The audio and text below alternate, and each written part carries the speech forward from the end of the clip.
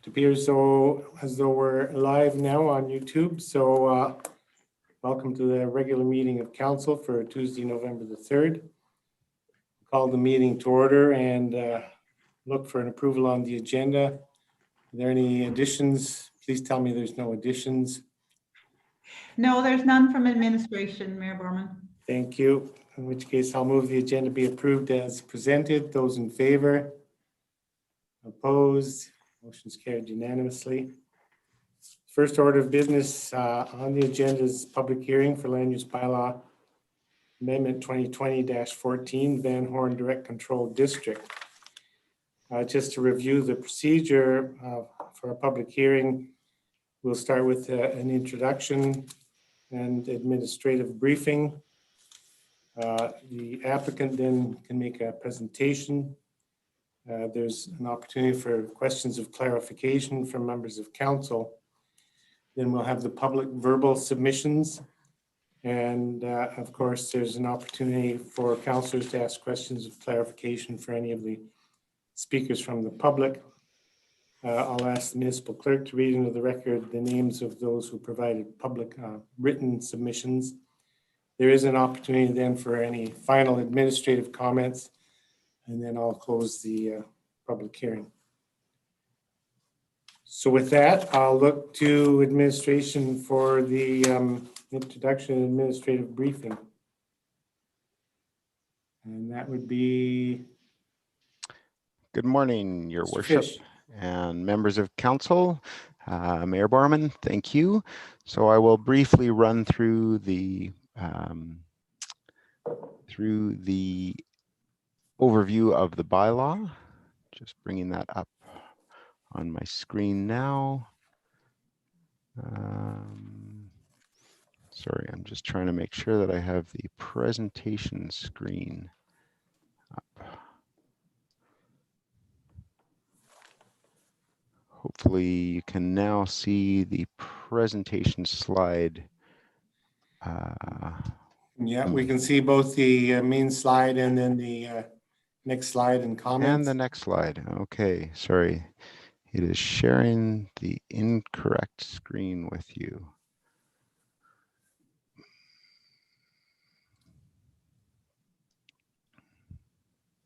There you go. Okay, that's better. Thank you. Yeah. So bylaw 2020-14, the Van Horne Direct Control District. It's a direct control district, so it's a specific set of regulations for a specific set of properties, specifically 7 properties in the Van Horne area of the homesteads. So the location you can see here, it's the 7 lots highlighted in blue. And generally, you can see they're adjacent to the Bow River. 5 of the lots have been developed previously, and 2 of them are currently vacant, the 2 highlighted in green, which you can see here. Overall, the proposed district is very similar to the R1 that the area is currently zoned, but it's intended primarily, this amendment, to establish a 60-meter building setback from the Bow River. A similar 60-meter setback was required when the 5 lots were developed in the late 90s to mid 2000s. And so if approved, this application would require all new construction and additions to be a minimum of 60 meters from the Bow River. Quick history of the policy that applied in that area. So the original subdivision was registered in 1996 for development of these lots. In 1998, a new municipal development plan was approved that included a setback from the Bow River of 60 meters. As I mentioned previously, development occurred in the mid 90s to mid 2000s, and it was generally in line with the 60-meter setback requirement from the municipal development plan. In 2012 actually is when land use bylaw 22-2010 was amended, and it just clarified that the 60-meter setback applied to subdivisions that were registered before September 22nd, 1998. So the bylaw before council now is, as I said, primarily to establish a 60-meter setback, but it's very similar to the R1 district. The purpose statement is slightly altered just to be more specific regarding the location. As well, there are some minor changes to the uses, removing the requirement for a detached dwelling to go through the development permit process by adding it as a permitted use. Instead, removing the detached dwelling with accessory dwelling units, although accessory dwelling units are still permitted uses. Under discretionary uses, there's a few that have been removed: administrative sales office and logging operation. Those would potentially apply to some areas of R1, but are not relevant for the 7 lots in this application. Also removed is the common amenity housing. There hasn't been any explanation on why. I think sort of the feeling that that wasn't desirable in this neighborhood, perhaps. With respect to the regulations, the lot area and widths are sort of updated to be more applicable to what is actually on the ground of these lots. These are quite large lots and generally don't align with the existing R1 regulations. The main change, as talked about here, is the establishment of a rear yard setback to be 60 meters from the southwest bank of the Bow River, which is the nearest bank of the Bow River to these properties. 2 other small changes regarding development authority, just to put that to the development officer or the Canmore Planning Commission as opposed to council, which would be the default for direct control districts. Although this is quite common to have the development authority go to the development officer or planning commission. With respect to variance powers, variances are not encouraged in direct control districts, as council has generally approved a fairly specific set of regulations. But in this case, there are some minor variance powers enabled here. Finally, at first reading, council just fine-tuned a piece of the bylaw, just removing some aspects of the maximum gross floor area that were not relevant to lots of these size. As required by the Municipal Government Act, the town has undertaken notification. Prior to that, though, in August, we did a non-statutory notification, and that's a process improvement implemented by the planning department, which will be our standard practice moving forward. And we've done it in other bylaws since, to allow for the department and potentially applicants to have discussions about proposed bylaw amendments in advance of them coming to council. So on August 11th, that notice was mailed to all of the properties that you can see here, basically within 60 meters of the subject 7 properties. And that was mailed to property owners or their designated agents, whoever was on the assessment roll. The formal statutory notification was undertaken on October 19th about the meeting today. And that was a mail copy, again sent to the subject properties as required by the MGA on the town's assessment roll. So the notification was complete in accordance with the Municipal Government Act. Just a quick graphic to look at the approximate setback comparisons. So in yellow, you can see the 7.5 meter rear setback from the properties. So the properties are quite deep. And you can see what the 7.5 meter setback would be. An approximate 60 meter setback from the edge of the Bow River, as measured from this survey, puts a line approximately where this blue line is. So just note that these are approximations. They're from our GIS system. So the air photo and things like that may be out by a small amount, but it gives you an idea. And so this, yeah, I'll leave it at that. Just quickly, the Municipal Government Act provides some high-level direction on the purpose of the planning regulations.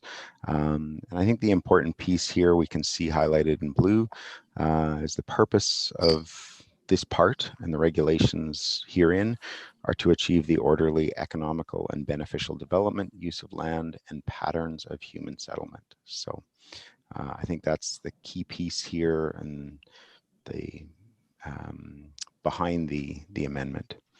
So with that, I'm happy to answer any questions of council in advance of hearing from the applicant and the public. Thank you very much, Mr. Fish. I have no questions. Other questions from other members of council? Councillor Sanford. Thank you, Mr. Fish, for that presentation.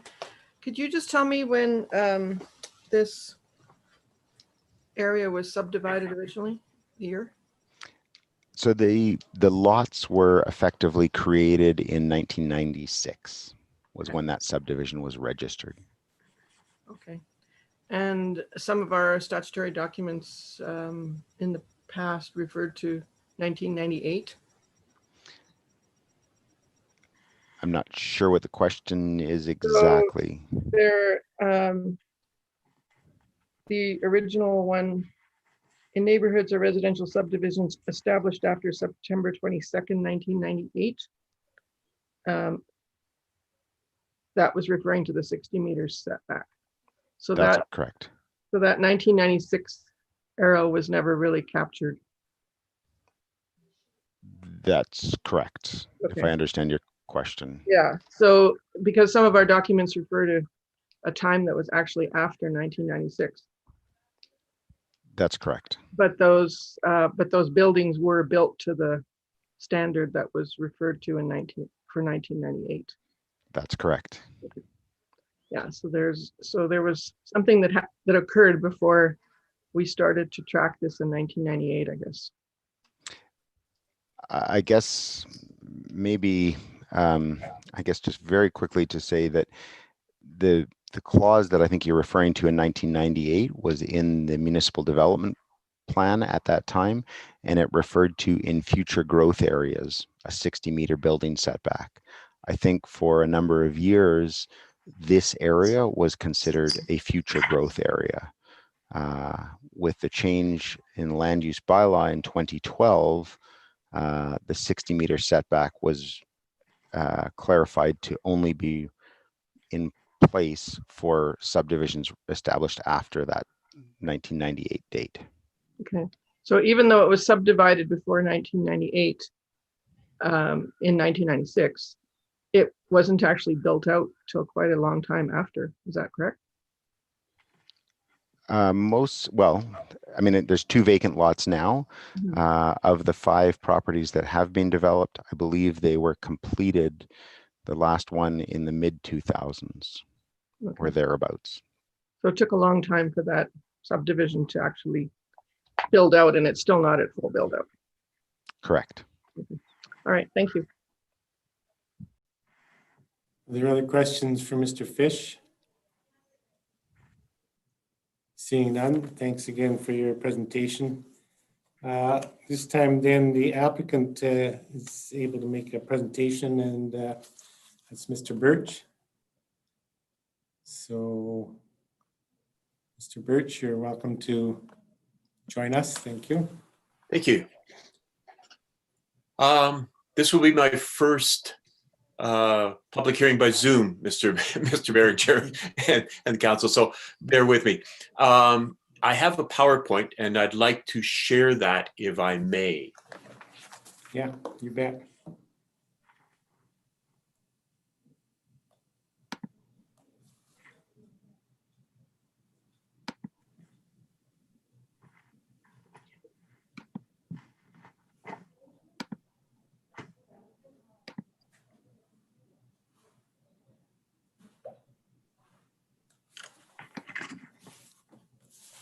Okay, is that clear for everybody? Yes. Yeah. Okay. So I'm Greg Birch. Many of you know me. I'm was hired to be the applicant for this by Ken Davies, who's one of the landowners of the 5 properties that have the houses already built on them. These are ones that had the 60-meter setback. Of course, there are 2 vacant properties as well. So the 5 landowners got together, engaged Mr. Davies to lead and engaged me to work on their behalf. So why are they doing this? And as has been alluded to through the course of Mr. Fish's presentation, there are 2 vacant lots in this group of 7 homes, or 7 properties rather.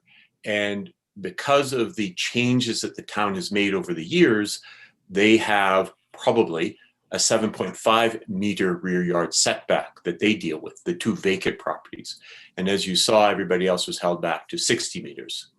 So moving on, Mr. Fish detailed this already for you, but this is an excerpt from the development permit of the Davises when they got their house approval in the 90s.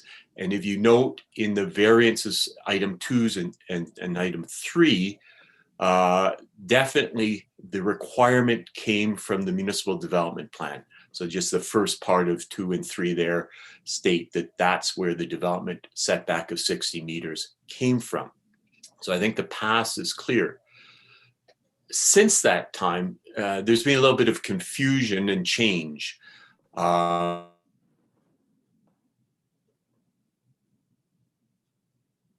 Lines, and they have a bunch of criteria that doesn't actually suggest that it's 60 meters. But there's Mr. Birch, sorry, you froze there for a minute. Would you just back up? I will. 30 seconds in your comments. No problem. Thank you. I did get a little signal, so I was wondering what had happened. But the MDP that you currently have references the Alberta government policies regarding setbacks. And so they manage the setback requirements well, but they do not establish a 60-meter setback. So the MDP isn't relevant to this development in any case. 8 months ago, the town's previous bylaw 22-2010, that's before April, of course, had the statement that it would be 20 meters from the bank of the Bow River. So you've seen 60 meters, then for several years it was 20 meters. Today, as of April, it's bylaw 2018-22, and I have to confess that I find the setbacks as set out here to be confusing just because there's so much terminology. So when I say I think the setback that would apply to the 7 lots today is 7.5 meters, I might be wrong because someone, when they wrote this, differentiated between neighbors and residential subdivisions. So that's different from a registration date. And then the second clause, 25.1.2, says for redevelopment. So if these 2 empty lots are new, never been developed, is that redevelopment? So I think there's some wording difficulty as to what the setback is, but I think we can assume it's 20 meters. And so the effective issue would be the rear yard setback. And I've just put at the bottom there that the registration dates of those subdivisions were, of the 7 lots, were 1996, 1999, and 2000. So the subdivision registration dates that apply aren't even the same. That's just to say that there's been changes over time from 60 to 20 to 60, and the current bylaw is not especially clear, but I think the 7.5 meter setback is clear. Mr. Fish talked a lot about the bylaw and the principles under which it would work, the how, if you will. So I'm going to focus on just why it would be beneficial to establish the new Van Horne Direct Control District. Number 1 is the view shed. And by the way, I've prepared a package that was sent out to you earlier. It has more detail and whatnot than I have here, but I've excerpted 2 of the slides that's in that package. This slide shows the property on lot 12. And if you see the green dot on lot 12, if you stood there on the ground and you looked east and west, or upstream and downstream, your view would be indicated by that green line with the black dashes through it. So you have that's about a 120-degree angle of view. The pink is is where you cannot see because of topographical constraints. But most important, look at the green line and you'll see the view. And this would be the case if the two future houses built on lots 13 and 14, and they're shaded in the diagram, if they're set back the 60 meters, same as everybody else, that's kind of your view from the neighboring property. If you move those forward to 7.5 meters, that's what happens to your view. So that's more like 70 degrees. And I'm just going to flip between the two, Mr. Mayor, just so that's what exists if everybody complies with the 60-meter setback. That's what happens if properties are allowed to go to the 7.5-meter setback. So you can see why the property owners are concerned. And again, in the package I sent, there are other depictions from other properties, but the adjacent properties are the ones most affected. So you can see the interest in protecting the view up and down the valley. So that's our number one concern. The second is wildlife accommodation. And in looking back through the files, it's quite obvious that when the subdivision was first created in 1996 and through a restrictive covenant that put setbacks on that have since been relaxed under the restrictive covenant, but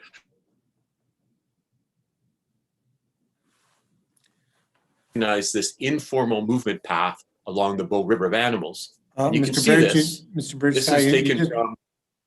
Mr. Birch, you froze again for 10 seconds there. I don't know if you want to just repeat your last comment. Yes, sorry, Mr. Mayor. Thank you for your patience. Yeah. There's an unofficial wildlife movement corridor. It was recognized through the restrictive covenant that was placed on the properties, but parts of the restrictive covenant have since been relaxed. But the 60 meters was in there initially, and you can see why the town would have put it in place back at the time. And this is what would be a typical view. I'm told that this is almost 50% of the days that there's animals that are out here. So the approximate 7.5 meter rear yard setback is at the tip of the arrow in the bottom left corner. So that would be the 7.5 meter setback line approximately. So in short, on a typical day, the 60 meters is being well used by wildlife. So that would be the second reason for advocating for reestablishment of the 60 meter setback.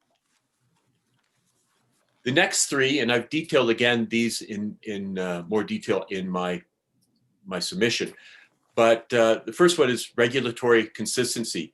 So as you've seen over the 20 or so years that have taken place where these subdivision has been developed, in that time, the changing setback has been an issue. It's gone from 60 to 20 to different interpretations and whatnot. So if the Van Horne Direct Control District is put in place, that will lock in surety for the 7 properties. The next one, reason 4, streetscape maintenance. So typically, if you do a subdivision, you align the dwellings with some consistent distance back from a road. And indeed, as you drive around town anywhere, that's typically the case. In this case, if the dwellings are allowed to be back close to the rear yard setback, then that's gone. You'll have a big difference in the front alignment of the houses. Related to that is reason 5, neighborhood cohesiveness. And if anybody practices or looks at what's called new urbanism, the principle is that we like to encourage discussions with our neighbors as they walk down the street. And so if your houses are lying closer to the street, as people are cutting their lawn or sitting on their front deck, and the neighbors walk by, you get a little bit of cohesiveness. So that's the case if you walk through the neighborhood now. If you have houses positioned well back on the property, that's not going to happen as easily. Reason 6, trail amenity. So the Trans-Canada Trail is just along the Bow River below these properties. And if you allow the housing to be built at a 7.5 meter setback, there'll be a shadow in the wintertime, especially cast in the afternoon on the trail. So as you walk or ride your bike along the trail, you go through a shadow cast. But as well, people, if it's a 2-story house, are going to be looking right down at you. So it's not going to be the same beautiful natural experience it is now. And then finally, land use bylaw clarity. Mr. Birch, I just wanted to give you a time check. You're at 10 minutes. Okay, this is it then. The land use bylaw clarity. So this is my closing remark, Mr. Council, Mr. Chairman. So dropping the direct control district leaves everybody at the same standard. And the only thing that the lot owners of 13 and 14 lose is their ability to move closer than everybody else. Otherwise, they have quite nice building footprints. And I'll leave it there, Mr. Chairman, Mr. Reeve, or Council. Mayor. Sorry, I work for MDs, as you know. That's okay. What's in a title after all? Thank you for that presentation, and I'll look to council to see if there are questions this time for yourself. Councillor McCallum. Thank you, Mayor Barman, and thank you, Mr. Birch, for your presentation. It's nice to see you again. I just had some questions with regards to the land use changes for uses. I note that the applicants have deleted common amenity housing as a discretionary use and moved detached dwelling from being a discretionary use to a permitted use. And I was wondering if you might be able to speak to that, please, sir. Yes, and I'll stop the screen sharing if that would help, maybe. And yes. That might take some of the load off the internet. So to common amenity, so the district, I've got it just here. So if I look to the left, that's what I'm looking at. The common amenity housing, detached dwellings, logging operation, administrative sale offices. In the existing subdivision, we deleted those just because they didn't seem to be as suited to the uses made in that district. And the detached dwelling, I moved up to make it a permitted use. You'll note that the accessory dwelling units attached and detached are remain, so you can automatically have that. I want to be clear that the applicants do not want to lose this 60-meter setback change based on this. It seemed to be when we were designing the direct control district that this would be a more consistent set of uses. And you could still have the accessory dwelling unit attached or detached. And in fact, one of the houses that exists on the property has a secondary dwelling unit. But it seemed odd that the detached dwelling without a suite would be in the same discretionary category use district as, or uses as a bed and breakfast or a daycare. In other words, you have no more opportunity to have a detached dwelling without a suite than you have a daycare. You're in the same category. So that was the reason. But again, no one wants to lose a 60-meter district on the basis of the uses. The uses originally were the R1 district uses. And if council wanted to reestablish those, none of the owners are going to fight on that basis. They just felt that this was a better list given the characteristics of the current neighborhood. Okay, thank you. I can speak to the detached dwelling. It's actually intentional to have detached dwelling as a discretionary use. That was just put in the most recent passing of the land use bylaw, and that was to basically discourage single detached dwelling and encourage detached dwelling with suite. So to put that extra step in there, I know it's just an extra step when you're building a home out in those subdivisions. It's probably not much of a big deal to surpass that second step, but that was the reason why council had approved that. Oh my God, was that 2018, your worship? Yeah, 2018. Anyways, but thank you for your explanation. I appreciate it. And again, please don't let that stop the 60 meters. No worries. Thank you so much. You're welcome. There are other questions from members of council? Mr. Birch, I have one question which you may not have the answer for. In your presentation, you had some detail on the registration date of some of the lots. Do you happen to know the registration date of the two vacant lots? Those were created with the first subdivision. So there's 1996 for those two. Thank you. I have no other questions, and if no other members of council have questions, which it appears they don't, I'll thank you for your participation today, Mr. Birch. Thanks for your patience. At this point, we'll go to the public verbal submissions. We have 9 people registered altogether, 6 who wish to speak in favor and 3 who wish to speak in an opposed manner. The 3 that have expressed an interest in speaking in opposition have asked that the council allow one of them, Ms. Elgart, to speak on behalf of the other 2. So allow Ms. Elgart to take the 15 minutes that the 3 of them together would take. I'm prepared to allow that, and just look to council through a show of hands to support that request. So if I could see through a show of hands support for that request. Great. So we'll allow that to occur. And given that it's not, generally we'll go back and forth between people speaking in opposition or people speaking in support. Given there's really only one speaker who's speaking in an opposed manner, I think I'll just go through the list from the top of the list that was presented to me. So there are, as I say, 6 registered to speak in favor, and I'll ask Ms. Boone to speak first.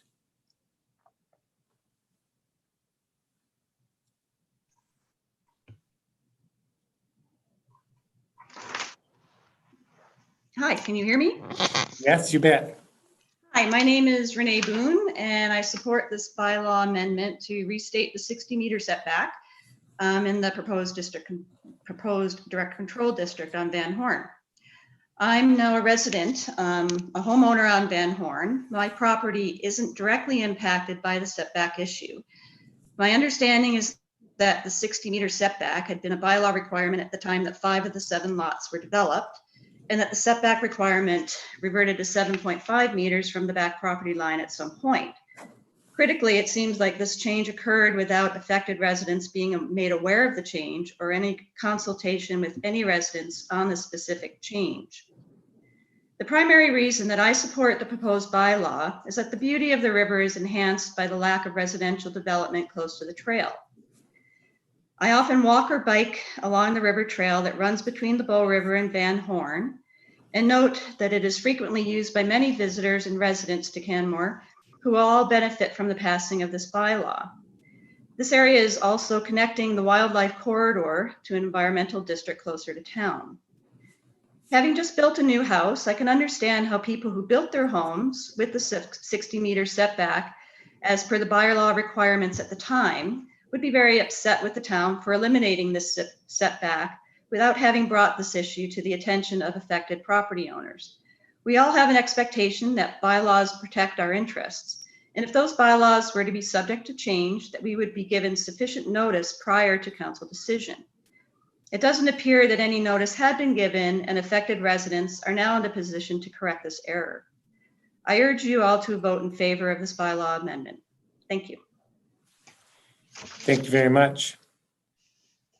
And as always, if any councillors have specific questions for individual speakers, you can show that with your hand. And I see none this time. So the next speaker is Ken Davies.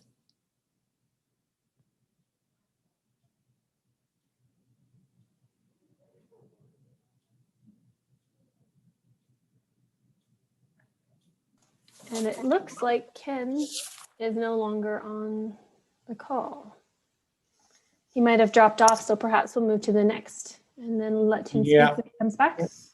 Yeah, maybe somebody can contact Ken and see if he has a technical issue, but for now, we'll then look to hear from Jamie Paulson.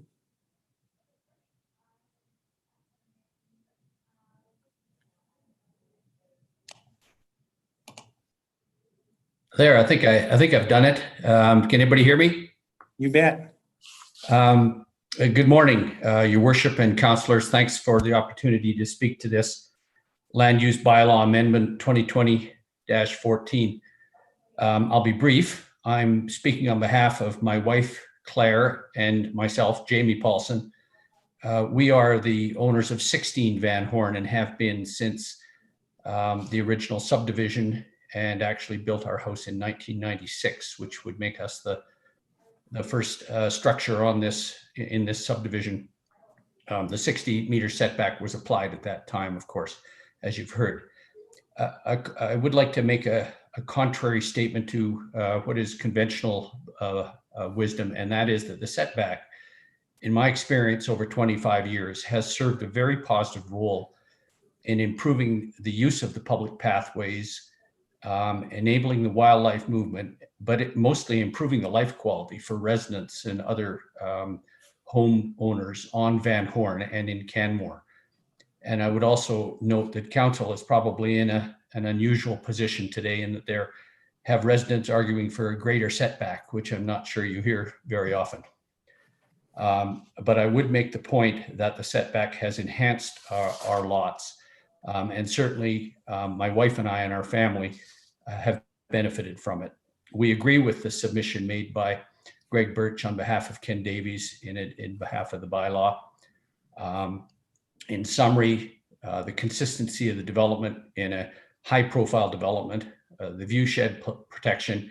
Incidentally, that's the first time I've ever heard the word view shed, but I guess it's probably quite common.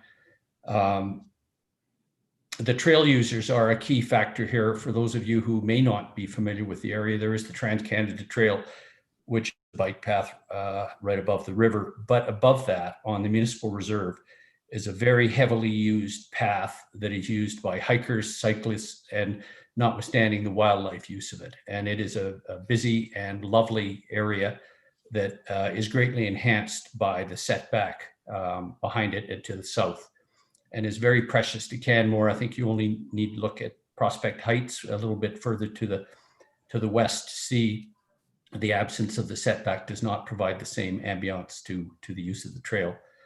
The maintenance of the streetscape, I heard Greg Birch talk about that, and I agree with that. I would urge approval of this land use bylaw amendment to prevent the inadvertent revision to rear yard setback requirements in an established neighborhood. I therefore, on behalf of my wife and I, support this land use bylaw change.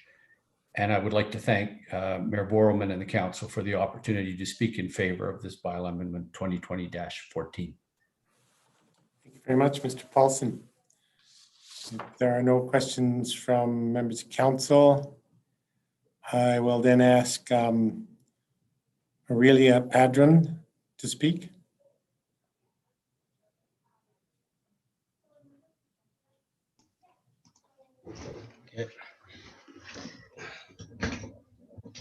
Okay. Hello. Hello. My name is Aurelia Padron, and I'm co-owner of 12 Van Horne with my husband, Rosa de Stanley. We have lived here full-time with our daughter for the last 13 years. I would like to thank you, Mayor Borrowman and Council, for giving me the opportunity to speak. I'm in favor of Bylaw Amendment 2020-14. Thank you. Thank you very much. Mr. Stanley. Yes, and actually Ken came over to my house because his computer's not working, so I guess he could speak after me. So yeah, so I'll start. So Ken's here too, so I'll speak and then Ken can speak. Okay. Okay. Good morning. My name is Russell Stanley. I am co-owner of 12 Van Horne with my wife, Aurelia Padron. We have lived here full-time with our daughter Allison for the past 13 years. I would like to thank Mayor Borman and Council for giving me the opportunity to speak in favor of Bylaw Amendment 2020-14. I believe it comes down to an issue of basic fairness. The 5 existing homes were all built to a 60-meter Bow River setback enforced by the town. Our understanding was this was an environmental setback that would not be changed. We designed and built our home based on the 60-meter setback. If houses can be built on the vacant lots more than 20 meters beyond this setback, this will have a very negative impact on our views and enjoyment of our home, as well as having negative impacts on wildlife and the Bow River Trail. We live in a great neighborhood. Our neighbors would never do anything to harm each other. However, if the existing homeowners sell to new owners, the potential exists for redevelopment on these properties more than 20 meters beyond the 60-meter setback. This would create uncertainty and negativity in the neighborhood indefinitely, which could last for the next 10, 20, 30 years. It could pit neighbor against neighbor. It would be a shame if the neighborhood that I have shared with my wife and that my daughter has grown up in devolved into such a negative environment. Again, I would like to thank Mayor Borman and Council for giving me the opportunity to speak in favor of Bylaw Amendment 2020-14. I strongly believe that this amendment would be positive for everyone. Good for the lot owners, good for the neighborhood, and good for the town. Thank you. Thank you very much. If there's no questions for Mr. Stanley, we'll welcome Mr. Davies. Hi, sorry about that. The construction of the new waste disposal lines near our neighborhood means a lot of shaking and truck movement, and it plays havoc with my internet. So my apologies, I lost you guys. Anyway, but I'm glad you're doing that upgrade. So thank you. I also am speaking in favor of this amendment. Levin Van Horne has been our family home for the last 21 years. To answer Councillor Sanford's question, all the houses of the 5 were built by 2000, except for 12, which was built, I believe, by 2005, just by way of record keeping. I know a bunch of you will know me, but I come in a sense of the values that my parents instilled in me, and there's 2 that stand out. I mean, they were all the classic Presbyterian hard work and being honest and having integrity, but one that Russ mentioned is a sense of fairness that they instilled in me, and I'm not going to repeat the idea that, you know, we have 5 existing homes that were built under one set of rules.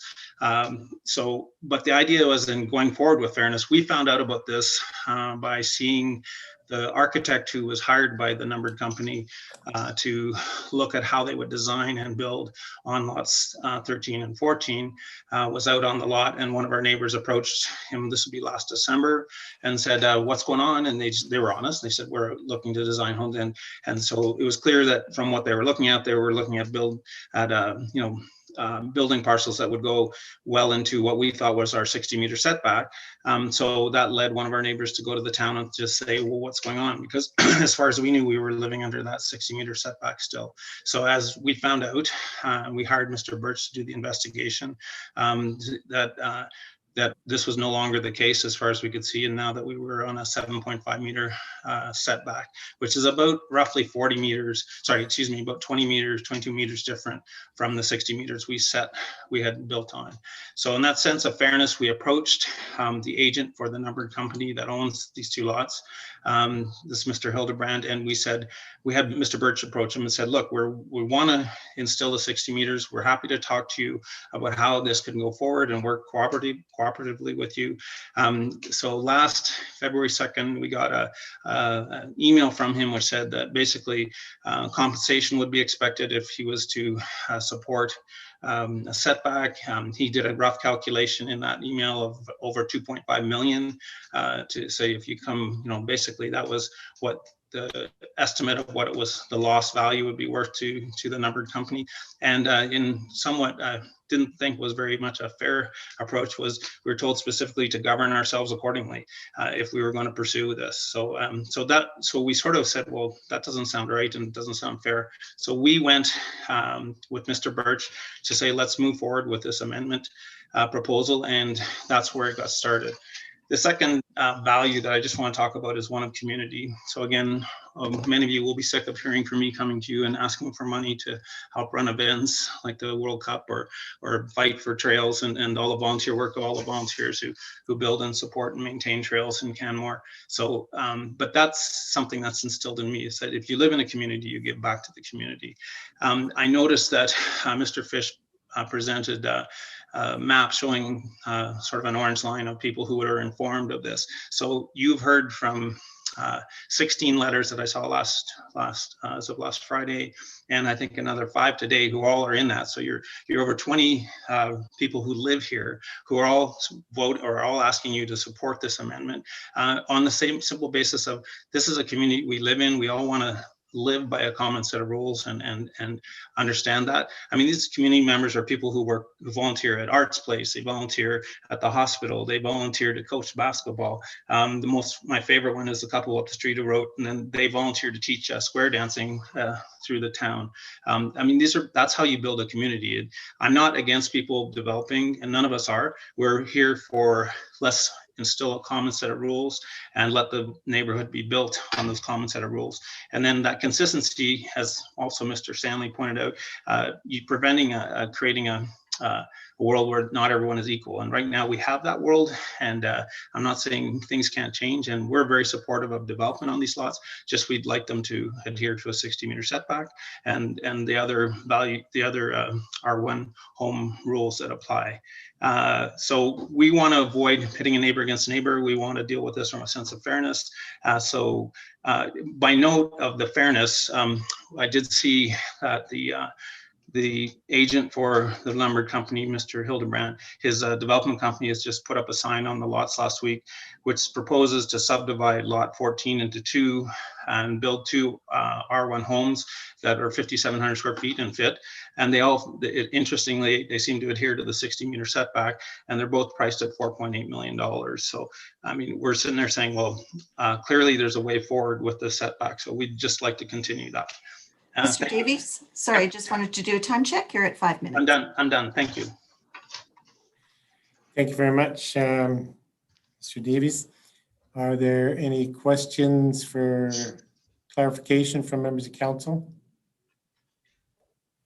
Seeing none, thanks for being here today and presenting.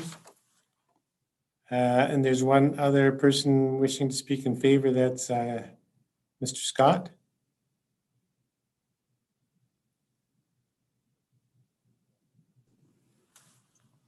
Here we go. There you are. Yep. Good morning.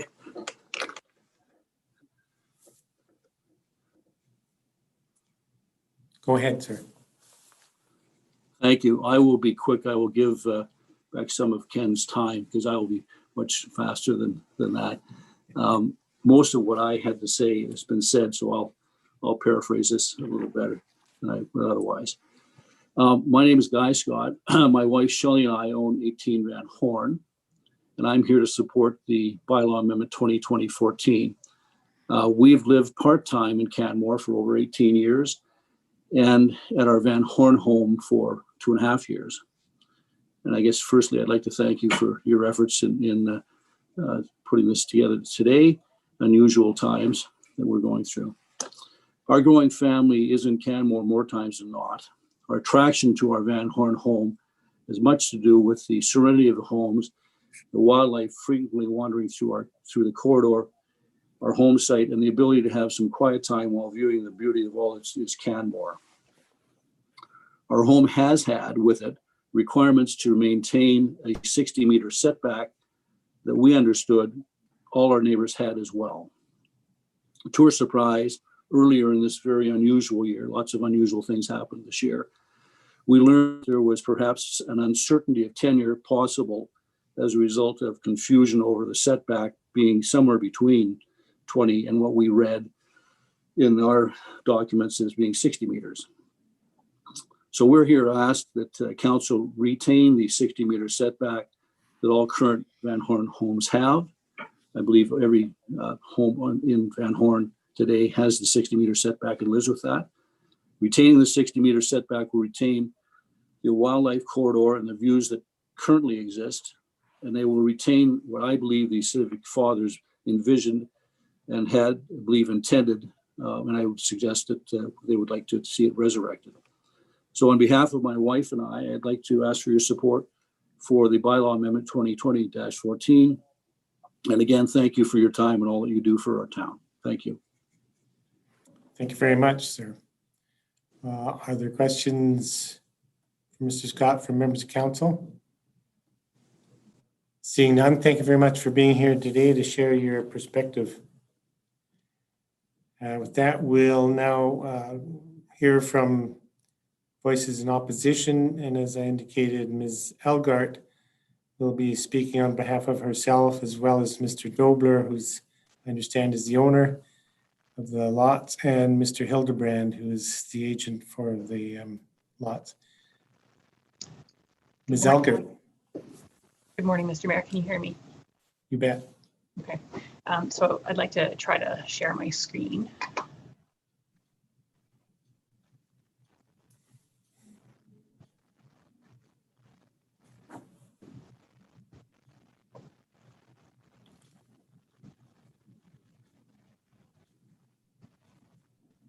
Mr. Mayor, can you see the shared screen? Yes, I can. Okay, wonderful. So I can't see it up here, so I'm just going to move it up here as well. All right, good morning, Mr. Mayor and Council. Thank you very much for making the time to hear from us this morning. The Council has received this package, although it came in not at the time when it would have made into the public documents. So let me just try to make sure that you just have one screen. Okay.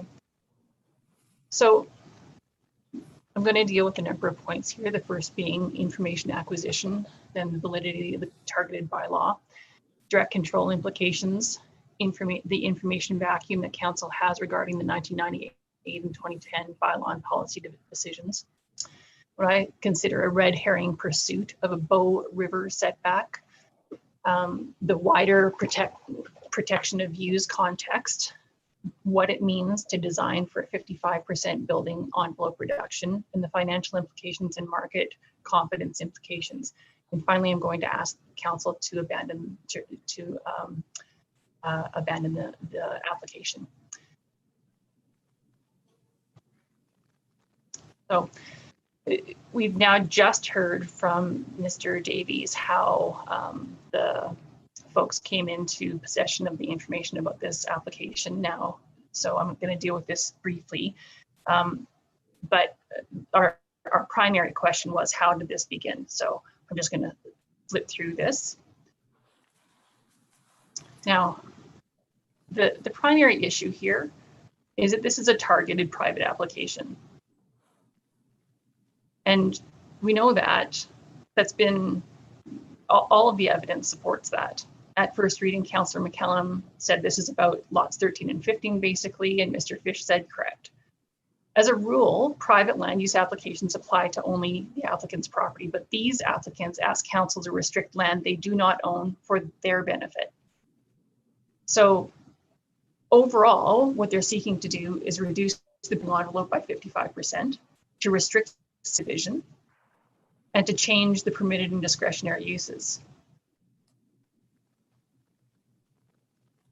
Now, Ms. Elgart, sorry to interrupt, but I'm not sure if you're advancing through slides. There hadn't been any change to the slides viewable. So I'm on page 7. I wonder why it is that you're not seeing that. Yeah, we've only seen the initial page, Dobler's submissions.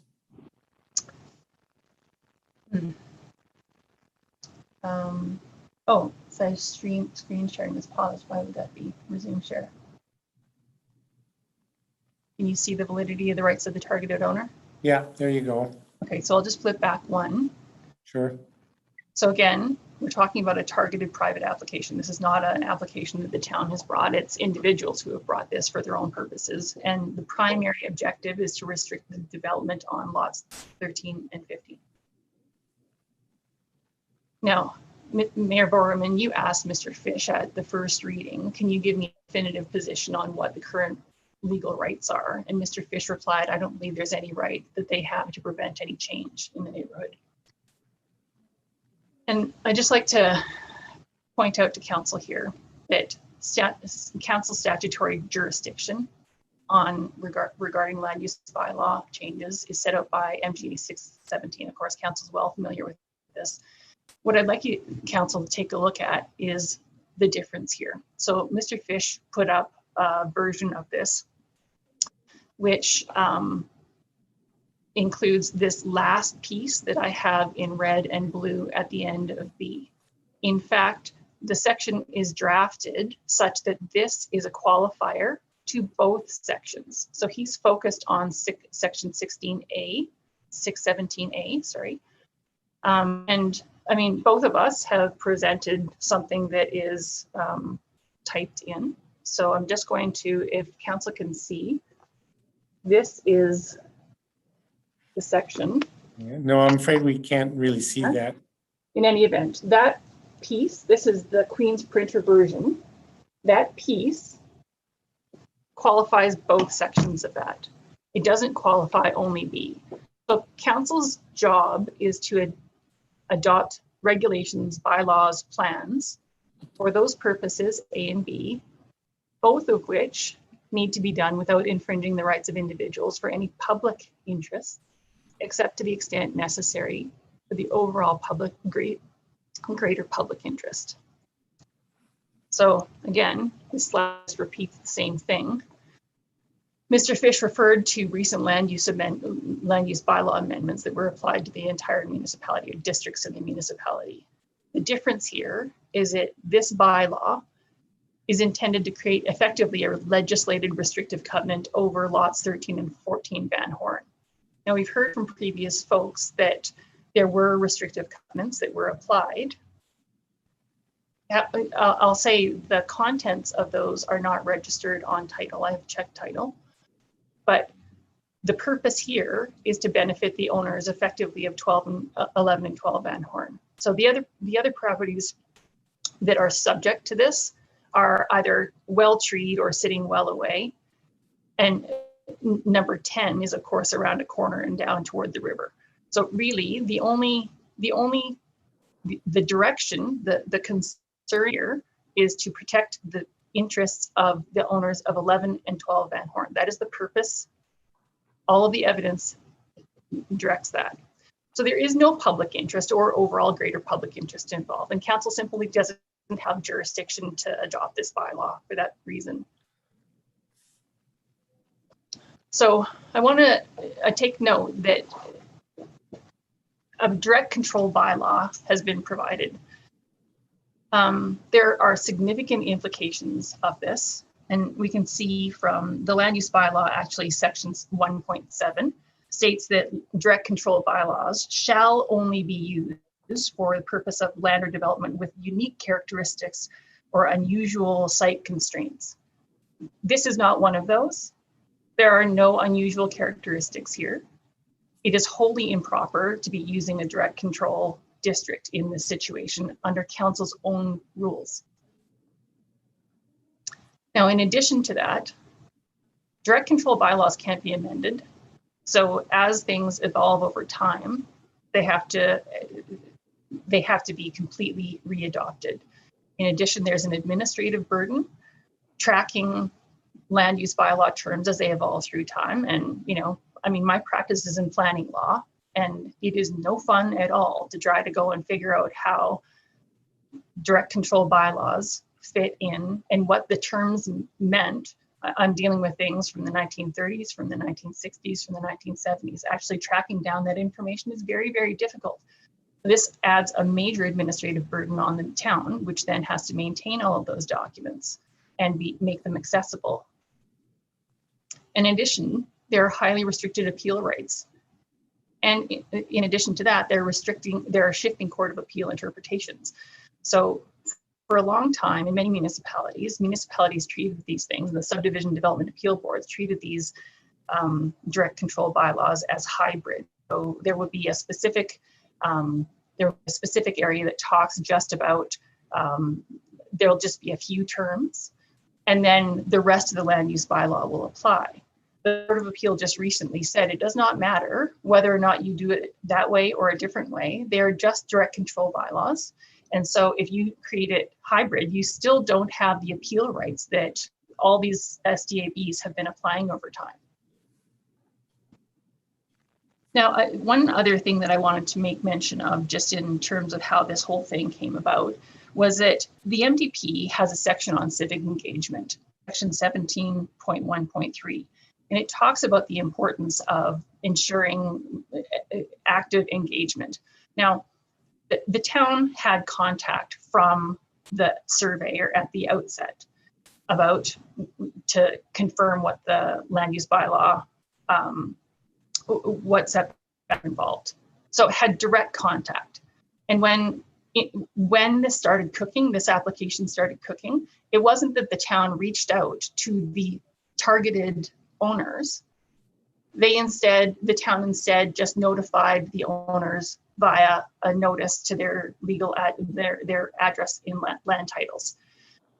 I'll suggest that's not appropriate. If you actually have a bylaw that is targeting 2 lots, the town has a greater obligation to reach out and actually consult. Now, in terms of, so I understand from Mr. Fish that while this was a 2010 numbered bylaw, this environmental, the setbacks from the rivers clarification came in 2012. So that happened in 2012.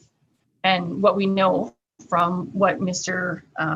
Birch has said, really the section should be amended. And I've provided some draft wording for council to consider. There is, the bylaw itself has some looseness in terms, and the, sort of overlapping Venn diagrams or Venn diagrams where there are just gaps, just because of some of the looseness in terms. So that could certainly be cleaned up in sort of an omnibus land use bylaw. Now, I'll say I found it very interesting to read to read the documents, and then also to watch the first reading hearing, because council is basically being asked to make a very significant legislative change in a town where the standard, like I've checked the land use bylaw, and the largest rear yard setback in the entire bylaw is 10 meters. So what the folks are proposing is something well past that. So we're looking at significant changes. We know that changes were made in 1998 and in 2010. Council's been provided no minutes, no reports, no maps, no submissions. So there really is not sufficient information for council to even really evaluate why the choices were made when they were made. We do know that in 2010, when the municipal development plan would have been changed, effective 2012, that this would have been a public process and that people would have been notified. If council actually did not reach out, if the town did not actually reach out to the people who were involved here and notify them particularly of the impact, that again is, in my opinion, quite problematic. But on the other hand, council, the town, no doubt followed all of the required steps, and that was the time to complain or to seek a different outcome. Now, we have submitted a FOIP request for the material with regard to all those previous legislative situations, and we're expecting a response for November 26th. Now, I'll go to the point that this really, the question of the Bow River here just is a red herring. Council, back in the day, set some terms after this property was subdivided. Now, we know that when you're subdividing land, it's very important to size the lot to deal with any setbacks, because you could otherwise have lots so shallow that you simply don't have an area to build. In this case, these lots were subdivided on the basis that there was no 60-meter setback. We know that because that was 1996. 1998, the town's documents changed. Now, there are real implications for that, and it's unclear why that change was applied, and we simply do not have any evidence about that. But I'll say that again, as has been very clear from the submissions of the other parties, this is about views and not the river or any of the other things the applicants raise. You know, I'm hearing comments about wildlife. It's clear from the MDP map 4 that there is no wildlife corridor here. It's clear from the other guiding documents that the MDP refers to the 2012 guideline with respect to the wildlife corridors. It's clear that the setback from a residential property to a wildlife corridor is 20 meters. Like, this is simply, that is, the town has taken the setback under they've got the municipal reserve there. This piece of land is private property. So, and then I'll just point out, you know, there was a question about the uses, the purpose, and it hasn't been stated, but to me, reading the bylaw, the purpose of removing the dwelling with the accessory unit, the ADU, the purpose of that is to invoke section 1.8 to prevent any building on these lots without a development permit. So currently, the building permit, you can just build a house with a building permit as long as you're in compliance with the entire land use bylaw. But moving that section out, taking the dwelling unit with the accessory dwelling unit, that ensures that the neighbors then have an appeal. So this is about controlling development on this land through the development permit process. So a river, again, the river setback is relevant only if council's objective is to protect the river. But council's addressed that in section 2.1.5.2, and the setback to the river is 20 meters. Views from a planning perspective are controlled through setbacks to the front and back property lines. So in Calgary, for example, they deal with this through contextual building depth and through height limits. Now, I'll say that protection of views is the subject of general concern. Ms. Elgart? Yes. Just a time check, you are at 15 minutes. Oh, shoot. Okay, so maybe I can, Mr. Mayor, can I have five minutes? Okay. Okay, so what we have in the materials is just an unrealistic representation. What is proposed here, realistically, in terms of setbacks, what we're talking about for rear yard setbacks that's exactly what we're talking about, is rear yard setbacks. So existing, we have a variety of setbacks. Lot 11 has a 60-meter rear yard setback currently, and what my client is proposing on lot 13 through their application, which is not before council, is 15.7 meters. Now, the wider context, again, we don't know the reasons why things were done the way they were, but we do know that they were done a certain way. It is quite likely that the prospect developer, or at least some landowners there, simply didn't agree and challenged it. So what we can see is along Prospect, the setback from the river is around 30 to 40 meters prior to 2003, whereas Van Horne's at 60 meters. In between 2003 and 2009, 30 to 40 meters. 2020, this is a home that's currently under construction. It's 30 meters from the river setback. And you can see there that it's set back quite a bit further than the property right beside it. The wider context is that council has chosen not to accommodate any views in the land use bylaw. Now, I'll tell you, like, Canmore is not my normal stomping grounds, and I accepted Mr. Fish's description of that to council in the first hearing. I've now last night I reviewed the rest of the land use bylaw, and it's clear that council has addressed views in certain circumstances. So there are some things downtown, there are some historical resources, and for example, in TP Town, there is an area where they actually deal with basically contextual setbacks. But so council for the rest of the town has chosen not to protect views. There's been no evidence around council's decision reasons for that decision. And there are no policy justifications that have been provided to protect only 7 views when none other are protected in the regular R1 district. We know, and it's apparent from the materials, that there are very variable setbacks everywhere. So we can see them here, down by the river, and again, and even in this general area, we don't have cookie cutter houses. They're not all just lined up perfectly. And that's exactly what the developer, what the applicants have been asking. Now, I'll just say, there have been efforts made to come to a reasonable compromise here between the parties. However, the applicants are simply insistent on simply a 60-meter back. So the views are a real concern, a general concern, not just specific to 7 lots. We can see all the different letter writers of people who've shown up on this. And one of them actually mentions that on their road, on Morris, they have had issues with this.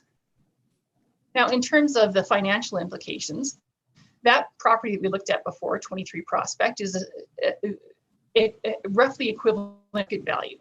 So you restrict the building area, and that restricts market value. Now, this is a piece from a 2010 survey plan, and you can see that, and I understand there is at least circumstantial evidence that this property was not developed after discovering how small the building area is. So what happens when you restrict the building area? What you end up doing is putting up a stacked home. So that means instead of 1-story areas, you have simply max 2-story, and that has real planning implications. Now, as well as this, 23 in Prospect and 11 Van Horne, we basically have, under mass appraisal, equivalent market. So when if council were to reduce this area so significantly, the town can expect assessment appeals and reduced property taxes from all 7 lots that are now actually restricted. So the value that exists right now is based on the existing bylaw situation. Now, market confidence. We know in the MDP, the town's section 9.1.1 talks about the economic development strategy, and through land use planning activities and other things, the town will establish an environment that retains existing and attracts new business and investment.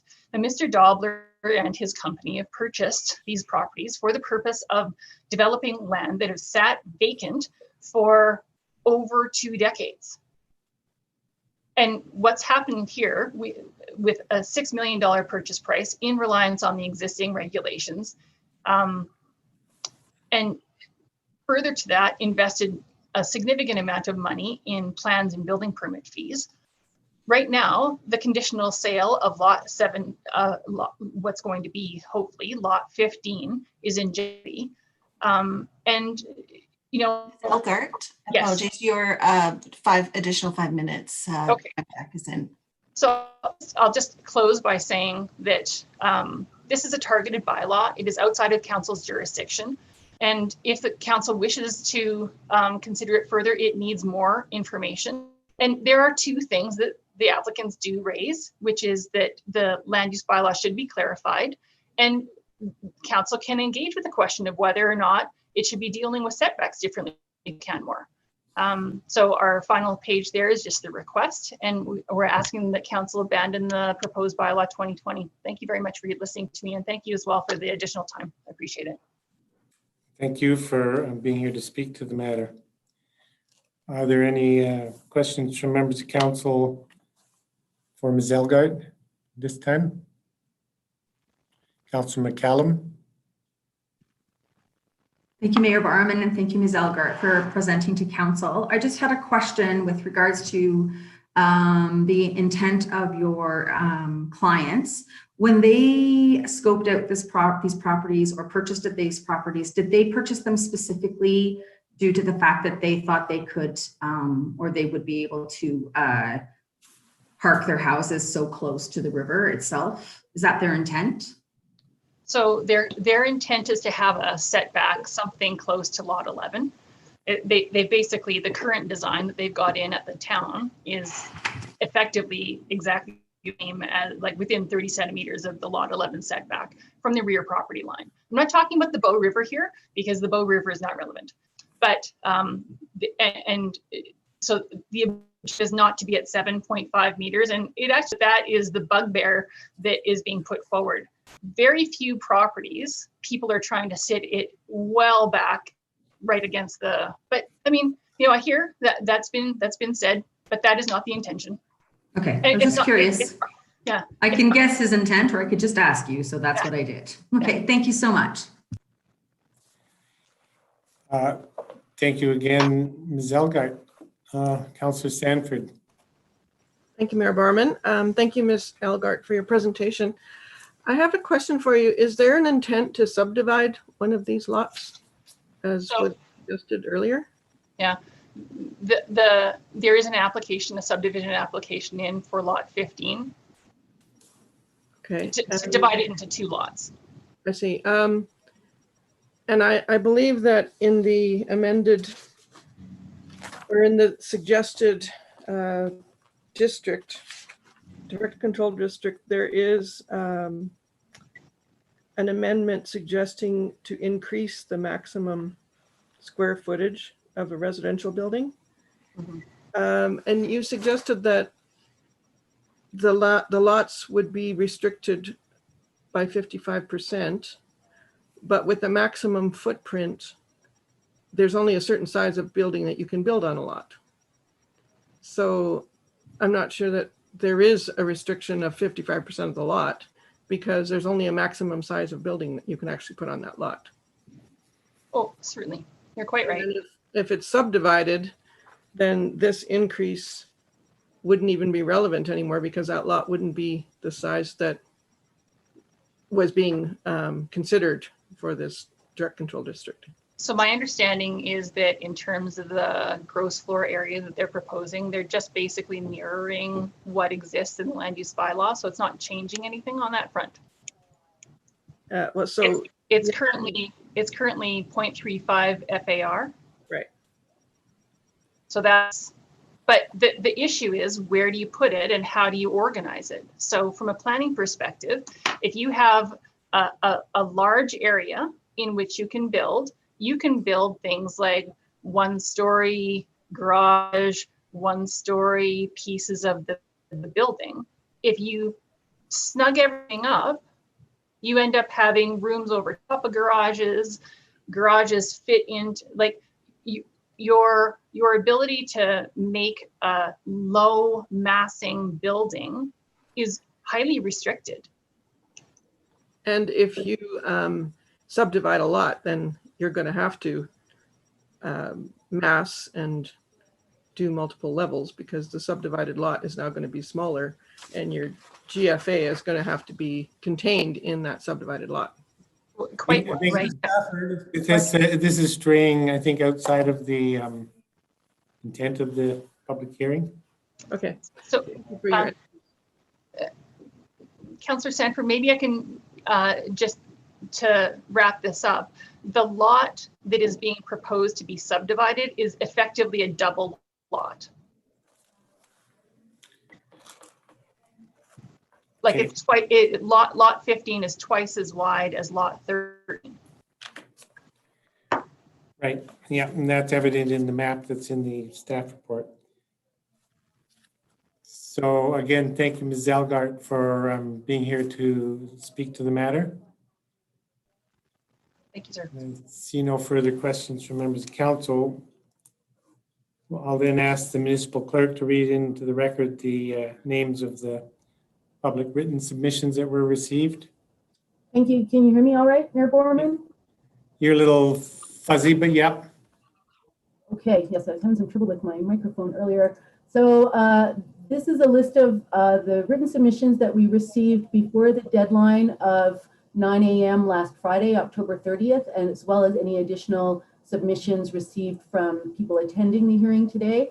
I just want to mention that particular emails received outside of the deadline process are still provided to council.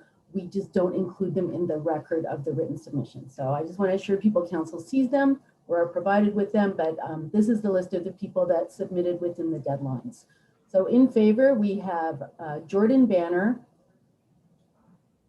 Lyle and Elaine Bradley, Ken Davies, Allison Day, Linda and Blair Dunbar, Francisco and Marilyn Gomez, Jim Griffin, Bruce Hammond, Charlotte McNaughton, Deb Mayberry and Tim Morris, Richard Morgan, Carol and Jerry Nell, Barbara Price, Leslie and Kathleen Punchin, Andrea and Ian Robertson, Guy Scott, Heather Shaw and Jim Carter, and Sandra Elizabeth Van Stoke. We received one written submission in opposition, and it was from Miss Elgart, who has just finished speaking on behalf of Steve Dobler. And that is everything. Thank you. Thank you very much. Are there any final administrative comments, Mr. Fish? There are none. Okay, with that, then I will close the public hearing. Thank you all for attending. I'll move on now in our agenda to consider the minutes of the regular meeting of council for Tuesday, October the 6th. Are there any errors or omissions noted? Councillor Sanford. Thank you, Mayor Barman. There is a correction that I have submitted to the clerk, to the municipal clerk, regarding my attendance at an in-camera meeting. And on page 8, I left the in-camera session, but then I returned to the in-camera session. I didn't hear the first legal matter, but then I did return to the in-camera session for the recreation services negotiation. And so the municipal clerk is going to make that correction. And then I stayed till adjournment. Okay. Are there any other errors or omissions? Seeing none, I'll move the minutes be adopted as amended. Those in favor? Opposed? Motion's carried unanimously. We're moving on now to bylaw approvals. First to be considered is item G1, the land use district or land use bylaw amendment 2020-14 Van Horne Direct Control District, which we've just been hearing from the public about. So Mr. Fish, again, you have a presentation to provide at this time.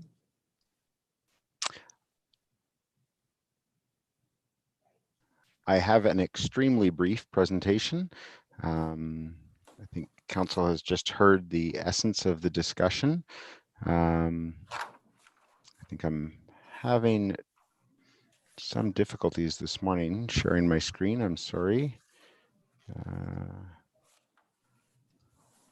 Yes, there we go. So bylaw 2020-14, again, the Van Horne Direct Control District that we've just heard about. I guess I will really just restate the recommendation as stated in the report that council gives second and third reading to the bylaw amendment, but I will quickly address 3 points. One is just regarding the circulation and notification. Administration feels that we went beyond the statutory minimums required, particularly with the notification in August sent to all properties, all subject properties in the area. So I feel like we were consistent with the municipal development plan to at least attempt to engage, particularly when there was no application for any of the lots, any of the 7 lots. So there was no specific consultation there. I will note the basis of the recommendation here is really based on 2 points. There's a number of varying aspects that are relevant for different people. From administration's perspective, we really looked at the Municipal Government Act and talking about that orderly development and pattern of land use. So that's the piece that sort of underpins a fairness or consistency that administration felt the bylaw amendment was based in. The additional point is, as has been discussed, is the experience on the additional, or the adjacent public lands, specifically the trail, and the experience there, the proximity of homes to that trail. I think there is sort of a consistency of experience that changes throughout the length of that trail, but in this area, it does essentially, it's influenced by the setbacks from that trail. So that's another aspect that sort of gives some measure towards the recommendation. And with that, I'm happy to answer any questions that council might have. Thank you, Mr. Fish. Are there questions from members of council for Mr. Fish at this time? I see none. We've certainly had a number of discussions on this matter.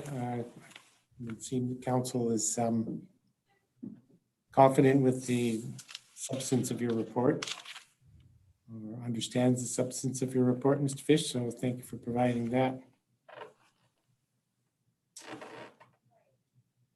So at this time, I will then move that council gives second reading to Land Use Bylaw Amendment 2020-14, the Van Horne Direct Control District. And I'll put forward a postponing motion. I'll move that council postpone the second reading of Land Use Bylaw Amendment 2020-14 to a special meeting of council at 9 a.m. on Tuesday, October the 17th. That's in 2 weeks, in order to allow for further review of the public input received at the public hearing. Councillor Sanford. Mayor Borman, could you just correct that to November 17th? I sure could. Living in the past, November 17th. Is there discussion on the postponing motion? Seeing none, I'll call the question. Those in favor? Opposed? Motion's carried unanimously. So we will be scheduling a special meeting of council for 9 a.m. on November the 17th, in which time council will consider a second reading of the bylaw.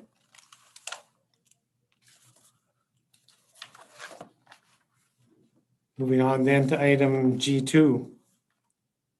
Revised Land Use Bylaw, revising Bylaw 2020-24. Ms. Hyde.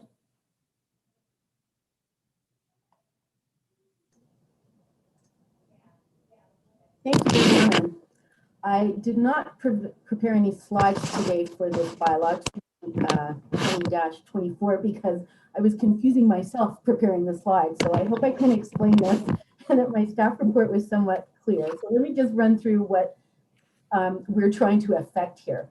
So our original land use bylaw that's in effect now, 2018-22, was given first reading in November 2018. It went through its public hearing. It had 2 more readings, and it ultimately received third reading in December 2019.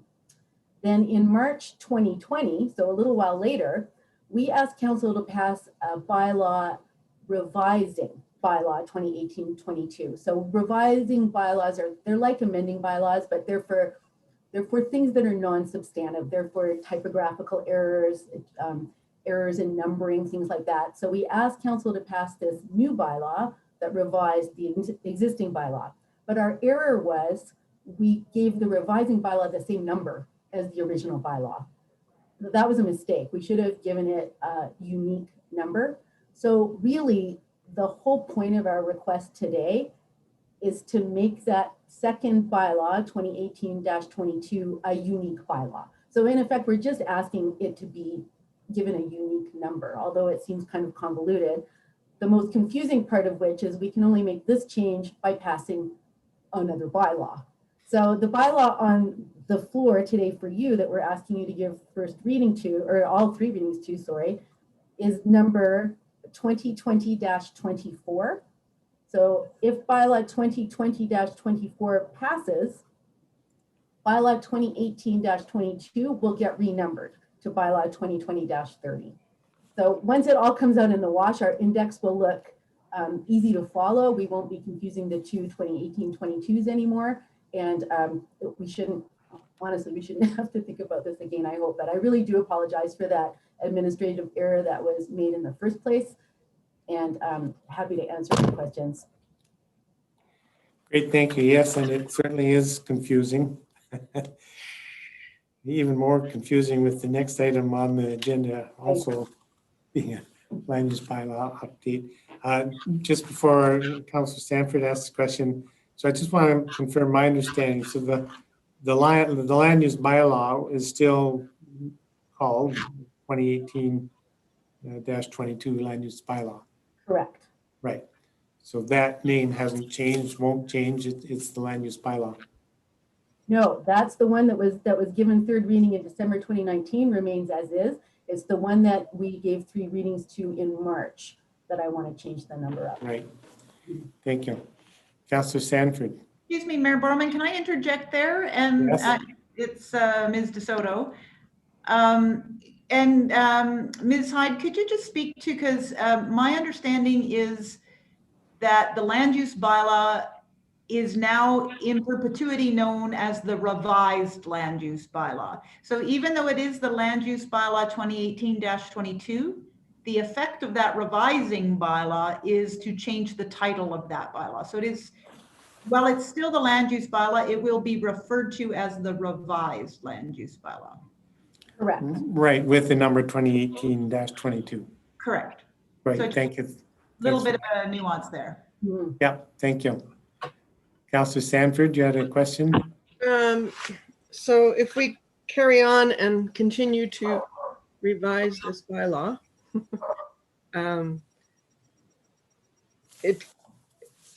it carries the revision number as we go forward, because the revised bylaw that we're referring to here is 2020-24. Is that just an interim step? Oops, Ms. Hyde's disappeared. She's locking up the dogs. Sorry, there's the one thing about being at home, right? Who let the dogs in? Yeah, so I think I'm going to answer your question correctly. So 2020-24 will exist forever now until land use bylaw 2018-22 is repealed. So it'll exist forever now, making the change of the second bylaw 2018-22, which will also remain in effect forever, but they'll all have different numbers now. So we'll be able to track them and understand which bylaw is the original, which is 2018-22 that was passed in December 2019. Does that make sense? Yeah, so every time we amend something, we attach a new number to it, or we attach a new revision number to it? Bylaws have unique numbers, but the original bylaw that gets amended keeps its same number. Okay, all Does right. that make sense? Yeah, okay, thank you. Okay, and clear as mud. I know, sorry. I very much apologize for this. Yeah, there won't be anything in your stocking this year. Are there other questions of substance? Seeing none, thanks very much for bringing this forward for us to correct. Thank you. With that, I will move the council give first reading to the revised land use bylaw, revising bylaw 2020-24. Is there discussion on that motion? Seeing none, I'll call the question. Those in favor? Opposed? Motion's carried unanimously. I'll move the council give second reading to the revised land use bylaw, revising bylaw 2020-24. Is there discussion on that motion? Seeing none, I'll call the question. Those in favor? Opposed? Motion's carried unanimously. I'll move that council go to the third reading of the revised land use bylaw, revising bylaw 2020-24. Those in favor? Opposed? Motion's carried unanimously. And I'll move then that council give third reading to revised land use bylaw, revising bylaw 2020-24. Is there discussion on that motion? Seeing none, I'll call the question. Those in favor? Opposed? Motion's carried unanimously. Okay, now we're moving on to another land use bylaw matter. The omnibus update for revised land use bylaw 2018-22, agenda item G3. Mr. Henry. Great, thank you. I will hopefully not provide you with confusion. Thanks for that introduction there. So I'm just going to share my screen with you all and get the presentation up. Enter into my presenter mode. Okay, well, thank you everybody for listening in this morning.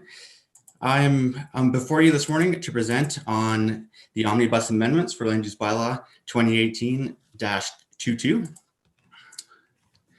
So to provide an overview, the amendments being proposed as part of the Omnibus aim to address the following: improve upon the clarity of regulations and definitions, resolve clerical errors, and delete any redundant and/or irrelevant regulations. The process that we have gone through to help in identifying the Omnibus amendments is the result of a few things. It is first the result of, I'm like working through real-time applications, which have presented unique and challenging situations, which were not fully envisioned, at the onset of drafting the original regulations. Second, it's a result of feedback received from the development industry. And finally, general staff feedback. So we have been working with land use bylaw for around 7 months now. So we've really had the opportunity for the staff in the department, to get more familiar with the regulations and identify, the areas on which aren't really working on within the land use bylaw. The amendments proposed, let's talk about this. So there are a total of 39 proposed amendments as part of the omnibus. So in the essence of time, I'm not going to walk you through each one of these. However, a detailed summary is provided in table on the staff report, which can be found in attachment 2. And that said, the focus of this presentation is be on the regulations where we received the feedback from the development industry itself. So stakeholder engagement, what did we do for this? So given that the vast majority of the omnibus amendments are administrative in nature, we did not seek any, unlike public input.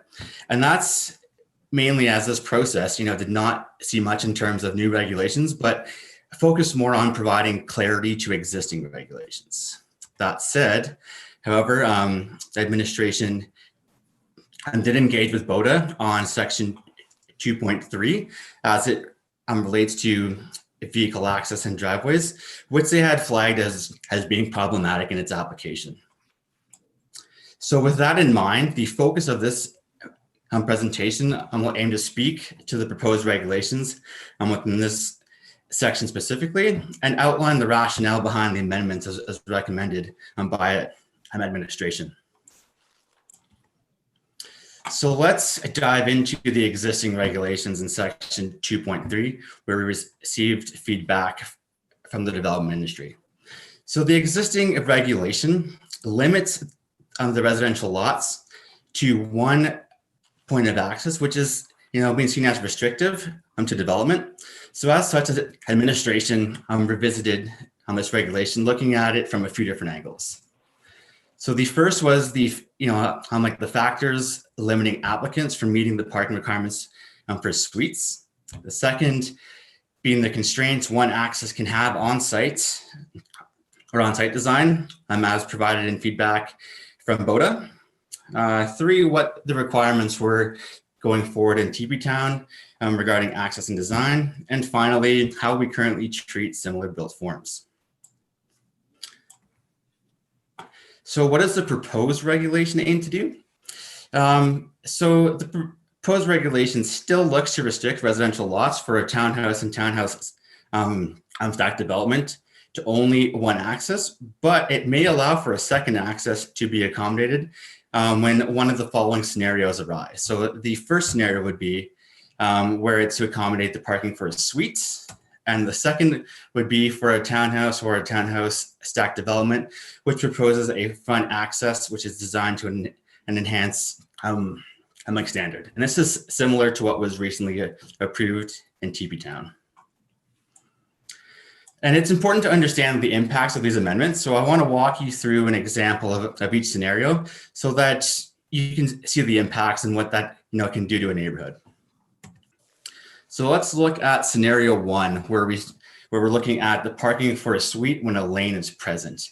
And this is one of the biggest challenges that applicants face when they're applying for a suite, is meeting the parking requirements, which is to provide one stall on site. So let's look at an example here from a property in town along 16th Street, as shown here in orange.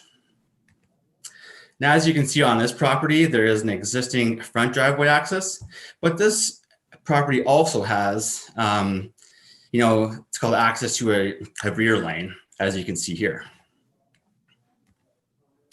So this would be a situation where if the property owner were to apply for a suite, they would have challenges providing the parking stall on site. And the first thing we see is that, like providing an additional stall within the existing driveway would just not work. So as you can see here, we have, a stall provided on the existing like driveway shown in blue.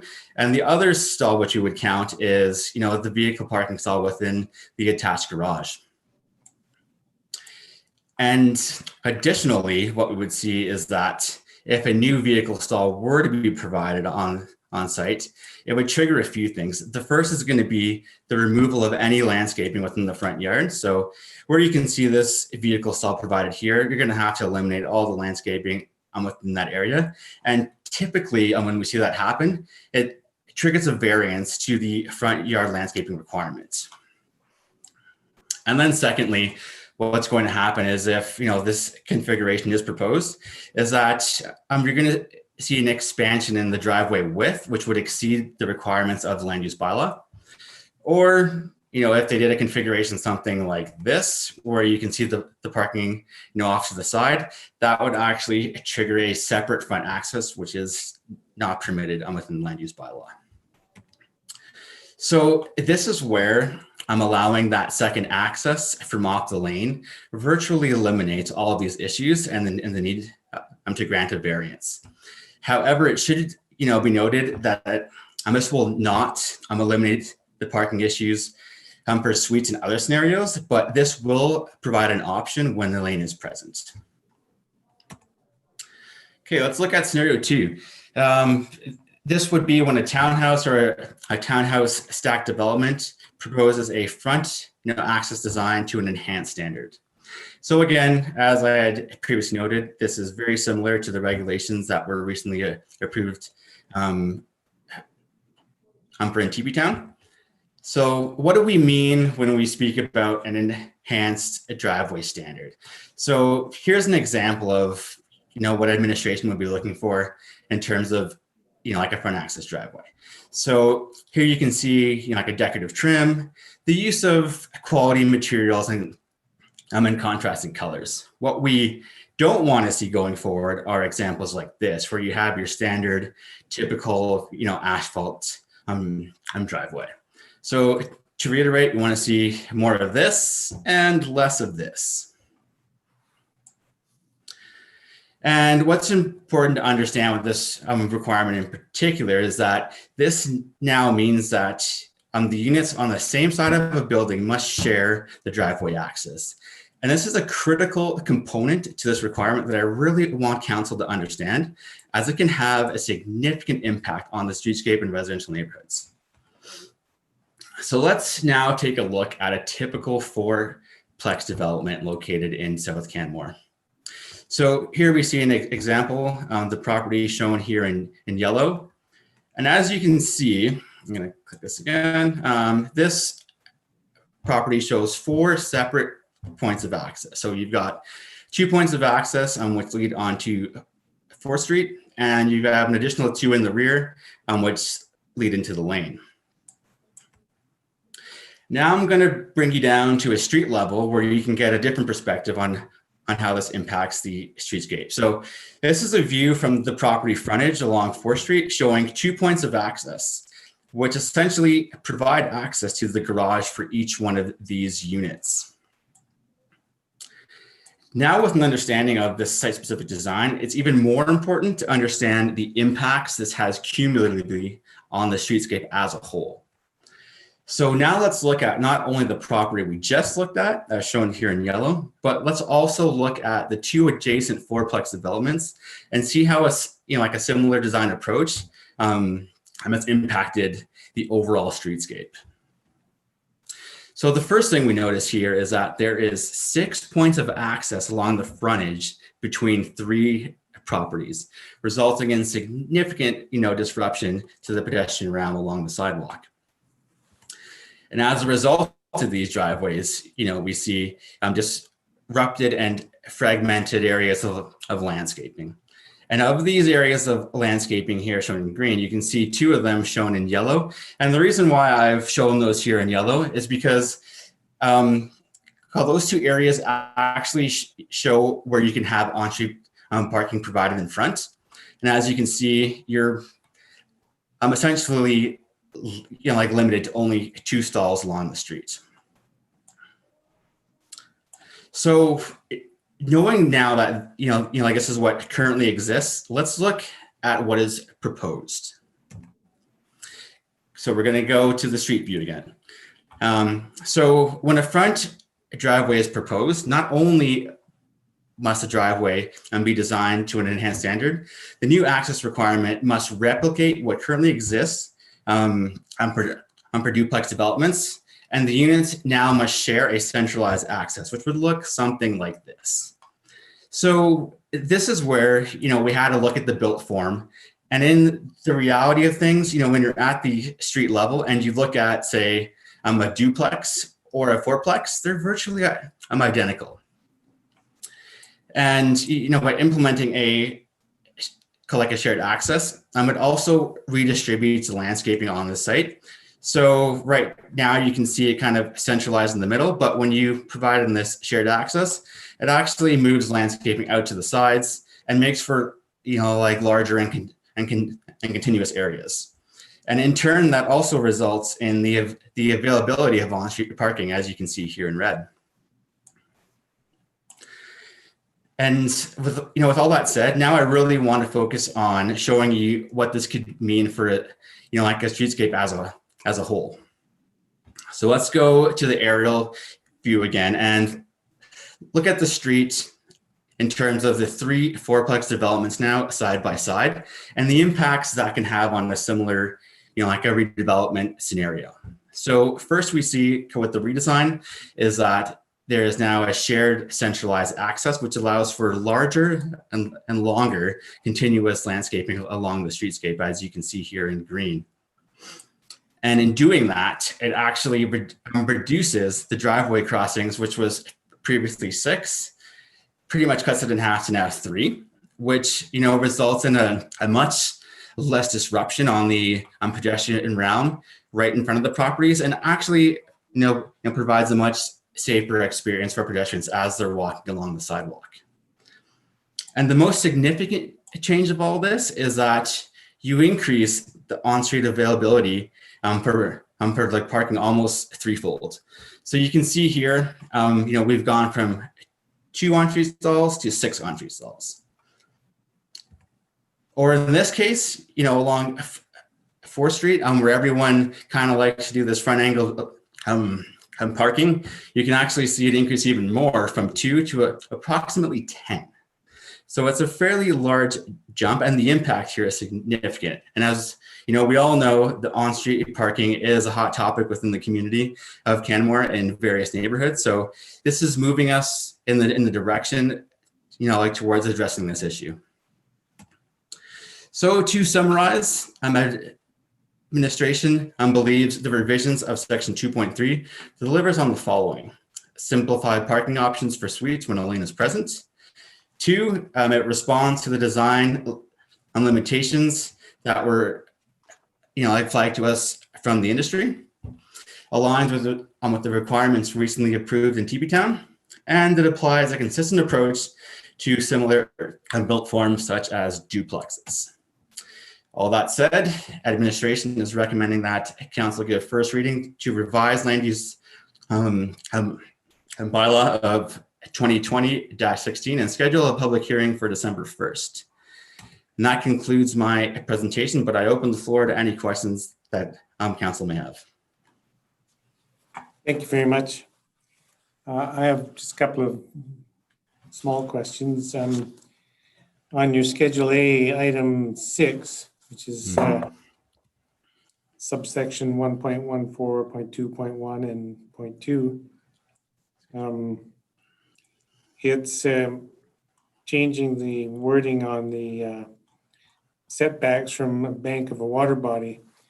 And I'm just, given the conversation we just had earlier today around Van Horne Direct Control District, would this proposed change have any impact at all to the discussion around Van Horne?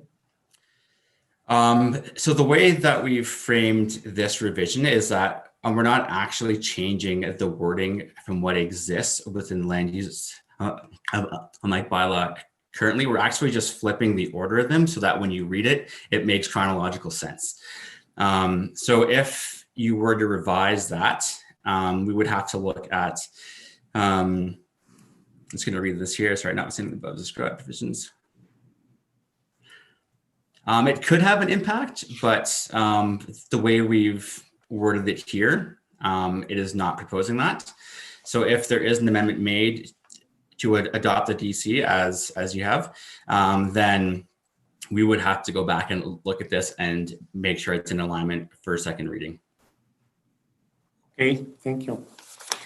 One other question I have is around item number 22 on Schedule A, which is just correcting an oversight, I guess, from when land use bylaw was updated to include the direction within the Bow Valley Trail ARP. So airport is not listed as a use in the Southern Business District.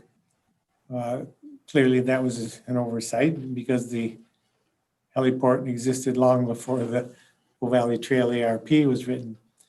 So that's the only intent with this this proposed revision is to correct that oversight. That is correct, because right now the way it stands, the heliport, would be a legal non-conforming use. So just by adding the definition of airport and the use into this district, it now just brings it into a complying use. Essentially.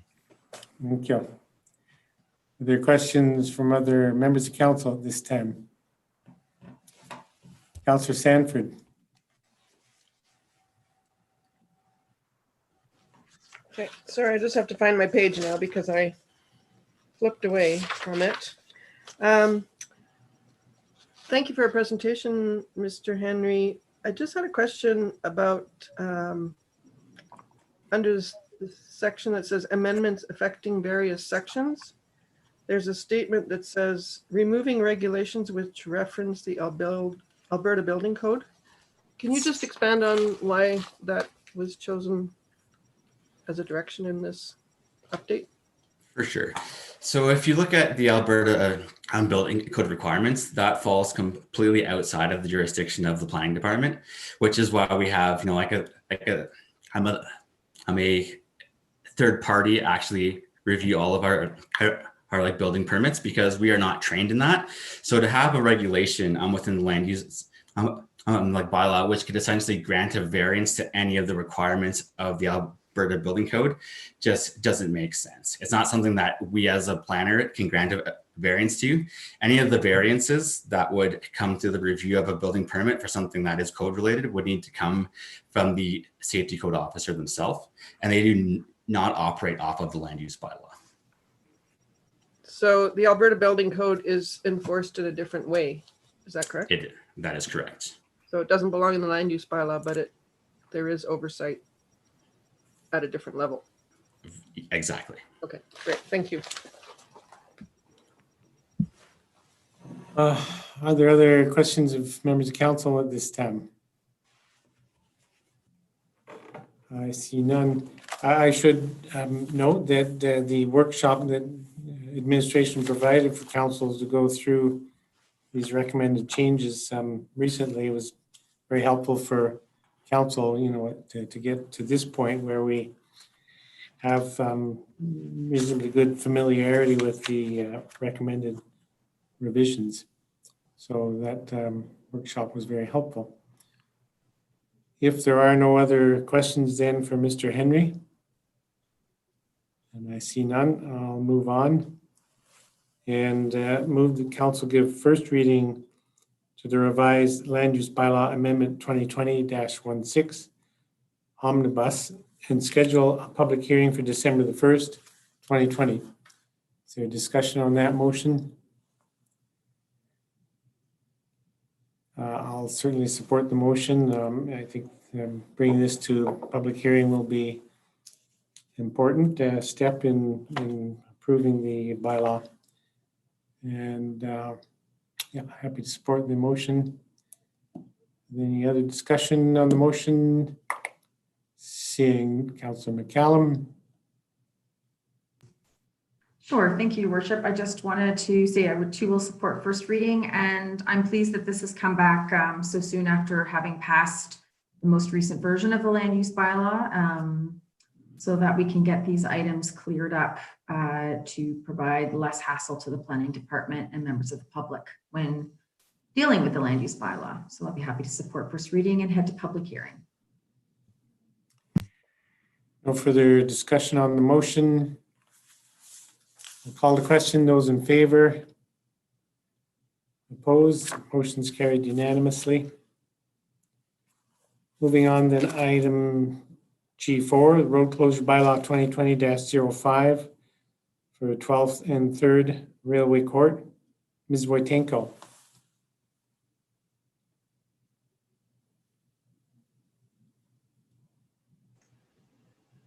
I do not see Tracy on the call. There she is. She's just joining 1 second here.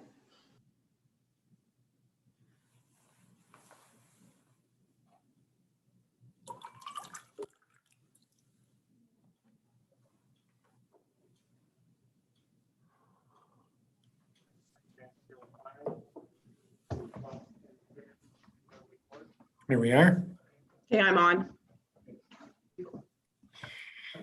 Mrs. Wojtenko. Hi, how are you guys doing today? So far, so good. Oh.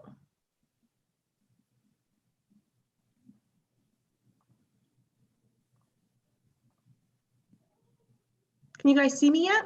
Yes. Great. Okay, so I'm just going to get my presentation running.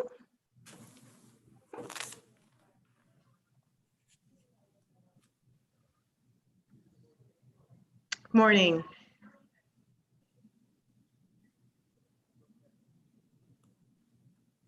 Okay.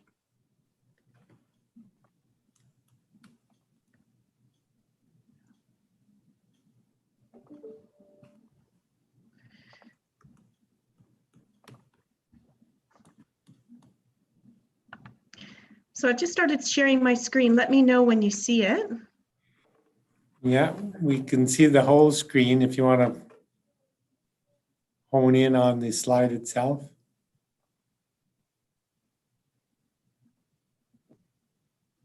There you go. Great. So I'm going to present today to you the road closure bylaw 2020-05, which is the closure of a portion of 12th Street and 3rd Avenue, also known municipally as Railway Court. This slide shows the lots that are subject or adjacent to the area that's proposed to be closed. Just going to get my laser pointer running. So this area purple hatched is the portion of 12th Street and 3rd Avenue that is subject of the application to close the road. And the adjacent lots 15, 16, and 17. And this application has been submitted by the owners of these properties. So this is coming out of council direction from the approval of a road closure, which is a condition of the offer to purchase, which was executed between the town and the landowner in February 5th of 2020. So the proposal is to close this area of road, which would then be consolidated, and new lots would be formed, which are 18, 19, and 20 here. And these lots would allow for development. The lots, even without the road closure area, can be developed as they are right now. They are zoned R1, and a single detached dwelling could be located on each lot. The landowner is proposing to close the area road to make larger areas for the lots. So for a road closure bylaw, it's different than other bylaws that Town Council approves. And this is outlined in section 22 of the MGA. So we need to have first reading of the bylaw, which was already granted. We then circulate the application to Alberta Transportation and the utility companies for comment. We provided notification of the road closure bylaw in the newspaper. Council then held a public hearing, which was on June 2nd. Following the public hearing, we circulated the signed bylaw back to the Minister of Transportation for approval. We did receive that bylaw back, and we have a signed copy of it. It then returns back to Council for second and third reading of the bylaw, which is what we are proposing today. So at the public hearing that I mentioned that happened on June 2nd, while there was quite a few submissions indicating support of the bylaw, there were a number of concerns that were also expressed. These concerns included the sale of town-owned lands and not having a public offering for them, lack of public engagement and engagement during COVID, impact on an important trail connection through the town that is heavily used, impact on parking and storage of the adjacent residents in the condominium, safety concerns due to increased traffic, environmental impact on Policeman's Creek, including the riparian zone, wildlife and water quality, loss of trees and enjoyment of green space, noise, construction disturbance, air pollution, high water table flooding, and that it does not improve the affordable housing situation in Canmore. And all of these public hearing submissions can be viewed on our website. They're a record of the meeting minutes from the June 2nd meeting. And I have provided them in the council agenda package. So administration is recommending that the bylaw get second and third reading. And the rationale for this recommendation is that the lands are currently developable in their state with the same density. Under the land use bylaw right now, the development would need to have a 15-meter setback. Under the bylaw though, with the new lot numbers, they would be required to have a larger setback at 20 meters. So there is no development density increase proposed by the closing of the road. Through the subdivision process, which is also a condition of the offer to purchase, the developer would be required to replace the existing servicing to the lots, which is water and sanitary. They'd have to install a new fire hydrant, pave the lane, and provide a proper emergency vehicle turnaround.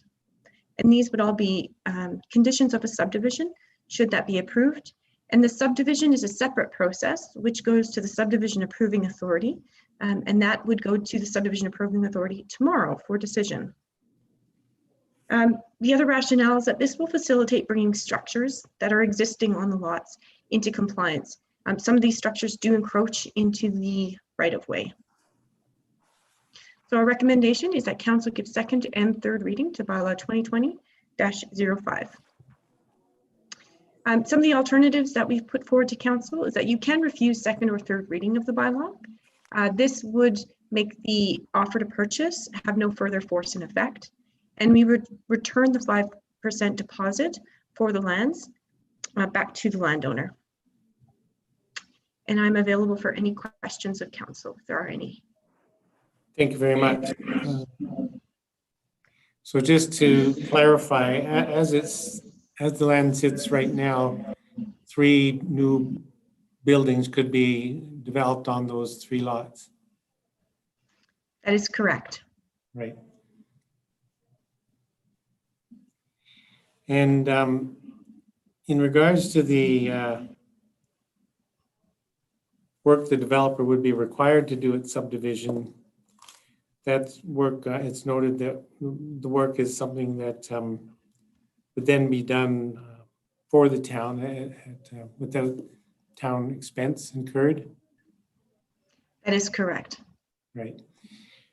And it may be in the report, but I'm not sure. Is there a value assigned to that, the work around that infrastructure? The value we've got a preliminary estimate from the applicant. The value is typically determined when there's detailed subdivision design work done, which would only occur after the subdivision approval.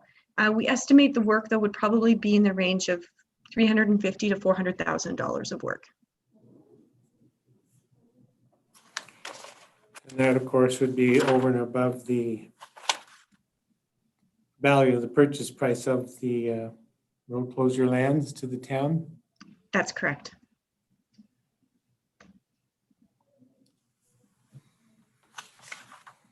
Thank you. Are there questions from other members of council? Councillor Seeley. Thank you, Mayor Borman. Ms. Wojtenko, can you talk about just is going to be moved a little bit, but there were some safety concerns. Can you just go through what that would look like? I think you kind of faded out there. Did you catch what he said, Ms. Wojtenko? No, Councillor Seeley, you kind of cut in and out. Yeah, I'll repeat it. Just the pathway. I was curious about the removing the pathway and safety concerns that were brought up. What would that look like? Yeah, so we have a conceptual design that was provided to us in the subdivision application package. If the subdivision is approved, then we would go into the detailed design stage. So the developer would be required to finalize the design and construct a new pathway connection. Okay. Thanks. Other councillors from questions from members of council? Councillor McCallum. Thank you, Mayor Barman. So Ms. Wojtenko, and so thank you for your presentation. So currently you just articulated to His Worship that there are 3 homes that could actually be built on these 3 lots as it is. And although they would be subject to a 15-meter setback as opposed to a 20-meter setback, is that correct? Yes, that's correct. Right, but they would end up being much smaller based on the actual lot setbacks themselves. They could be much smaller, especially the lot that's on the east side is in particular a bit smaller and a little awkwardly shaped. Gotcha. And so what is the status of the home that is sort of partially on the applicant's land and encroaching on public land right now? Yep, so as far as we understand, that house is being used and it exists as is. We don't have any formal approvals for that home on record. It was built prior to what we have on record. Gotcha. So do we not have any rules at all about encroachment in general? Yes, we do have an encroachment policy for the town of Canmore. And so if we choose to enforce the encroachment policy, the house would be required to be removed, as we don't enter into encroachment agreements for structures such as houses or permanent buildings. Gotcha.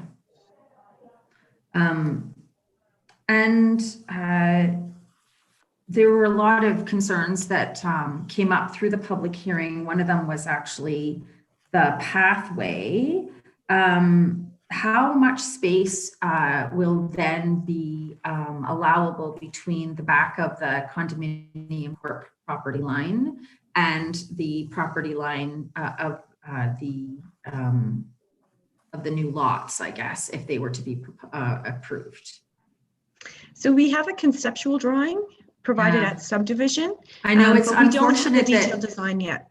Yeah, and that's unfortunate because I think that would have had an opportunity if the landowner had chosen to engage the neighbors, which I don't expect that he has or she has. I haven't seen any evidence of that. It might have been helpful for them to put that information forward so that it could have shaped the feedback that was received from the surrounding neighbors. But without that information, I really can't sort of visualize what it's going to look like. Okay, I think that's all my questions. Thank you so much. Councillor Hillstead.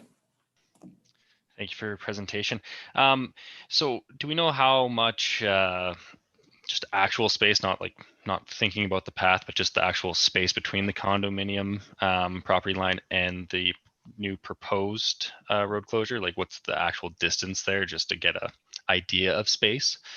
I know it hasn't gone to detailed design and stuff, but like just the drawings that are in our packages, like there's numbers there, and I'm not sure if those are in feet or meters, or if those are just completely irrelevant to distance.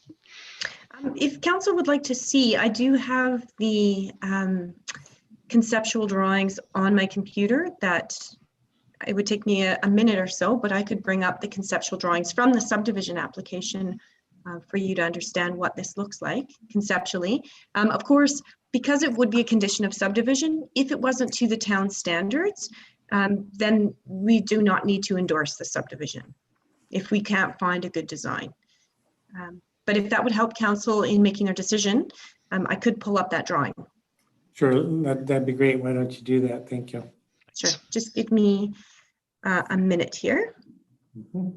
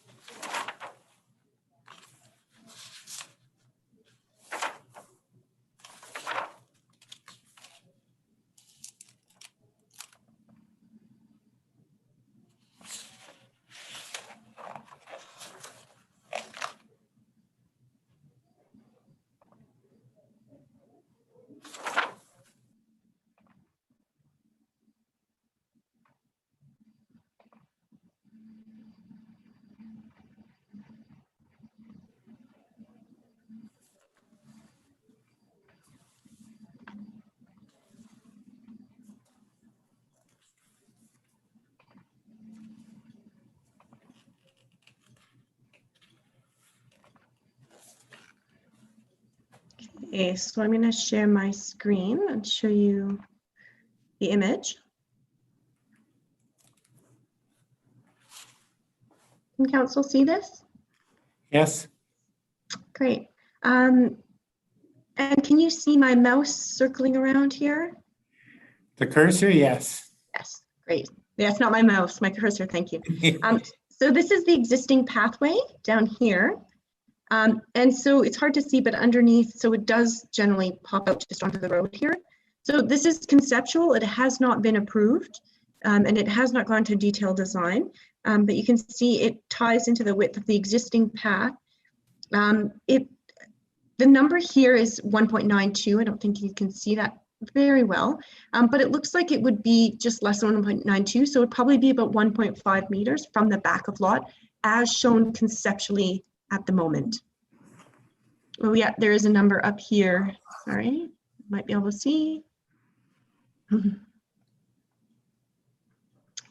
1.5 is the distance, yes. Thank you.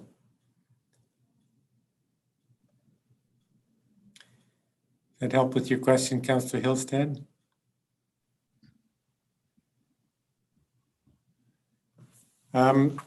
Ms. Wojtenko, just in regards to the feedback that we heard at the public hearing about the fact that there was no public offering for these town-owned lands, my understanding is that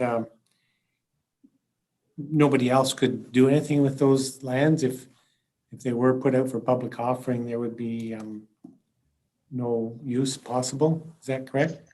Yes, that's correct. When you close a road, it does become titled land. And the way that the lots are designed, 15, 16, and 17, the only legal access they have is onto 12th or 3rd Avenue. And if you close that road, those lots don't have legal access. So essentially that land would need to stay vacant, undeveloped, and have an easement going across it to give access to the other parcels. So you can't sell it to anyone else. Right.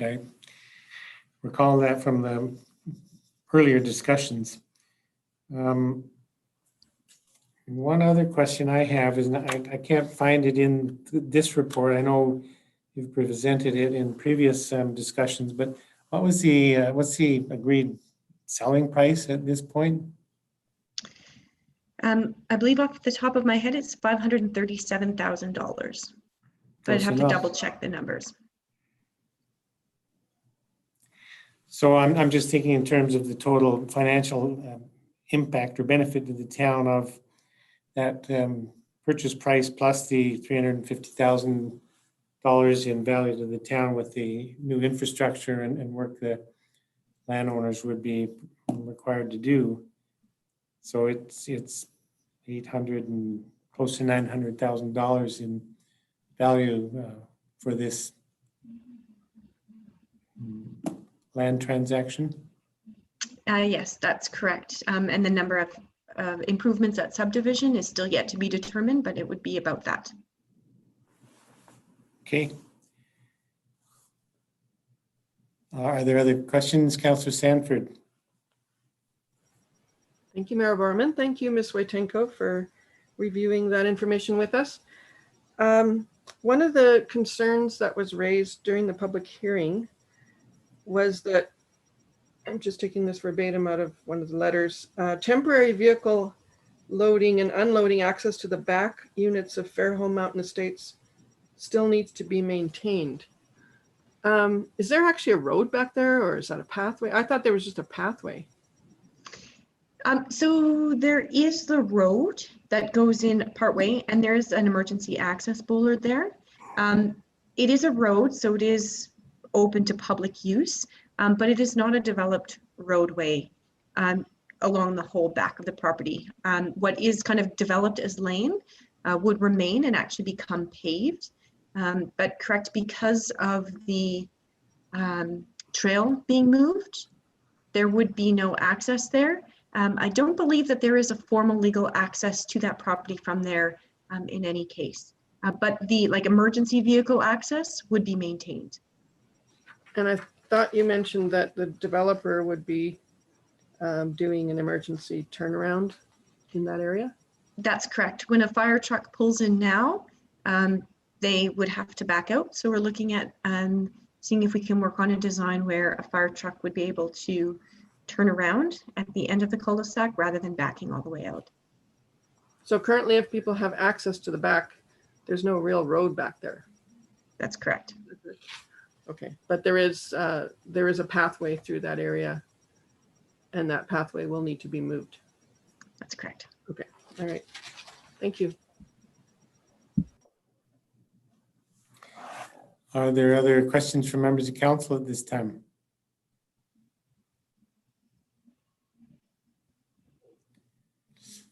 I see none.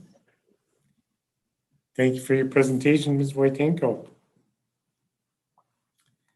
So with that, then I will put forward the motion that council gives second reading to bylaw 2020-05, 12th and 3rd Railway Court. And I guess I'll speak first to the motion. This is a decision that I've been on the fence about ever since first presented to council, and much of my sentiment was echoed from some that spoke at the public hearing in opposition. I'm not that thrilled with the encroachment that would be resulting in the encroachment into existing green space and the trail that exists there. So for that reason, I was hesitant to be supportive of this opportunity, but I did support first reading because I wanted to hear from the public, and I also wanted the opportunity to further consider the situation. This time, I am prepared to support second reading. There's a number of reasons why I see this as being a supportable motion. And first and foremost, we have to recognize that with or without this bylaw being approved, the landowner has the right and the ability to develop 3 lots and ultimately 3 buildings in the same area. So whether or not this bylaw is approved, there's quite likely to be 3 residential units in there.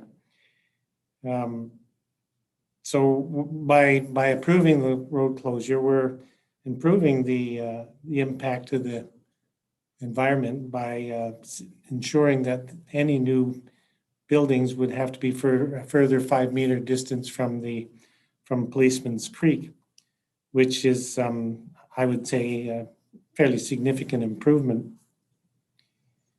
And I also have to keep in mind the financial benefit to the town of Canmore, both with the purchase agreement, the value of the purchase agreement, and the value of the work that the landowner would be obliged to do on behalf of the town in regards to new infrastructure and whatnot.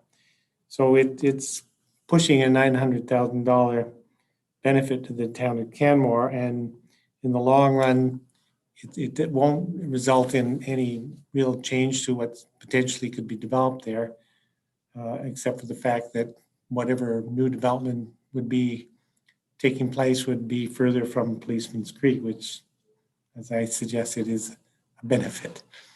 So for those reasons, I will support second reading of this bylaw. Councillor Hillstead. Thank you, Mayor Borman. I too will be supportive of this bylaw for many of the reasons that you just stated. I think there is a benefit from the new subject sites to be further away from the creek. The financial benefit to the town, we basically get paid twice. We get paid for selling the land, and then we don't have to then deal with the upgrades to the infrastructure that are required. There's actual possible benefits for safety concerns as fire trucks.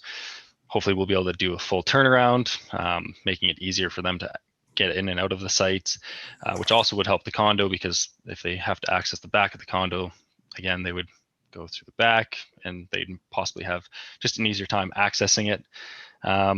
So for the reasons that are laid out in the report, I will be supporting this bylaw. For the discussion on the motion, Councillor Sanford. Thank you, Mayor Barman. Yes, I too will support this application. I think it's important to consider that moving any structures back off of the creek is a real benefit to the community, because if they have a deeper lot to build on, then the 20-meter setback will be easier to maintain. Also, there's a non-conforming structure on this parcel of land, and that, according to administration's report, will put that existing structure into compliance with the land that's being proposed.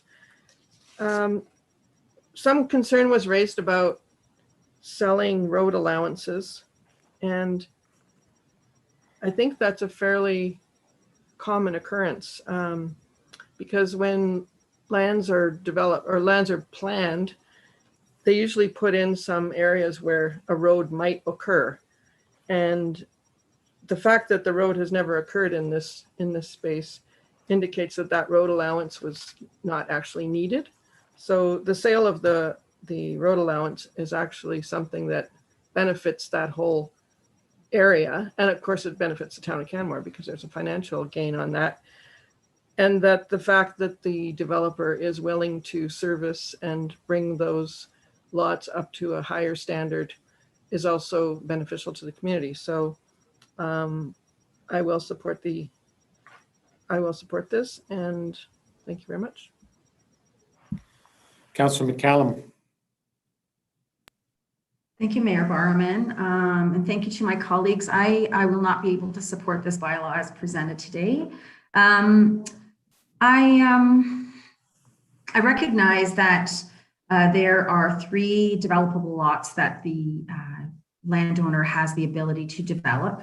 And I also recognize that the built form of those developable lots will be far lower of a visual and physical impact to that area than if we were to expand the lots. So the massing and height, massing and setbacks would be affected if we were to just leave it as is. Those homes would actually end up being smaller and actually more affordable.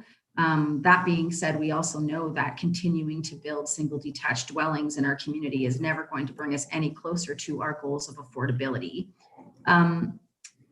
I understand the arguments with regards to the improvements, as well as the paid improvements, as well as the supplied improvements in terms of the water and sewer.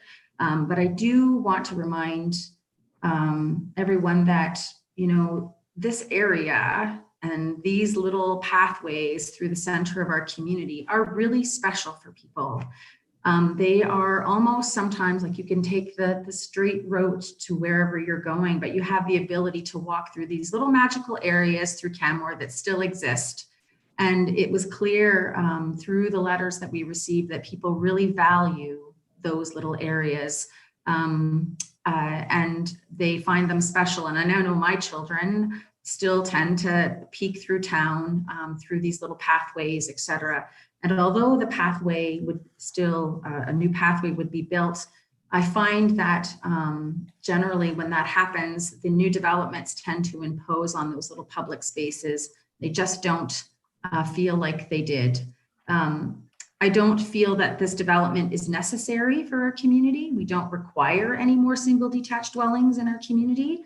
And so if the developer were to build the single detached dwellings on these lots, they would be far smaller and therefore far less of an impact to that area. I would also like to point out that perhaps fire access would be improved as it is right now if the encroached building weren't there. And that might have, as that back area sits right now, a real improvement to the ability for fire and rescue to get in there if the encroachment weren't occurring in the first place. So for that and a handful of other reasons that I won't bore you with, I will not be able to support this application. Just in the spirit of debate, Councillor, if I thought there was any likelihood that there wouldn't end up being 3 new buildings there, I would lean towards your perspective as I did at first reading. But I have no doubt that with or without this road closure, ultimately the landowners will develop 3 buildings, residential buildings. They may be smaller, but none of us would think that they're going to be affordable housing units. Let's be honest about that. So the difference, if you move 5-10 years down the road, there'll be more of an encroachment into the trail there, and I value that trail as well. I use that regularly, and I'm not happy to see those recreational opportunities diminished. But the deciding factor for me is the fact that they're going to be diminished in any case when the landowner builds homes, residential units there. Are there other, Councillor McCallum? In the spirit of debate, Your Worship, I would point out that yes, they could still build the 3 homes there, and the developer, as you pointed out in the beginning, does have rights to build homes on those lots, but those homes will be much smaller as a result of the setbacks, not only from the creek itself, but from the side yard and front yard setbacks. So the impact to the neighbors and the impact to that area will result in a much smaller home. And I would prefer that, quite frankly, than what we know will probably end up there. Is there other discussion on the motion? Seeing none, I'll call the question then to give second reading to the bylaw. Those in favor? Opposed? Motion's carried with Councillor McCallum in opposition. And I'll then move to give, the council give third reading to bylaw 2020-05, 12th and 3rd Railway Court. There's discussion on that motion. Councillor Sanford.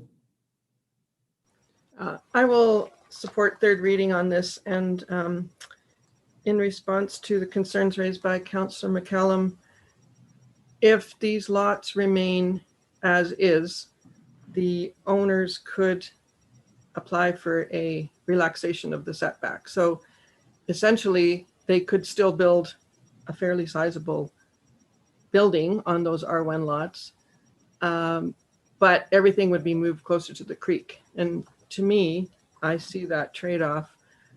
Preserving the creek and the riparian zone is of a higher priority than that determining what they build on there. If the house is bigger, it's going to be because there's more land away from the creek. So I will support third reading. Further discussion on third reading? Seeing none, I'll call the question. Those in favor? Opposed? Motion's carried with Councillor McCallum in opposition. And I think at this time I'll call a short break, 10-minute break. It's 11:31, so we'll try to all get back by 11:40, not quite 10 minutes.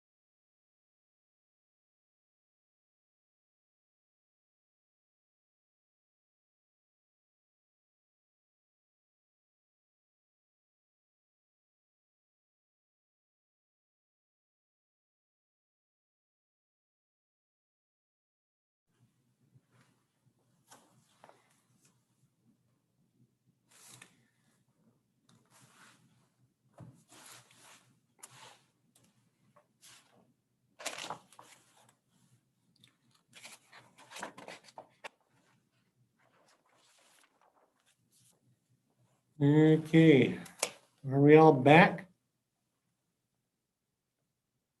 Councilor McCallum, okay.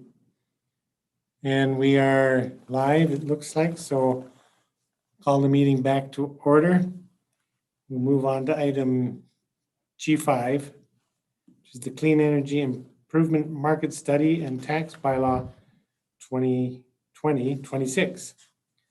Ms. Risling-Wynn. Good morning, members of council. You can hear me all right? Yep. Super. Okay, well, I'll just get my screen share set up.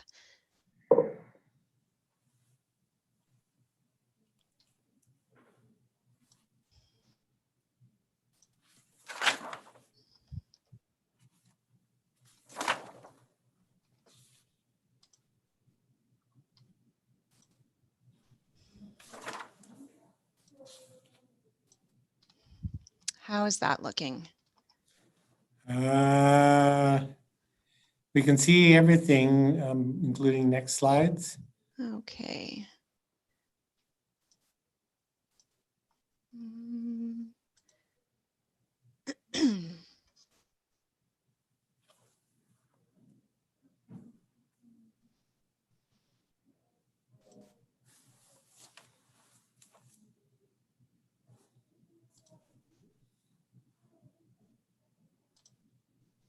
Try this again. Are you still seeing my notes page and everything? Everything. Okay. I think it's because I have two monitors set up, so the screen sharing gets a little funky. We're patient. Thank you. Let's see. How's that now? There you go. Perfect. Super. Okay. Thank you for your patience on that. You bet. And it's nice to see everybody. I haven't seen everyone for so long. So, all right. I'm here today to speak to you about the Clean Energy Improvement Program and the accompanying tax bylaw, which is 20-26. And I also want to introduce Ms. Carly Beaver, who is the program lead for the Clean Energy Improvement Program for MCCAC, or the Municipal Climate Change Action Center, and Mr. Steve Atoni, who is the director with the Clean Energy Improvement Program, also with MCCAC. And they're here to answer questions, especially the difficult ones that I can't answer today. But I also wanted to introduce Council to MCCAC because they will be our partners in delivering this program. And I'll be referring to them throughout the presentation and hopefully clarifying the roles and support that MCCAC will provide. And I also wanted to let Council know that before we get started, that I've also been working with Ms. Richardson in preparing the materials for Council and also regarding the design and implementation of the program. Well, welcome to both of you to Council, and thanks for joining us today. So the goals of today's presentation that I'd like to go over with you is to introduce the SEEP program and clarify any roles and responsibilities of both the Town of Canmore and the program administrator, MCCAC, weave in the rationale for the program and supporting anecdotes from the market study. So why are we entertaining the idea of doing this program and what's the justification?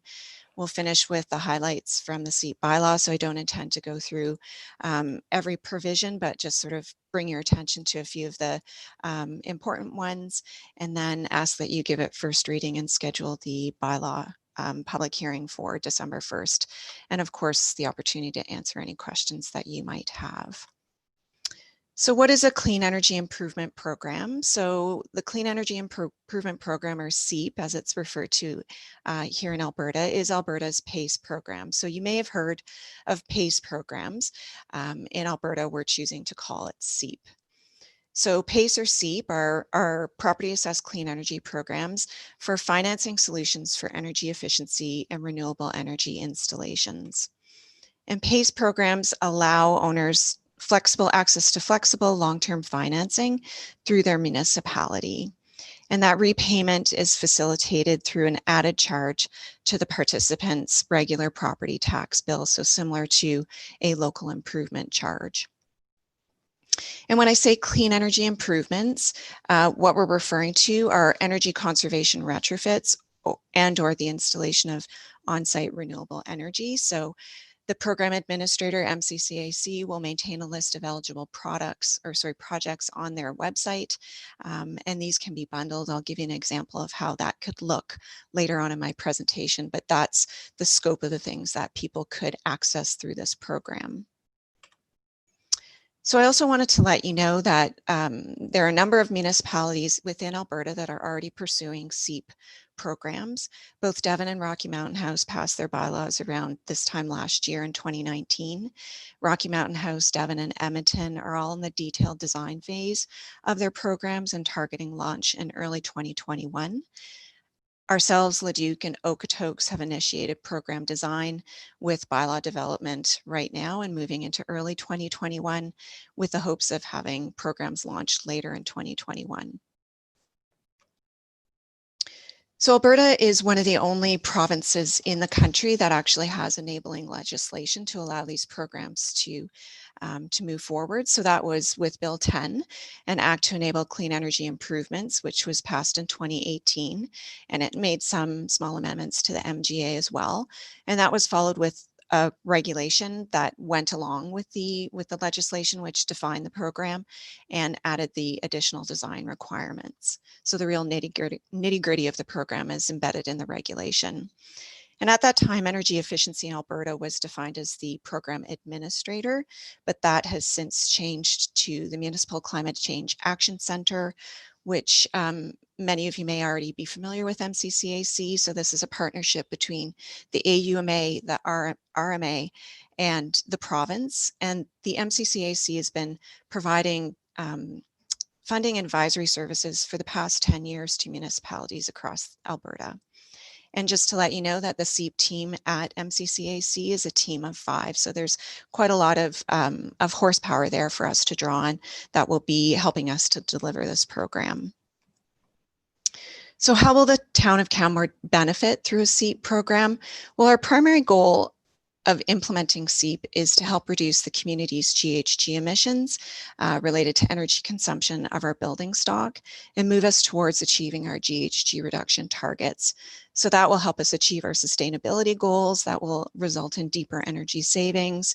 It will result in more efficient building stock. And then there's a secondary goal, which is to stimulate the local and regional economies by employing certified energy advisors, contractors, and environmental professionals. And so this pie chart shows a snapshot of our GHG inventory for the community. And you can see that a big portion of our emissions are coming from our building stock. So that's the blue wedges in the pie. So 28% residential and 34% commercial and institutional. So that totals 62% of our emissions coming from our building stock. So this highlights the opportunity in our building sector to reduce those GHG emissions and provide that energy savings.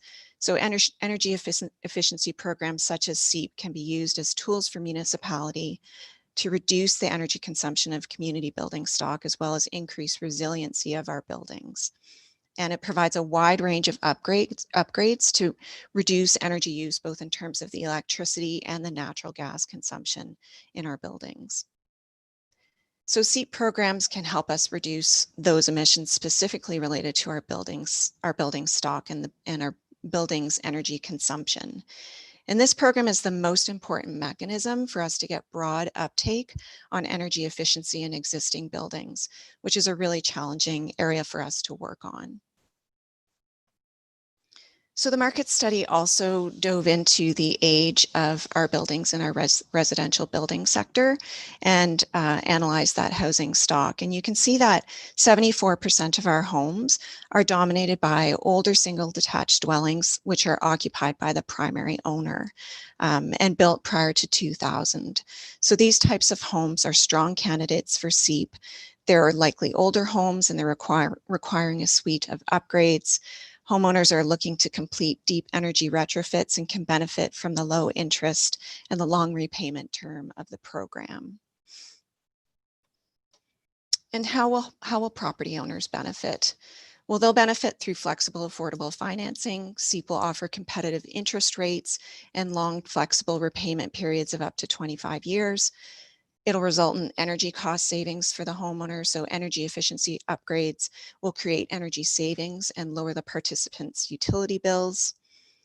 It will create more comfortable, healthy homes. So in addition to the cost savings, energy efficiency upgrades help keep buildings warmer in the wintertime and cooler in the summer. So that thermal comfort is really important and is sometimes lacking in older homes. And finally, this piece around loan transferability. So what sets SEEP apart from traditional financing tools is the ability of the loan to stay with the property. So as the property changes hands, the new owner takes on the repayment of the loan while continuing to benefit from the cost savings of the upgrades.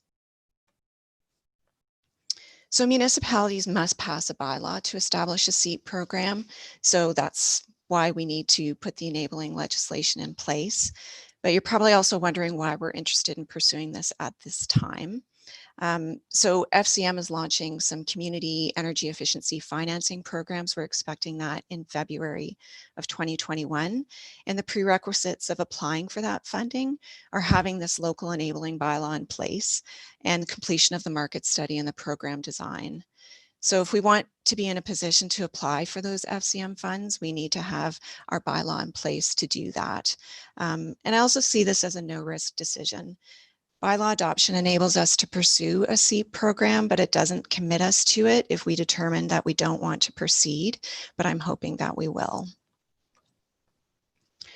So MCCAC will serve as the province-wide program administrator, and they'll be the central hub for municipalities, for contractors, and for property owners.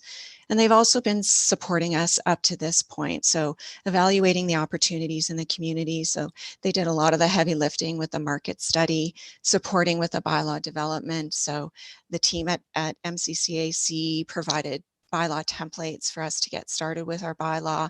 They're here today supporting me with respect to answering questions, and they'll continue to support us through the funding applications. So again, through the FCM Energy Efficiency Financing Program.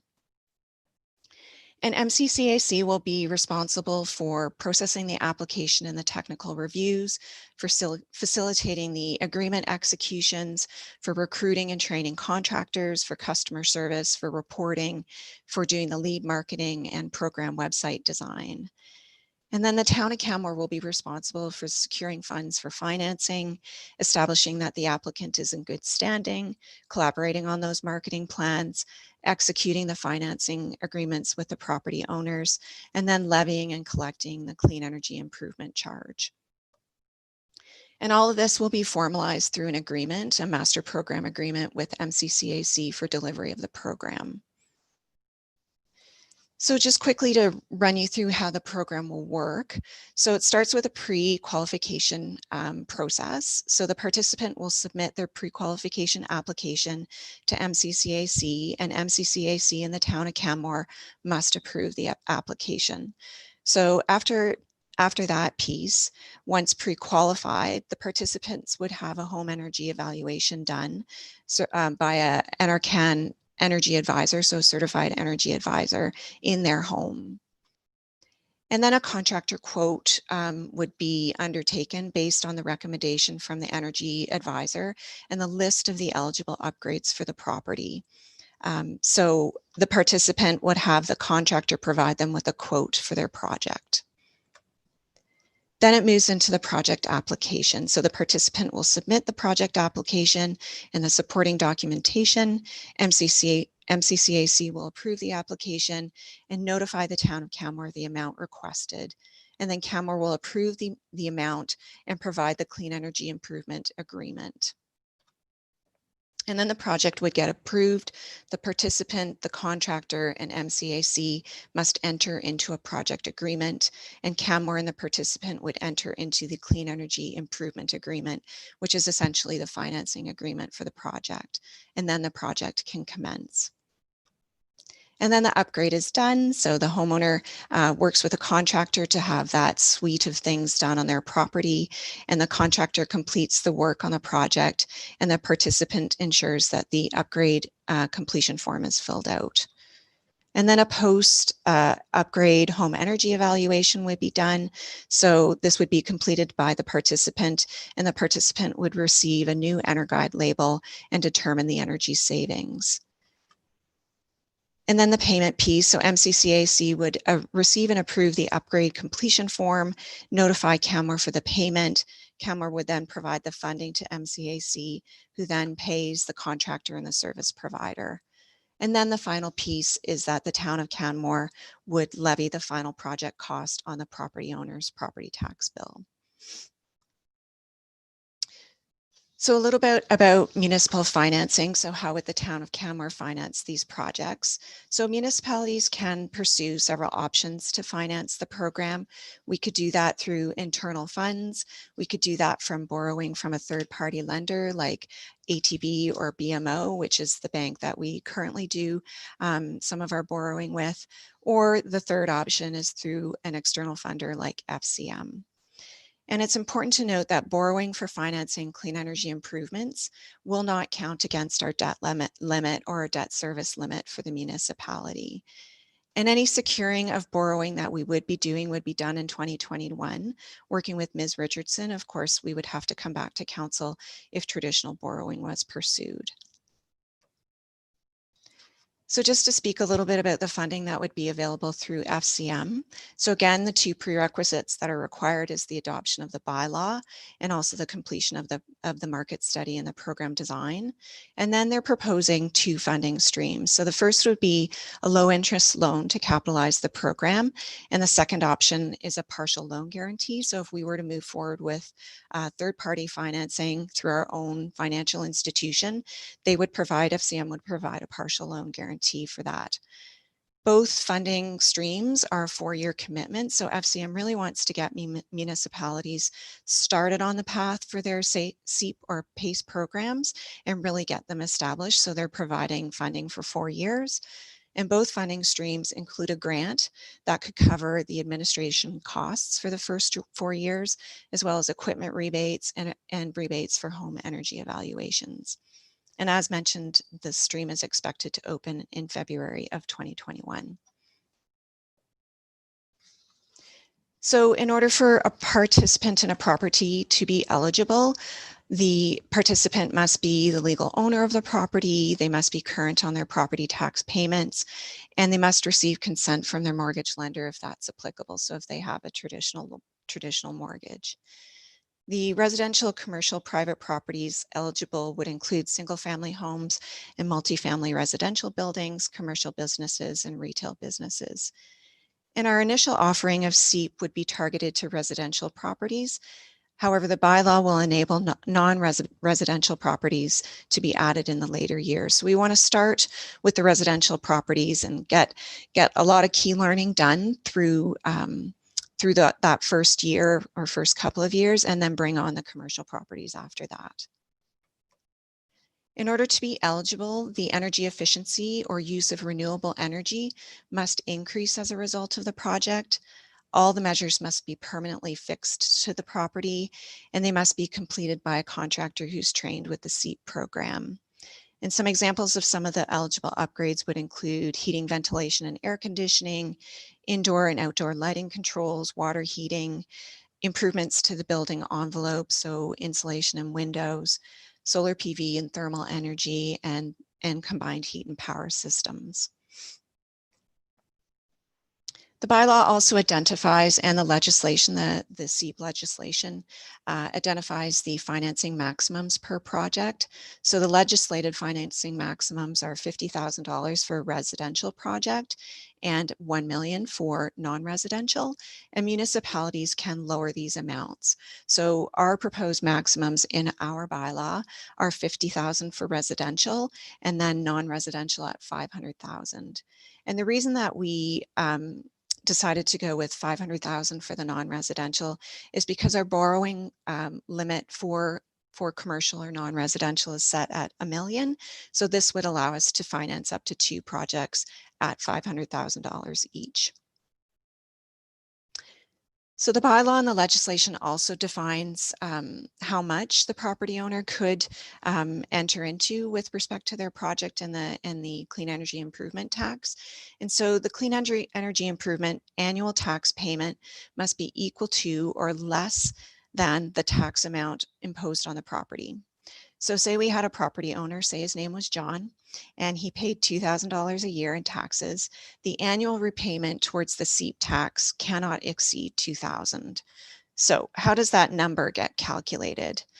So the calculation is a combination of a number of factors. So it includes the capital costs. So that's the labors, the materials, the permits, and the product costs. Any professional service costs, so home energy evaluations, engineering, architectural costs, and any incidental costs. So that could be if the project needed a roofing repair to install solar, or mold removal if you were dealing with new insulation. So these costs are eligible as long as they total less than 15% of the capital cost. And then all of that is divided by the weighted average useful life of the bundle of the products. So for example, for a project that had a high efficiency furnace, a tankless hot water heater, LED lighting, insulation, and solar PV, plus a home energy evaluation and a $2,000 roofing repair, so $30,000 plus $700 plus $2,000, divided by 17, which is the weighted average effective useful life for all of those improvements, that would amount to an annual payment of $1,924, which would be acceptable because it is under that $2,000 limit. So just to give you a bit of a sense of kind of the projected program uptake, and this is from the market study that was undertaken. So we're looking at that 4-year period and having the project grow year over year, starting with 14 applications, and then by year 4, that jumps to 18. So MCCAC forecasted the participation based on our participation from previous EEA residential programs and participation rates seen in other Canadian programs of PACE, and with the known literature for this type of program. So the average project costs were estimated using a similar methodology and referencing the projects that were completed again in previous EEA programs and seen in the first few years of other Canadian PACE programs. And so the 4-year total aligns with our borrowing maximum that's defined in the bylaw of $400,000. And then in terms of the anticipated program outcomes and economic benefits, the lifetime savings in energy savings is projected to be $1 million. And that would be the lifetime of, so it would be those 4 years of projects, but over the lifetime of all of those improvements. So the energy bill savings completed over the lifetime of all of those upgrades. And then it's forecasting for 18 job years. So job creation accounts for the direct and indirect jobs as calculated. And 1 job year represents 1 full-time employee.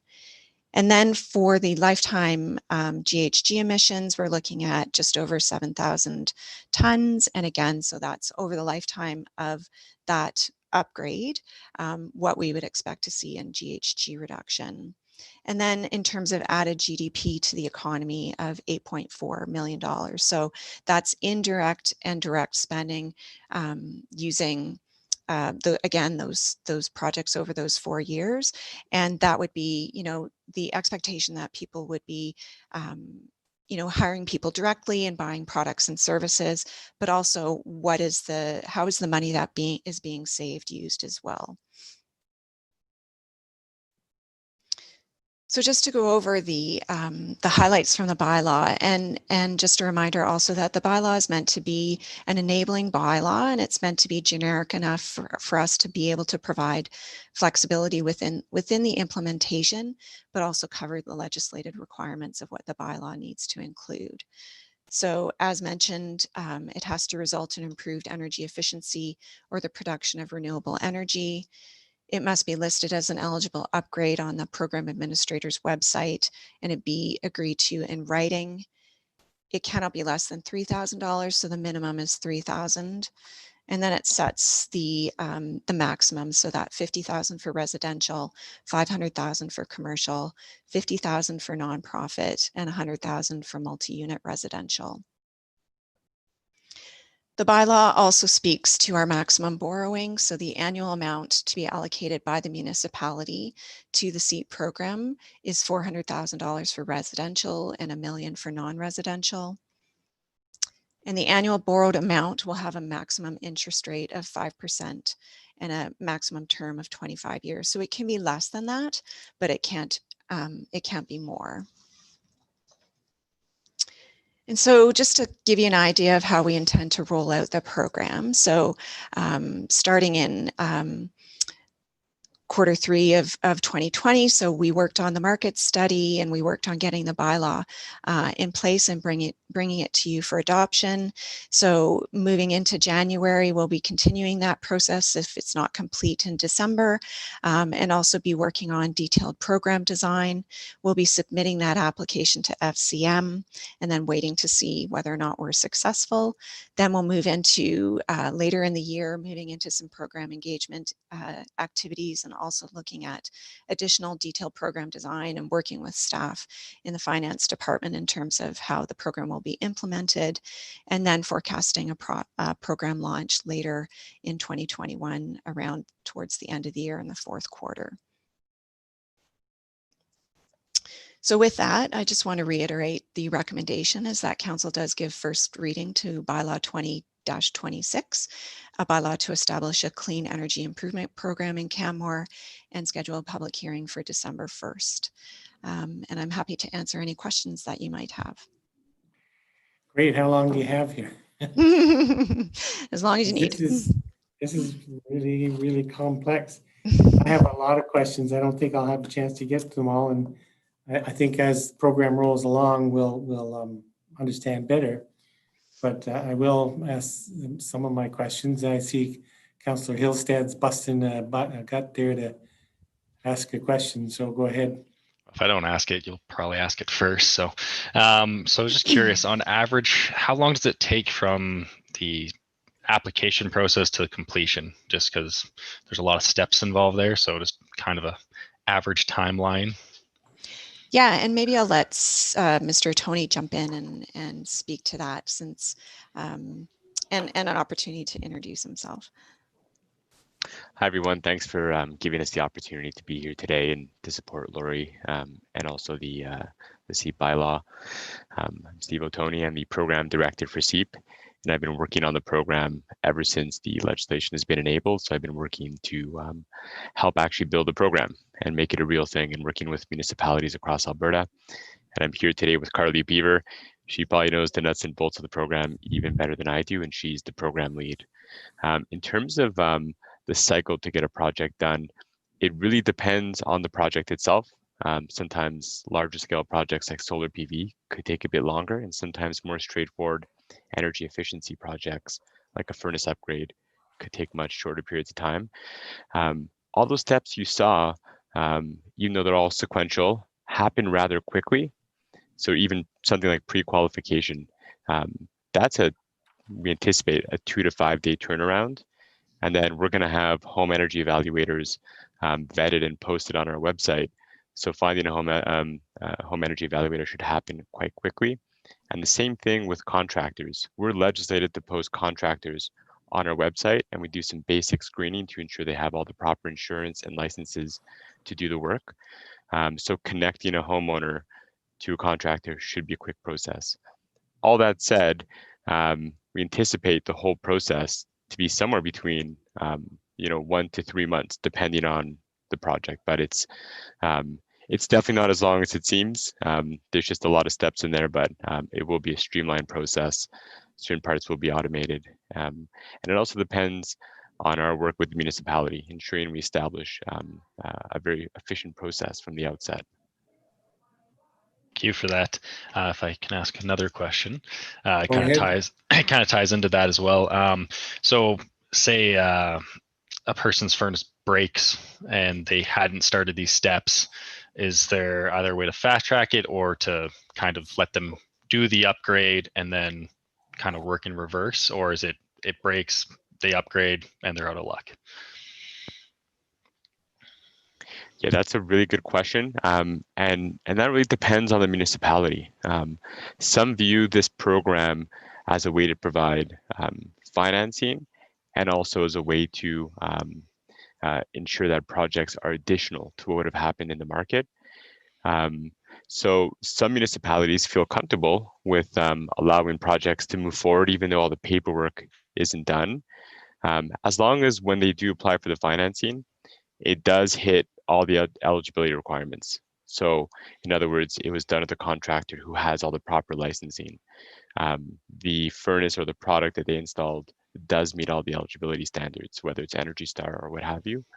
Again, that, we design the program from a holistic universal standpoint, but then we work with the municipality to apply different rules.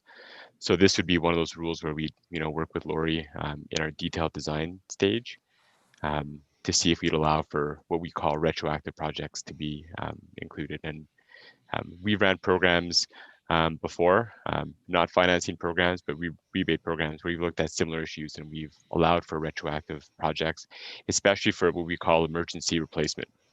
Because you're right, sometimes it's hard to do all those steps when it's dead of winter and you have to get a furnace installed. So we sometimes create what's called like a fast track process for emergency situations.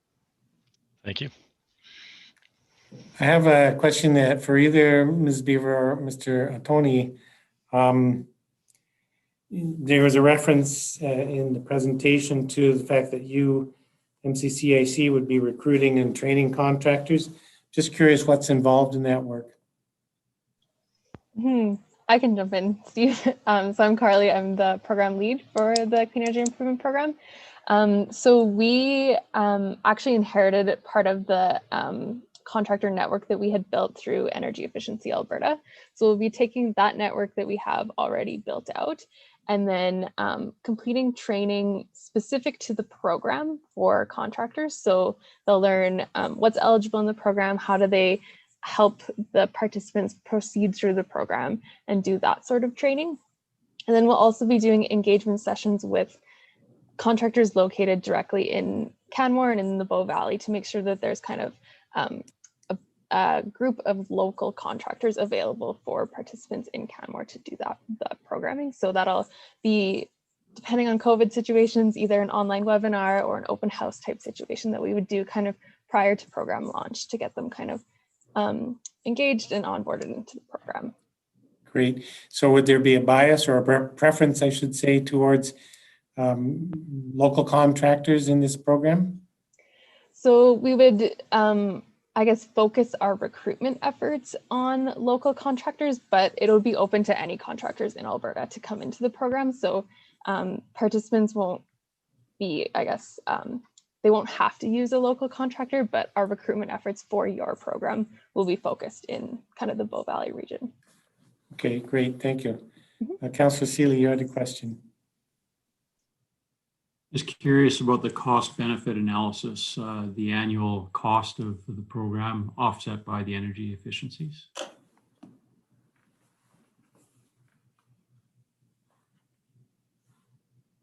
Did you hear that?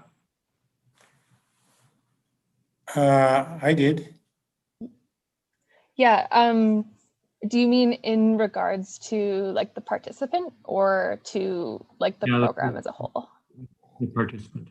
So each participant. So it will depend on which upgrades they choose to go with. So some upgrades have a better payback period than others. Some like windows, people may spend a little extra to get the really nice looking windows. And then so the energy savings that they're getting back may not offset that cost completely. So it does vary on an upgrade by upgrade basis, but we do expect a lot of projects to have that payback period kind of cover their whole investment into the program. There may be some other additional benefits as well. Lori in her presentation referenced the Federation of Canadian Municipalities, and if we're able to leverage that avenue, it does come with an accompanying grant, and we may be able to provide rebates through the program that would be provided by FCM. And applying rebates is a nice way to reduce the payback period, which would make these upgrades even more affordable and generate even more savings for homeowners. Thank you. Councillor McCallum. Thank you, Mayor Barman, and thank you all for your presentation.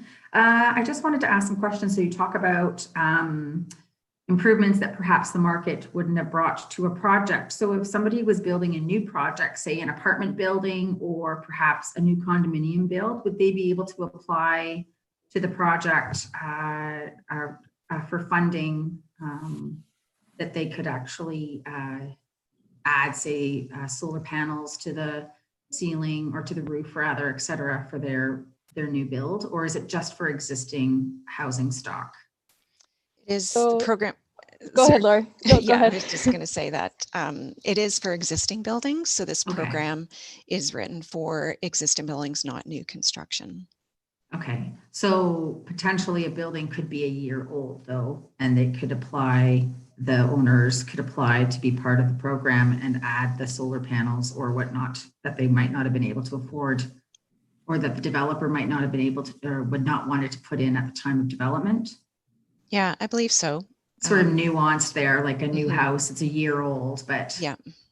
Okay. Yeah, I'll just add to that. It's a good question because the legislation is actually not clear on that, but we are building this to be a retrofit type program, as Lori mentioned. But what we have to demonstrate on our side as the administrator is that the upgrade is going to either do one of two things: increase energy efficiency or generate renewable energy. So in the case of something that's relatively new, it's built 6 months ago or a year ago, if we're making an upgrade, especially energy efficiency, we just need to make sure whatever we're replacing the existing product with actually is an incremental gain in efficiency for the building. So if it's a 1-for-1, it wouldn't qualify. But solar is an example where I think if it's a newer building, we'd make the case that there's no, the baseline would be, nothing in that case. So it is generating renewable energy. So, solar PV, for example, I think would be an example where for a newer building, whether it's a year old or whatever, whenever it was built, would probably qualify. I use the example of a year old because pretty much the length of lifetime of a solar PV is pretty much the length of a roof. And so when you put a new roof on that, there's no better time than to do solar panels than at that time. If you wait 5-10 years, then it doesn't make sense in terms of when you have to replace your roof, and as well as any warranties that come with your roof at that time as well. Anyways, thank you so much. So one quick question: how long should we expect that this whole program would be active, the SEEP program? Is there an end date, or is this gonna go on forever? So we're forecasting, especially if we access the FCM funding, would be for at least 4 years, and to really get the program established and then demonstrate that year-over-year increase in participation. And then I think there would be an opportunity for us to evaluate whether or not we want the program to continue beyond that 4 years.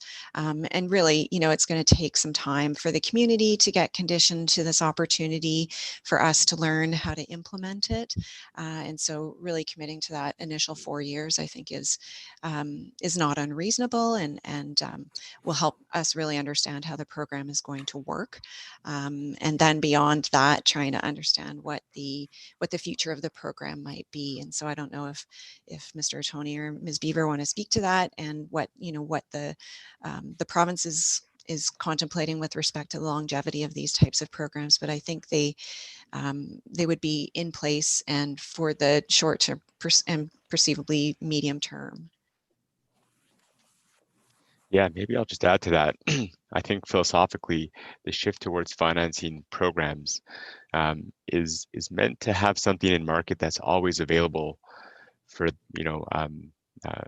property owners who want to undertake clean energy or energy efficiency or renewable upgrades.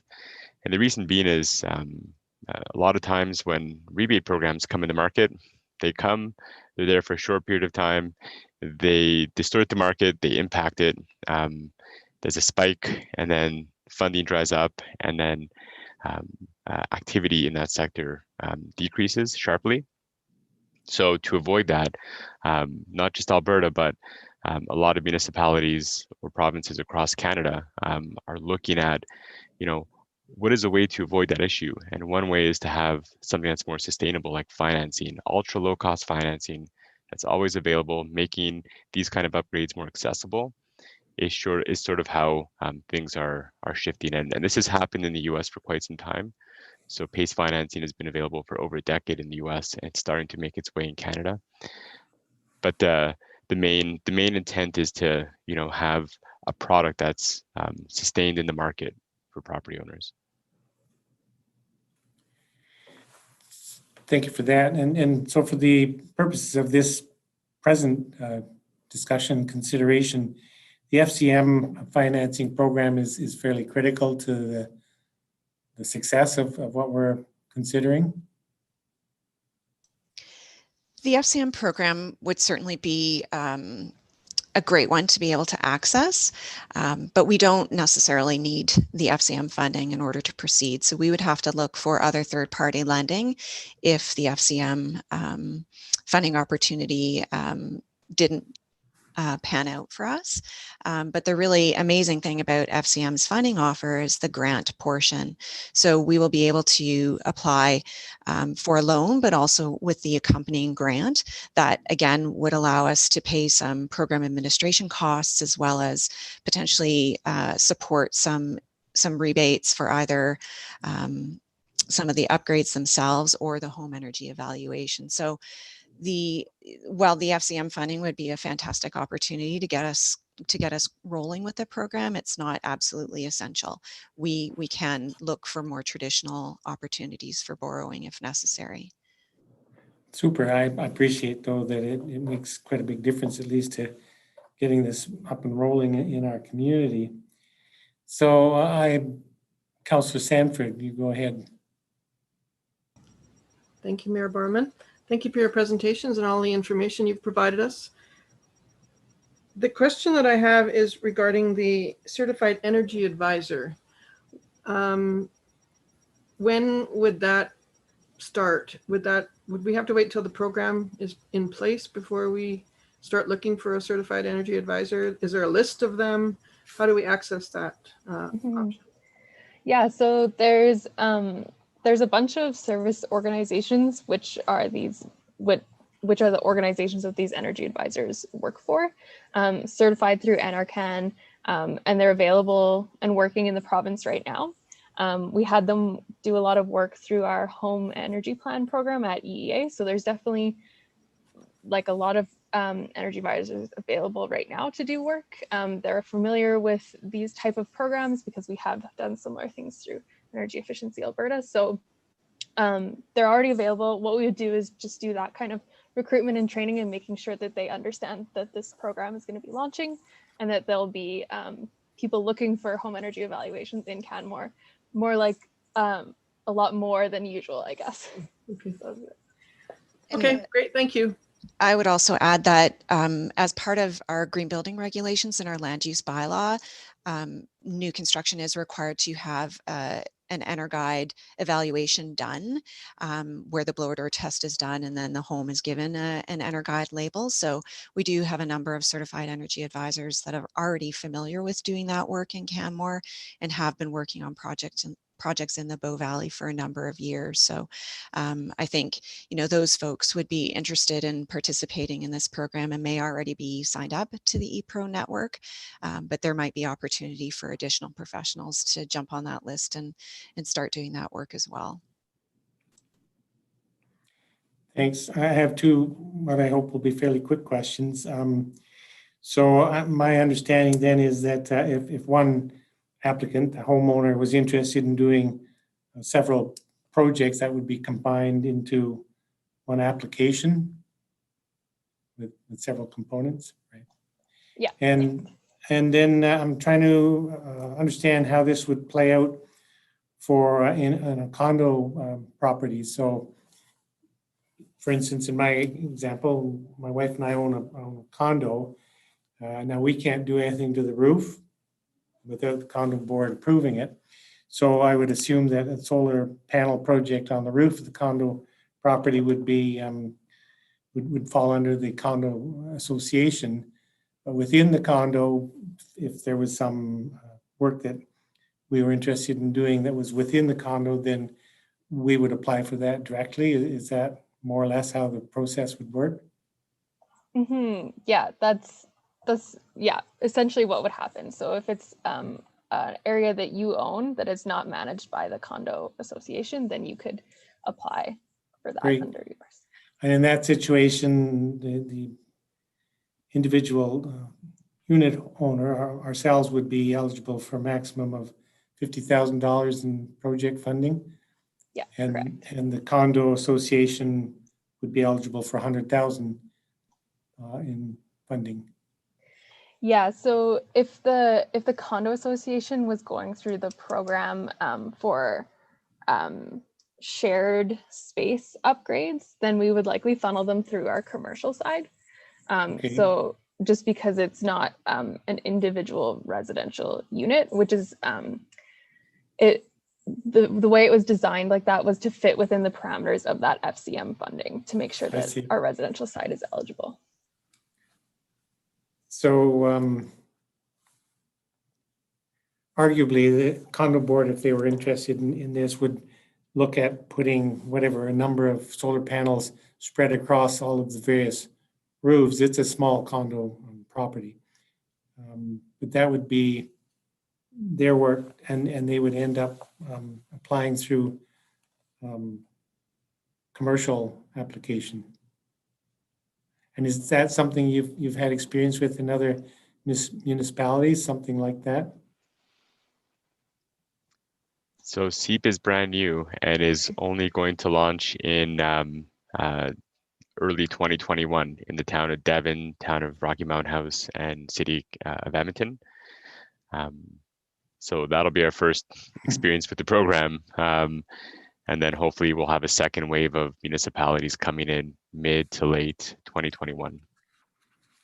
Okay, I'm getting ahead of the game here, so appreciate that. Councillor Hillstead. Thank you, Mayor Borman. So under the bylaw, under provision 3, participation in the program is limited to eligible properties defined as a property located within the municipality that is designated as residential, commercial, nonprofit, or multi-residential, but does not include designated industrial property or government-owned properties.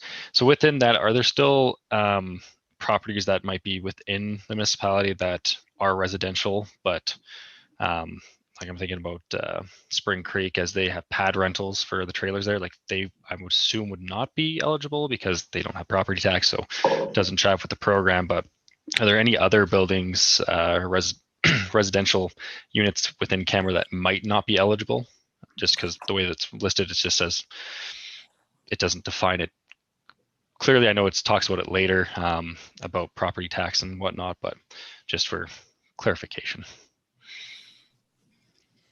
So you raise an interesting point, Councillor Hillstead, about I think you're kind of speaking about trailers and manufactured homes, and so there isn't, as you correctly pointed out, there isn't a designation in our bylaw because we do recognize that we kind of have a few different types of that type of structure within Canmore. I mean, we've got the trailers in Spring Creek, which are clearly mobile homes, which could be moved off those properties and don't have foundations. And so the legislation would exclude those because we're not certain that that property would remain within our corporate limits. And so it wouldn't make sense to have those upgrades put on a project like that because there's no certainty of it being able to remain within the community. But then we have areas like in Larch where we have some manufactured homes, and then we also have the Grotto Mountain Village, which has trailers as well. Many of those buildings have foundations, and so they don't really fit the traditional definition of manufactured home or trailer. And so in those circumstances, were we to have residents that want to come forward and participate with in the program, I think we would evaluate it on a case-by-case basis with MCCAC and see whether or not we could facilitate their participation. So, you know, some of these homes, they're clearly not mobile homes in the traditional sense of the definition, and so we would want to understand really what we can do for those properties. I don't know if Ms. Beaver or Mr. Otoni want to add anything additional to that, but we did have some previous discussions about those types of properties. And as such, our bylaw is silent on that, which allows us the flexibility to have those conversations with the province and MCCAC to see if we can wrap them into the program.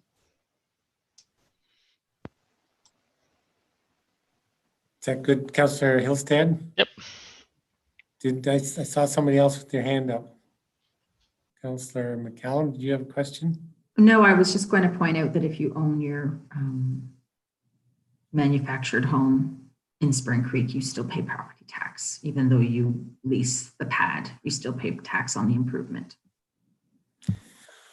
Okay, well, it seems that our curiosity is waning a little bit right now, although this is a big and complex issue, so it'll take a while for us all to really understand it, I'm sure, and for the community. I appreciate all the work that's gone into bringing this to council at this point, both on the part of Ms. Rislin-Wynn and her co-workers at MCCAC, our contacts there. This is a really great opportunity. I'm looking forward to having it roll out in the community. But with that, I'll say thank you to the three presenters. And I will put a motion on the table. I'll move that council give first reading to Clean Energy Improvement Tax Bylaw 2020-26 and schedule a public hearing for December the 1st, 2020. And I'll speak in strong support of this motion. I'm really excited. I'm really happy to see this coming along. It is certainly a part of the puzzle that we've been discussing for some time around climate action and sustainability. I see so many opportunities for residents and businesses and for our community to move towards our meeting our targets, which are challenging targets. So very happy to support this first reading of this bylaw, and I thank administration and MCCAC for doing the work to bring the bylaw forward. Other discussion on the motion, Councillor McCallum. Thank you, Mayor Barman. And too will be happy to support first reading of this bylaw. I recollect, I want to say it was over a year ago that Councillor Comfort actually brought this program up in her discussions around the board table at IRC.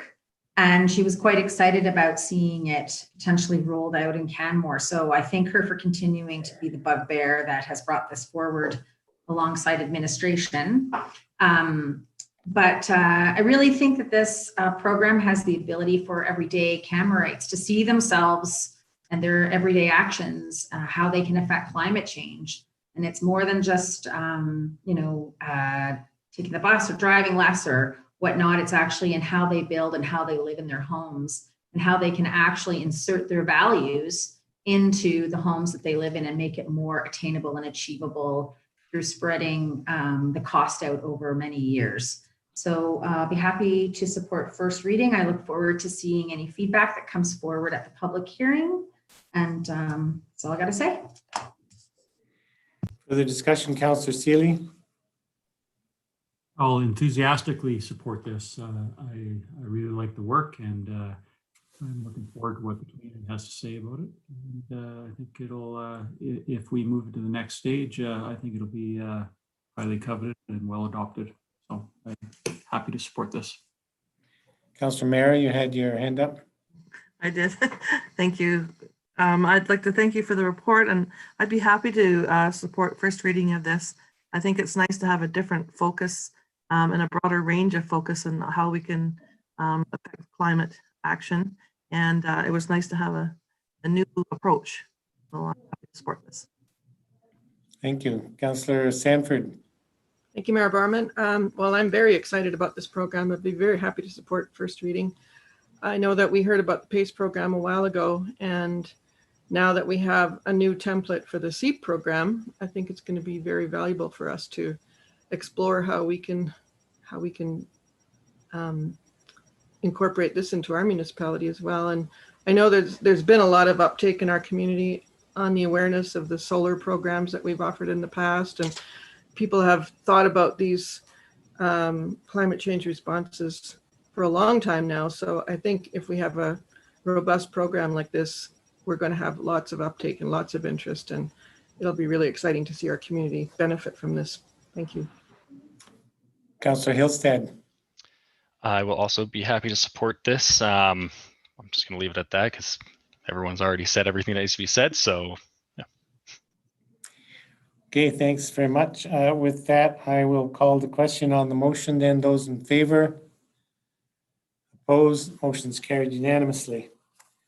And thank you again, Ms. Risling-Wynn and Ms. Beaver and Mr. Otani for doing all the work to bring this forward. And it's going to be great to see this roll out in the community on December 1st. With that, I think we'll have time to move on to one last agenda item before we take a break. So turning to item G6, the mandatory mask bylaw review. Councillor Hillstead, this is your report. You have the mic. Thank you, Mayor Borman. So I don't have a fancy presentation or anything, just what was in our agenda package. But a little context, I started thinking about this back in September, brought it forward to agenda review, and then after that, submitted this report back at the beginning of October. And since then, there's been some changes in the landscape of COVID in Alberta. And as I said in the bylaw, with the ever-changing data and information related to COVID-19, I still think it is beneficial to add the mandatory mask bylaw to the council resolution action list. But with that said, things have changed. So I actually won't be recommending my one change to provision 3A within the revising bylaw for when physical distancing of 2 meters or more cannot be maintained, as it's just with things that have changed, the conversations I've had. I was fortunate enough to speak with Leo Lachette, who has a master's of science in public health with a research focus on pandemics. We chatted for quite a while last night.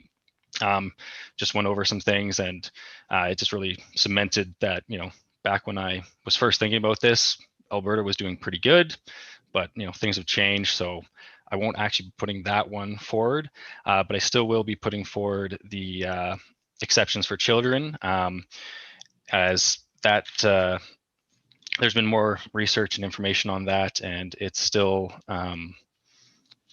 more up to date than some of my previous information, as that was from back at the beginning of October.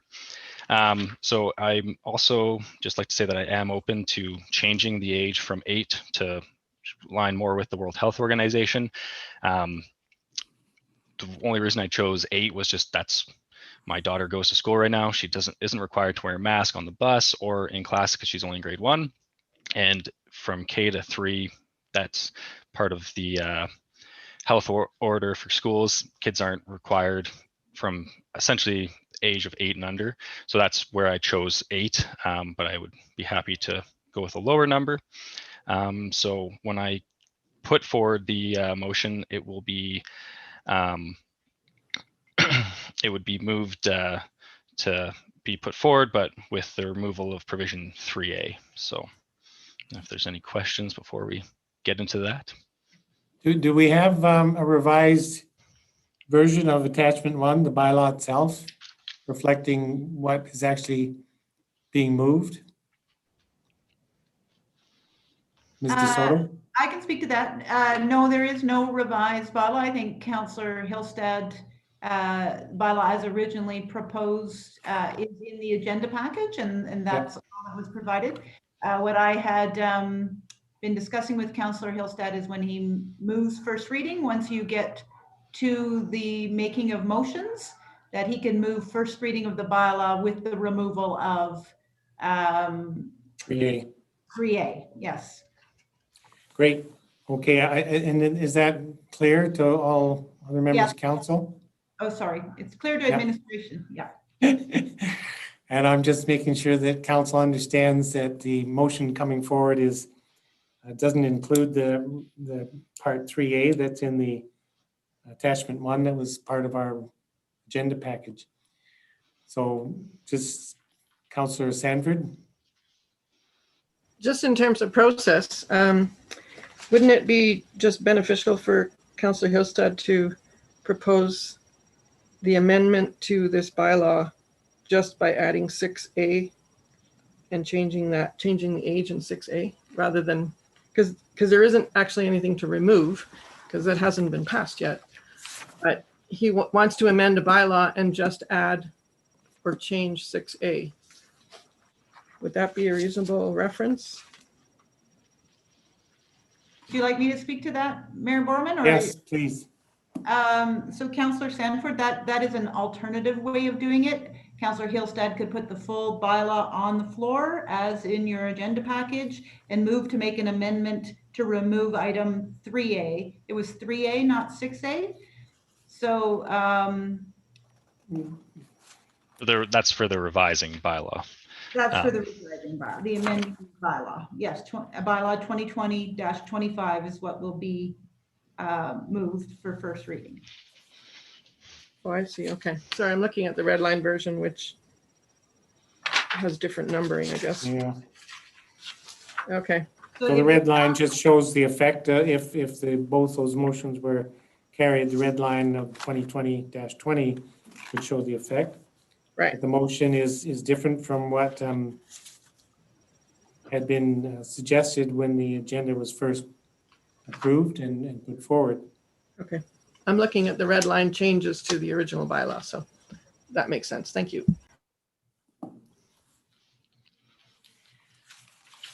So then to summarize, Councillor Hillstead, your motion is to approve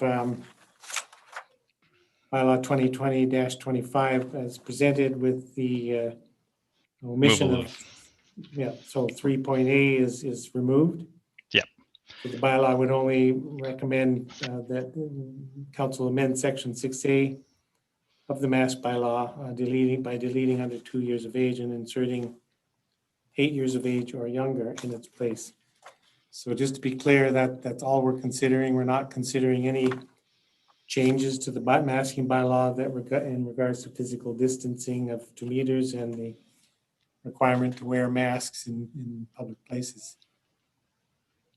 Yep. And I think everybody's clear on that at this point.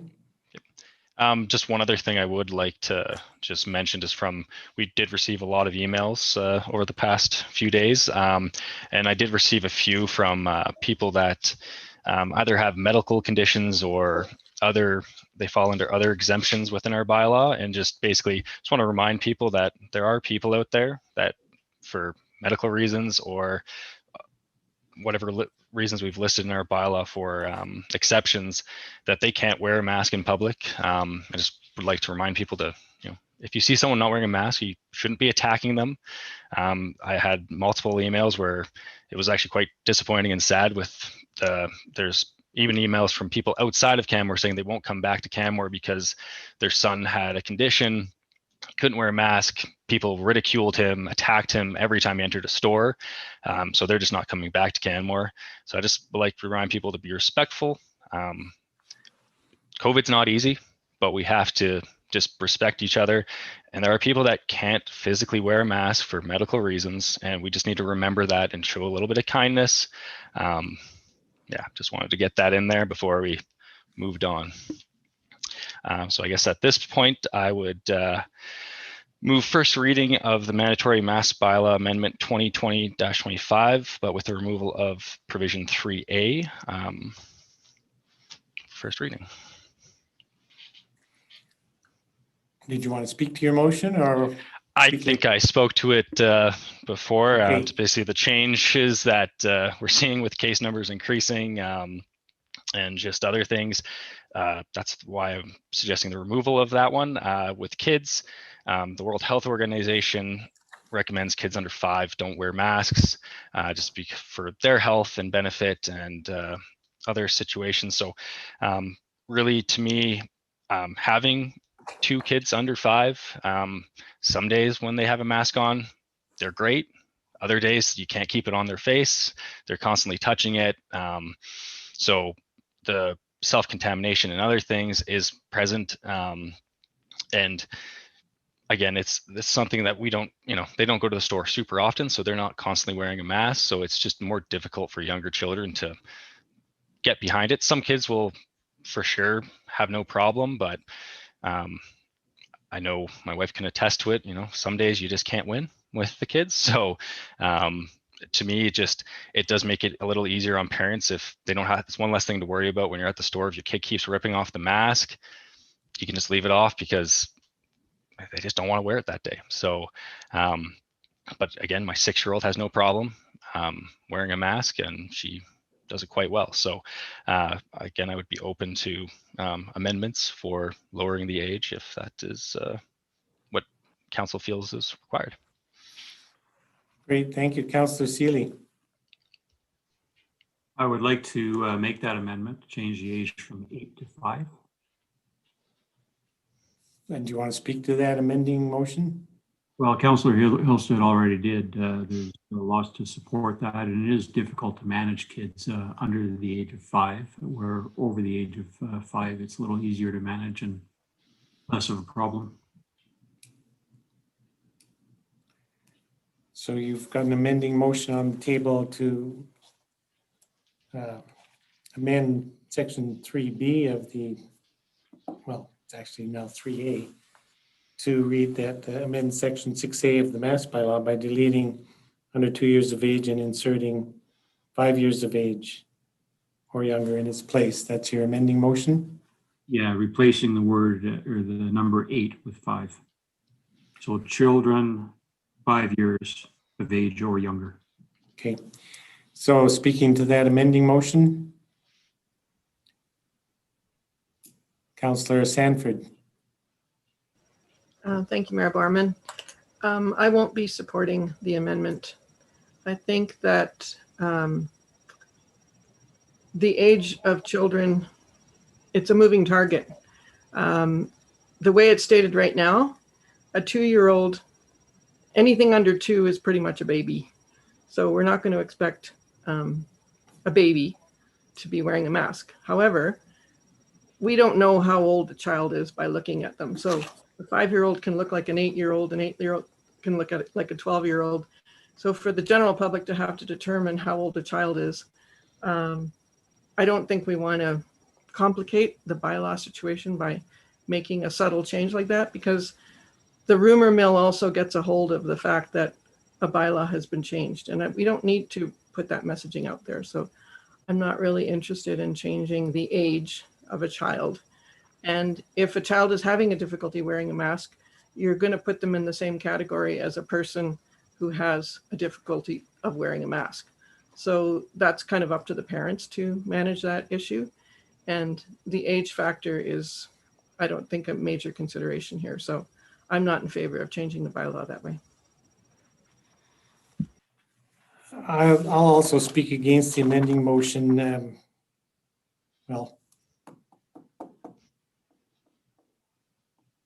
No, I'll speak in support of the amending motion, because if the primary motion is carried and the masking bylaw is adjusted to reflect a different age, I would rather see it being referenced as 5 years of age rather than 8 years of age. But I'm not likely to support the primary motion as amended in any case.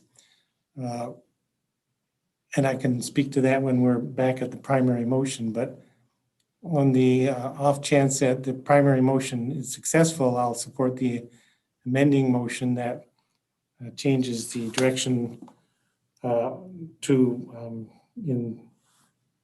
section 3 to reference 5 years of age rather than 8 years of age. Other discussion on the amending motion, Councillor McCallum. Thank you, Mayor Barman. I like your strategy. You can have some of what you want or none of what you want. I don't think I'll be able to support the change, although the World Health Organization gives us the number that Councillor Hillstad has recommended. The Government of Canada asks that it's 2 and under and recommends that those do not wear masks. I agree with Councillor Sanford that a baby is a baby. And if a parent is having a hard time getting their toddler, or sorry, 2 and 3 and 4 and 5-year-olds to wear a mask, then that sort of is covered under the bylaw. Nobody is asking anybody to pin their child down and staple a mask to their face, but we're asking everybody to do their best. That is what is being asked in this bylaw, is everybody to do their best. And I agree with you, Councillor Hillstad, that we do need to show more kindness. And so I'm sorry to hear about those members of the public that had experienced poor treatment by other people in Canmore. That is unacceptable, absolutely unacceptable. But I still do believe that we're asking everybody to do their best. And as according to the Government of Canada, we are being asked to put masks on children, if possible, 2 years old and under, or older rather. So I will not be able to support the amendment. Further discussion on Councillor Seeley's amending motion? Seeing none, I'll call the question on the amending motion. Those in favor? Opposed? The amending motion is defeated as there was a tie vote. So the primary motion is back on the table, which essentially is to amend the mandatory mask bylaw only by deleting under 2 years of age and inserting 8 years of age or younger in its place. So we're back to the primary motion. Is there discussion on the primary motion? I'll speak in opposition to the main motion.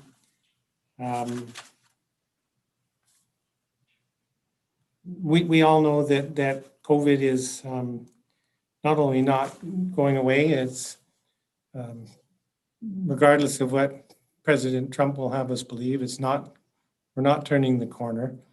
And it certainly seems to me like just the opposite. It's getting more pronounced and more worrisome everywhere, but certainly in Alberta. I think the town of Canmore and other communities in the Bow Valley have done really well with our response to COVID. And whether or not our very low case count is entirely related to the work that we've been doing is up in the air, but something seems to be working well here. And it's not that we're a small isolated community. We have regular travel between the city and Canmore, both by our own residents and by Calgary residents who come out to the Bow Valley to visit. So I would suggest that we might consider ourselves as being in the same zone or region as the city of Calgary. And so I'm really uncomfortable with the idea of changing the approach that we've taken to managing COVID here in Canmore. And for now, at least, I would prefer to see us continue on as we initiated some time ago.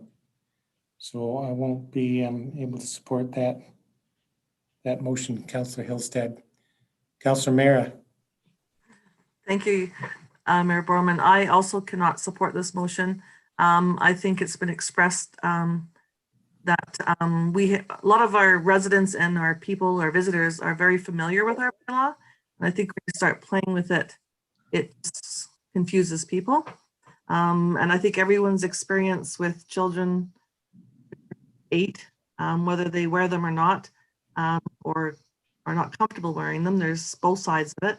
And I think my fellow councillors have said, we all have to be compassionate and understand that moms and dads are dealing with their children, some that are quite fine with it. My grandchildren are fine with it, but haven't been extended periods of time. But we need to show compassion as a community to those who cannot wear masks. So for that reason, I cannot support this motion. Councillor Stanford.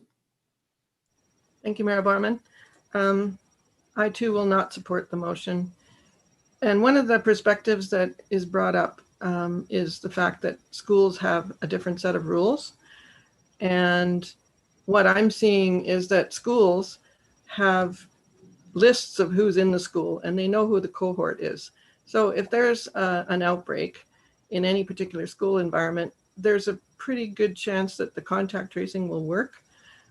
In a community setting with public interaction, children coming from all over the province, children coming from out of the province, we don't know where those children are coming from, and we don't know how to contact trace children from other areas. So we can't assume that children can function the same way in a public setting as they can in a school environment, because schools have a much better handle on who's in that space. So I don't think we should be changing the bylaw right now, because of the circumstances that are taking place across the province with numbers increasing, and the mitigations that we've put in place in Canmore have actually worked very well for us. So I'm in favor of keeping the bylaw as it is and perhaps revisiting it at a later date when things change. So I will oppose that. Further discussion on the motion on the table? Seeing none, I'll call the question. Those in support of the motion? And opposed? Motion's defeated with Councillor Hillstead in support. And then you have one other motion to put forward, Councillor Hillstead. Yeah, just to direct administration to add review mandatory mask bylaw 2020 to the council resolution action list, just to basically keep it at the forefront. Just even from this being brought up today, it brings it to the attention of the public. It helps reinforce it in a way. So this just gives it, lets it be more malleable and just keeps it at the forefront. And we can, if situations change, we just will be able to have quicker access to it, potentially. As we can see, when you write a report from a month ago, it gets outdated quickly with COVID. So, yeah. Great. So the motion's on the table. Councillor McCallum speaking to that motion. I just had a question for Councillor Hillstead. In your conversations with admin in crafting this request for decision, was there any discussion about amending the bylaw so that there was a not necessarily a sunset clause, but sort of like a relook clause, like a revised clause or nothing? Or was this your solution?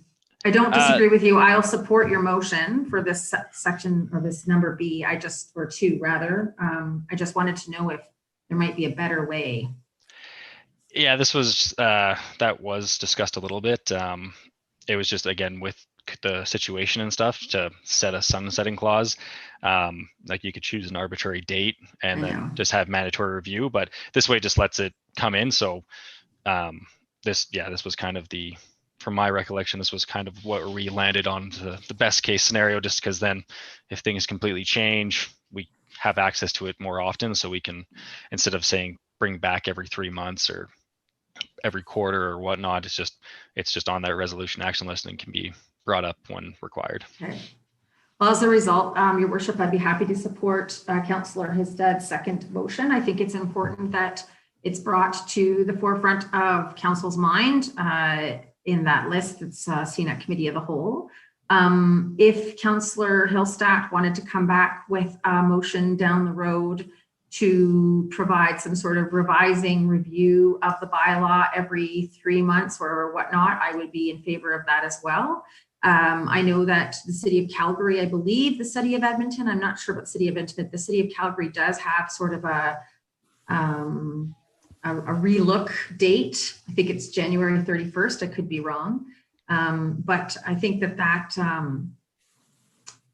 speaks to the members of our community that aren't at all comfortable with the masking bylaw at all and are wanting to make sure that it's being looked at more closely on a fairly regular basis, every 3 to 6 months, et cetera, or as the pandemic continues. So in that spirit, I'd be happy to support Councillor Hillstead's second motion. I'll also support this motion, Councillor Hillstead. The monthly review of our council resolution action list is a really good place to put this direction, and it will keep it front of mind for council each month. So I'm happy to support this motion. Councillor Sanford. Thank you, Mayor Borman. I too am happy to support this motion, mostly because it will be on the radar on a monthly basis. We can review it, we can see it there. But also when it does come back for any kind of change, there will be a staff report and there will be some good local and regional reasons to make any changes. So I think it's important to have a staff report that reflects what's happening locally and regionally. And we will see that when this comes back for changes. So I'll be happy to support that direction.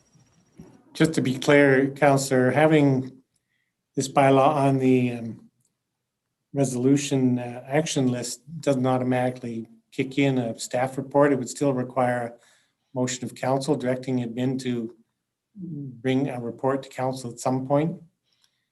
So it would still require a discussion at council to have that happen. Okay, thank you. And that's what I would like to see if there was any changes. Any other discussion on this motion of Councillor Hillstead's? Seeing none, I'll call the question. Those in favor? Opposed? Motion's carried unanimously. And I want to thank Councillor Hillstead for doing all of the work required to bring this forward. I think it's been a valuable conversation, not only at council, but generates some important conversation in the community. Even though the motion wasn't successful, it's really important that we continue to consider the mass bylaw and the terms of the mass bylaw and the benefit or non-benefit of the mass bylaw. So I thank you, Councillor, for initiating this and doing what I know was a lot of work in bringing this forward. Thank you. And at this time, I will move that we, I'll just call a meeting break. So we'll assemble again in, let's say, not quite an hour, at 2 o'clock, is that right? Yeah, it's 1 o'clock now. So we'll reconvene the meeting at 2 o'clock. See you then.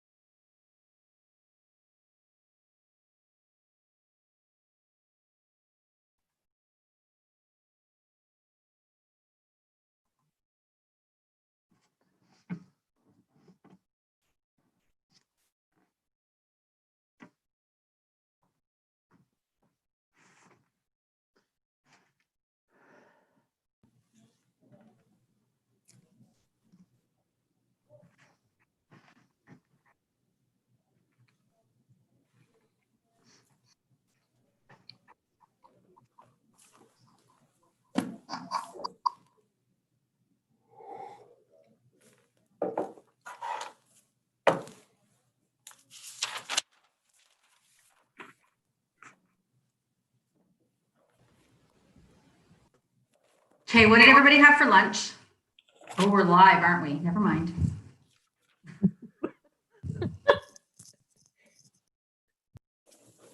Okay, are we all reassembled?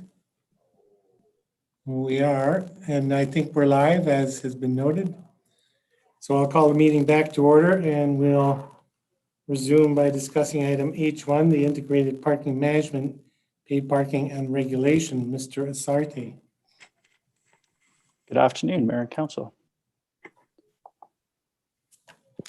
I'm here today to recommend that Council direct administration to 1, implement a paid parking program and associated parking strategies in the town center in 2021, and 2, develop an implementation plan for paid parking program and associated parking strategies for high demand parking areas in the town center. Those recommendations are up on the screen there now. With these recommendations are based on strategies outlined in the Integrated Transportation Plan, as was approved back in June 19th of 2018, as well as the updated strategic priorities of our strategic plan. With respect to the first recommendation, paid parking and regulation updates were put on hold due to the pandemic on April 7th of 2020. We undertook some data acquisition over the summer just to understand how changes to visitation and changes on Main Street to accommodate COVID, for COVID accommodation, how that impacted parking demand. And we noted that our utilization rates remained well above target. And so a graph from that data collection was included in the report and shows we're exceeding our targets on the majority of days counted and are still sitting at very high utilization. That was despite losing some parking stock and some reduction in parking demand. We expect that some updates are needed to this plan, the previously approved plan. And those include looking at revenue projections due to a potential COVID accommodation on Main Street again next summer, and some other tweaks that may be required based on just another year of input from the community and ongoing planning work. And our intent is to make those updates and come back with a presentation with any details of changes that are planned for 2021. The second recommendation is based on challenges we've had over the past summer due to increased in visitation and day use with COVID, and just a general growth in the community and tourism. We've identified a number of areas where problems could be addressed through parking fees and restrictions, and to help ensure our infrastructure is not overflowing.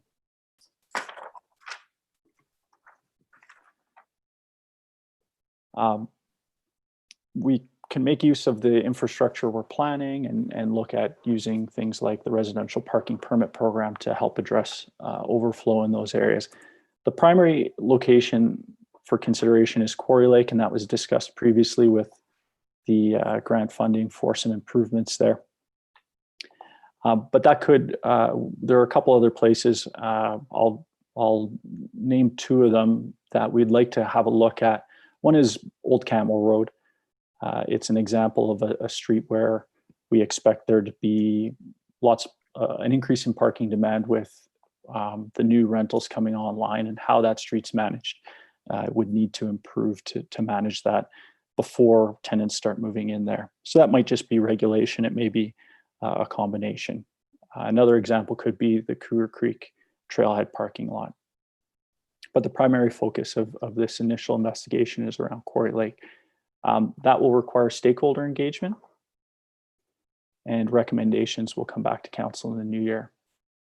Engagement would look like development of some initial options through discussions and engagement with internal departments, understanding when we had challenges, where we had challenges, and looking at a potential options for how an implementation could look.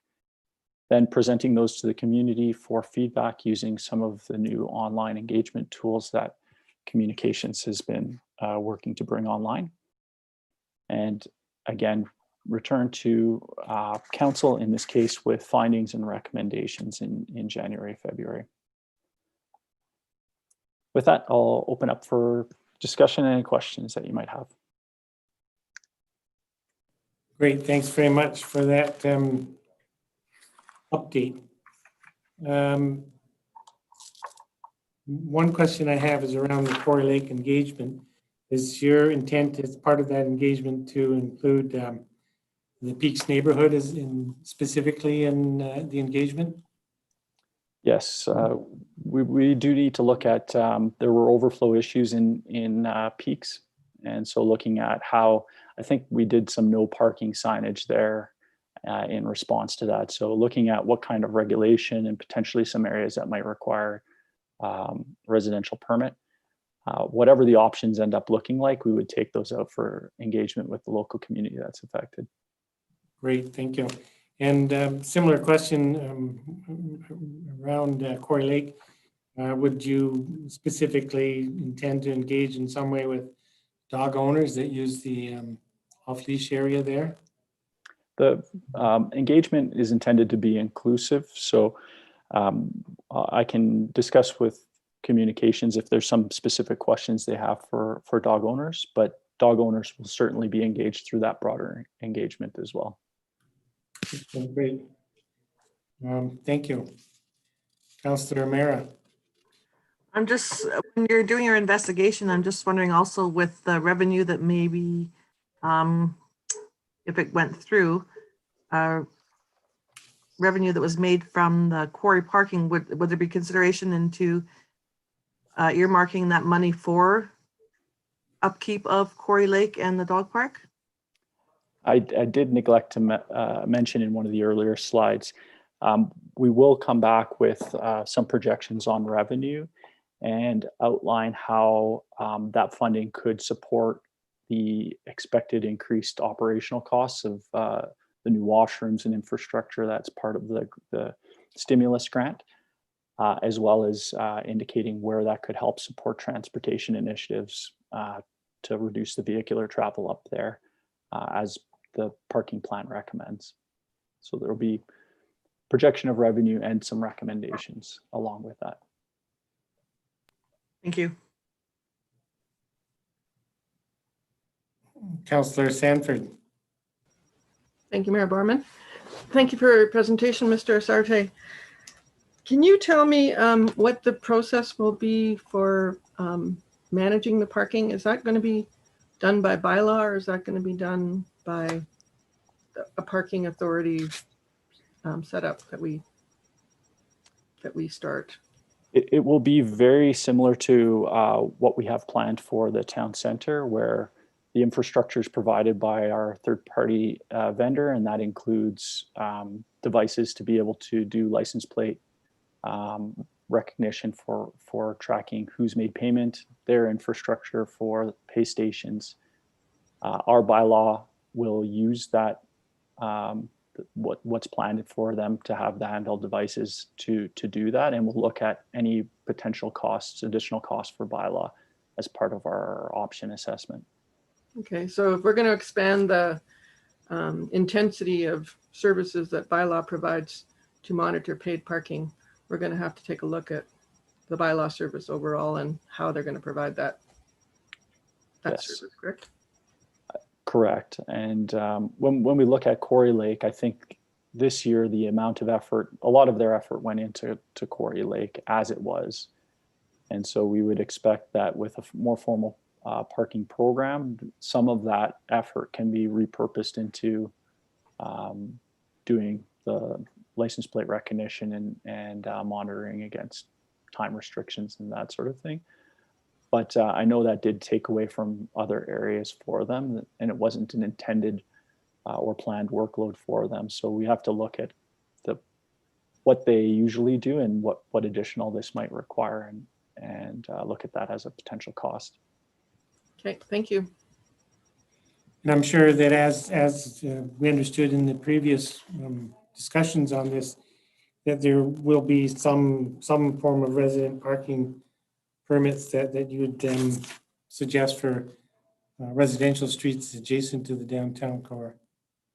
Correct. Yeah, the residential parking permit program's fully developed now. We have that system ready to go live and have the ability to expand areas as may be required around Quarry Lake or around the town center. So we have an initial plan to start with the first residential block around the town center.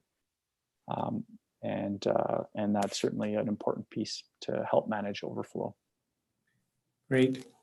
And I guess with the direction that you'll be getting here, we'll hear more of the details on the plan before it goes live. Correct. Yeah, you'll be provided an update on the town center implementation. We don't expect anything outside of the tweaking and changes that we would manage operationally. So we don't anticipate bringing forward a new recommendation for the town center, but we do expect with the Quarry Lake, because it is a new scope, to bring forward a summary of that engagement, the options considered, and recommendations for council approval. Likely those two pieces together in late January, early February. Great. And I might have missed this, but did you suggest whether or not we'll be able to continue to use this program to offset the cost for Rome Transit and continue with the free service delivery? We expect that that will still be the case. We do need to crunch some numbers for the downtown and look at the potential impact of a COVID accommodation on those two blocks of Main Street. But based on previous revenue projections, it may be a bit tighter, but we still expect to be able to fund that with the downtown parking revenues. Great. Well, thank you. Are there questions from other members of council at this time?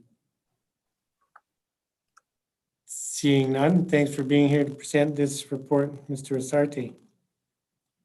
And with that, I'll move the council direct administration to implement a paid parking program and associated parking strategies in the town center in 2021, and develop an implementation plan for a paid parking program and associated parking strategies for high parking demand areas outside of the town center. So I put that forward as one motion. If any councillor wanted to separate it out into two, we could do that, but I think they work well as one motion. So speaking to that motion, I'll support the motion. We were pretty excited about the moving forward with this program prior to COVID, at least in the downtown core, and I think we all recognize the value of implementing the paid parking and associated services. Given COVID, we couldn't do it this year, but I'm happy to see it back on the table for moving forward with in 2021. And I'm particularly happy to see that admin is factoring in some of the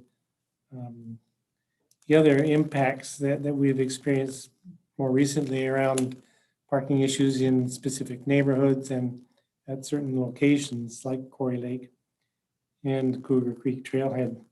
So I'm happy to support this motion. Councillor Sanford.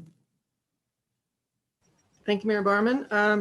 I too am happy to support this motion, and I think it was very interesting for us to have the COVID experience this summer, because we got a sense of a fast track future for what some of our outlying areas might be experiencing.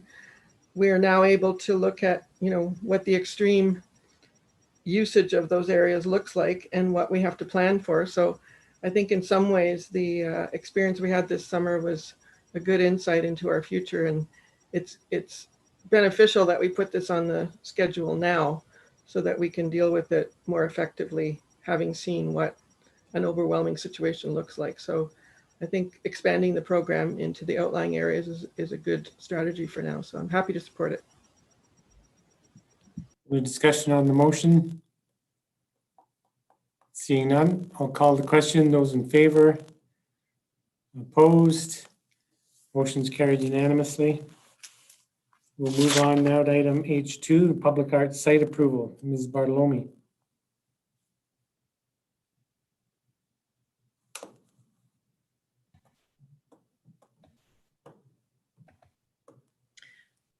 Okay, just a second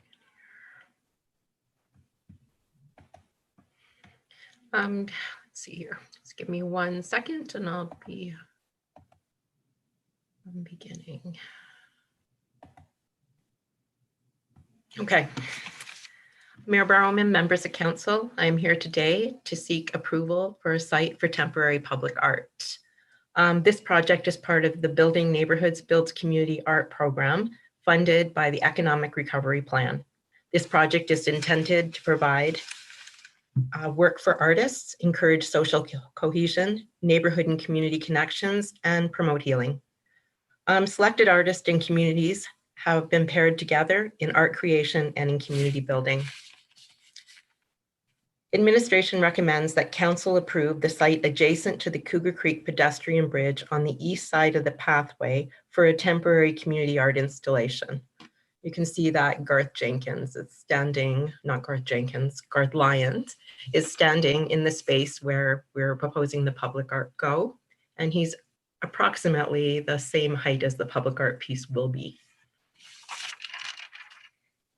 In the Avens neighborhood,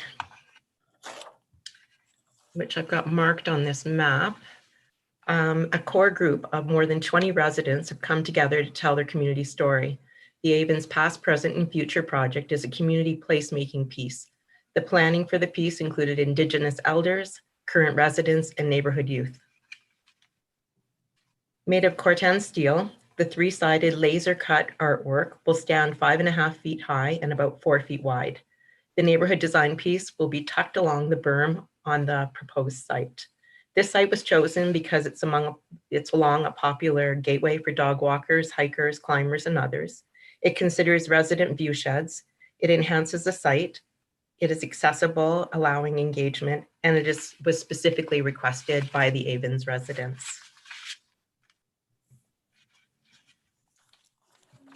Although the Avens is the unofficial name of the area, it is how the community members identify themselves. As such, they would like to have the neighborhood identified that has been a neighborhood identification that is they've imagined and helped design. So on this page, you can see what they're thinking. The first A is about planning for the future. It's it's caring for what we have now so that we still have the Avens flowers going forward. So the youth were involved in that part of the project. The Avens Present just named some of the streets and areas that are in the Avens. And the last one is the Indigenous names for a number of things that are in the area: Cougar Creek, Stony Flats, mountains, a number of other things. Let's see here. Mountains, canyons, Avens, flowers, and medicine. The artwork will remain in the proposed space for 1 year, and then after that it'll be moved from yard to yard. Typically the neighborhood has block parties, and at the time of their block party they'll, as a community, move the piece someplace else. So they're looking for this site for 1 year. The Building Neighborhoods Builds community project has engaged hundreds of people to date, not just this project but the 8 others that are happening throughout the community. The projects have been as varied as the neighborhoods. It's been exciting, heartwarming, and inspiring. The shared benefits from the project include artist-to-artist relationship building and support, neighbors meeting neighbors and enriching and deepening relationships already built, the camaraderie of a project imagined, developed, and created together, the opportunity to be together, artists being known and valued in communities, and artists being paid for their work. Before getting back to the recommendation, I just want to kind of go over some of the things that have been happening as part of this project, and then truly I'll get to the recommendation again.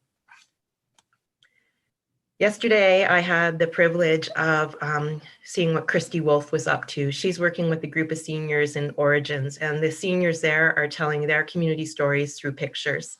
And it was just fascinating. They told stories about the hikes they'd taken or the places they'd been, about world travels. One man talked about talking walkers and asked questions about people's walkers. Other people were talking about helping hands and hands of resilience and hope. So it was really quite a inspiring group of stories. So they all told their stories yesterday and shared their images. Along the fence across from Crazy Weed is where the Curbside Museum is. Artist Enza Appa has engaged 9 community groups to come together to make community museums in her fence. So if you have an opportunity to go look at them, go. They're just incredible. As I said, there's 9 boxes there. They're made by people from 6 years old to 70 years old. So lots of variety, and the pieces are just amazing. Up in Rundleview, they started a campaign called Rundleview Rocks. They handed out rocks in the neighborhood, they handed out paint kits, and they started painting rocks and hiding them throughout the neighborhood. They all came together in a community celebration where they brought their rocks, made a mosaic, and then took them back and hid them in trails. And they had, it was a great celebration. They had about 70 people there over the course of time. The museum partnered up with artist Libby Pryor and the Bow Valley Community Connections Center, which is a community group for developmentally delayed individuals. The group worked together to create a mural on the side of the Legion, and there's a group of poppies, so you can see that the painting started there. One of the groups is working over on Lady McDonald Drive and in that area, and they're talking about Wally or Marvin or whatever you want to call the elk that's been roaming that place for some time now. They say about 8 years. He lived and died there. He died in somebody's yard. So they're collecting community stories about Wally, and they've got signs throughout the neighborhood, and then they're going to share Wally stories and then put a little metal piece on all the houses that experience something of Wally. So that's just a little bit. Oh, yes. Policeman's Creek area had a big celebration as well. They had a rummage sale, and whatever they didn't sell, they turned into sculpture.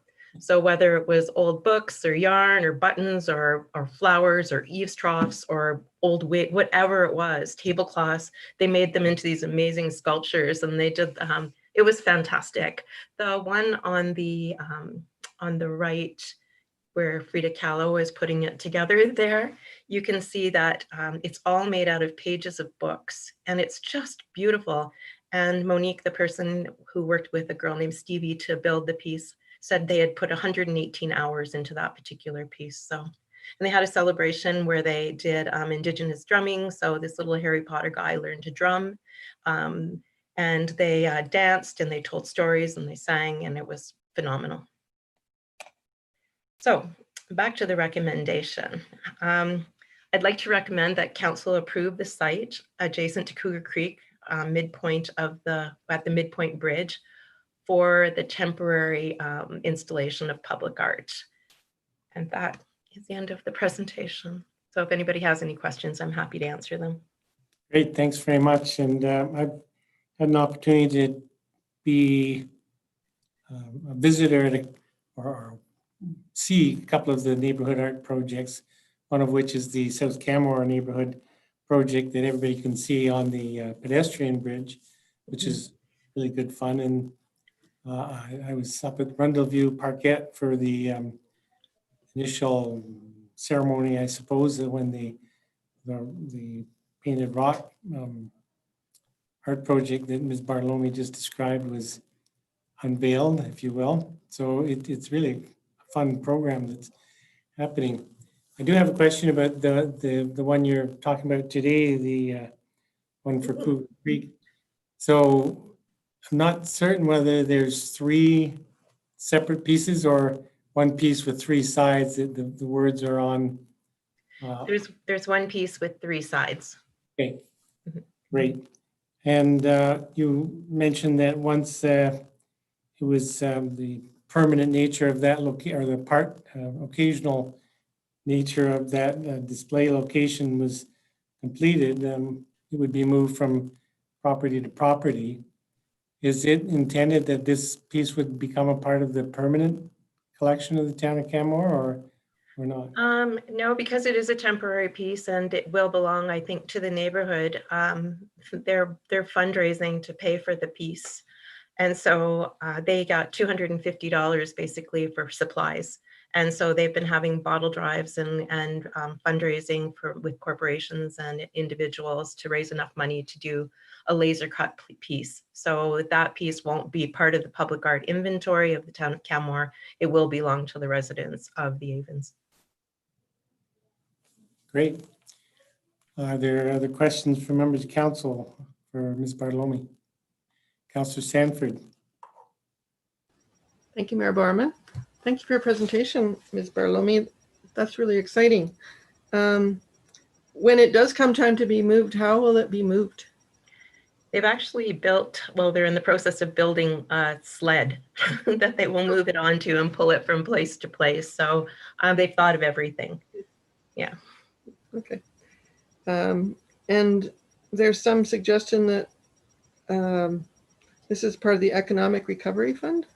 Yeah, it was approved. I believe it was around June the 2nd as part of the Economic Recovery Fund. I believe that Ms. McClatt, when she came to council, was given $281,000 or something like that as part of economic recovery.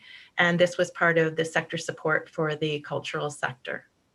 So for $35,000, we are putting that, money in the hands of 9 artists, and we're engaging hundreds of community members. And I think it's just such a little, well, doesn't matter what I think. I think it's a great investment for a huge output. So they're getting some of that money, but then they're also doing fundraising through bottle drives. And yeah, the artists themselves are tasked with having sessions with the community, at least 4 information gathering sessions or ideation sessions, and then creation sessions after that. And they're taking pictures and doing proposals and all the rest of it. So their fee is approximately $3,250. $250 is for their supplies, which usually covers what they need. But in this case, this neighborhood went big, and they said, if we raise the money to pay for the piece, other than that $250, can we do it? And if they're willing to go out there and fundraise to do a community piece, hats off to them. fantastic. Thank you. Are there any, Councillor Mera? This is not technically a question. I'm just commenting on, I'm not sure, there was a horse, a metal horse along Cougar Creek not too long ago. I don't think, was that a part of the program? No, it's not part of this particular program. No, but it did. I just wanted to add that it created quite a bit of excitement and talk, and people were saying, oh, did the town approve that? And I sort of looked with a puzzled, and I don't think so. But there was excitement, and they said, oh no, we really liked it. So I look forward to the comments on this one too. It's a good project. It's awesome. Thank you, Karen. I'm not sure if Councillor McCallum's still with us. Her image has disappeared. Oh, still there. Okay, are there any other questions at this time from Ms. Bartolome? Seeing none, thanks for bringing this to council today and for leading this project. It is a really interesting project, a lot of fun, and certainly neighborhood building is a big key component of what you're doing. So thank you. With that, I'll move the council approve the site adjacent to the Cougar Creek Midpoint Pedestrian Bridge on the east side of the pathway for a temporary community art installation. Is there a discussion on the motion? Councillor McCallum. Thank you, Mayor Borman. The reason why my camera was off was I was rubbing my eye and I didn't want the whole world to see it, and I hit the button and it must not have come on, so I apologize. In regards to the motion, it'd be my pleasure to support this initiative and this location for the art installation. I've had the opportunity, as I'm sure many of my colleagues, to be surprised by what we've seen created around town. In particular, Ms. Bartolome outlined the little museum, the tiny museum that is on Pinewood and Railway Ave. Some of the art that we've seen on the Pet Bridge going over the Bow River towards Hospital Hillside town and the Rundleview Rocks art project. And I was really delighted to see the Policeman's Creek initiative. These are all amazing examples of community development and at a time in our community where people are feeling a bit low. And so I appreciate the hard work that Ms. Bartolome and all the volunteers have put into these different projects. And I look forward to seeing this placemaker for the Avens neighborhood pop up in the near term. Thank you. Are there any other, is there any other discussion on the motion? Councillor Seeley. I'm happy to support this initiative. The Avens community, who worked diligently on this project, the art and the model in attachment 2. There's Councillor Sanford. Thank you, Mayor Barman.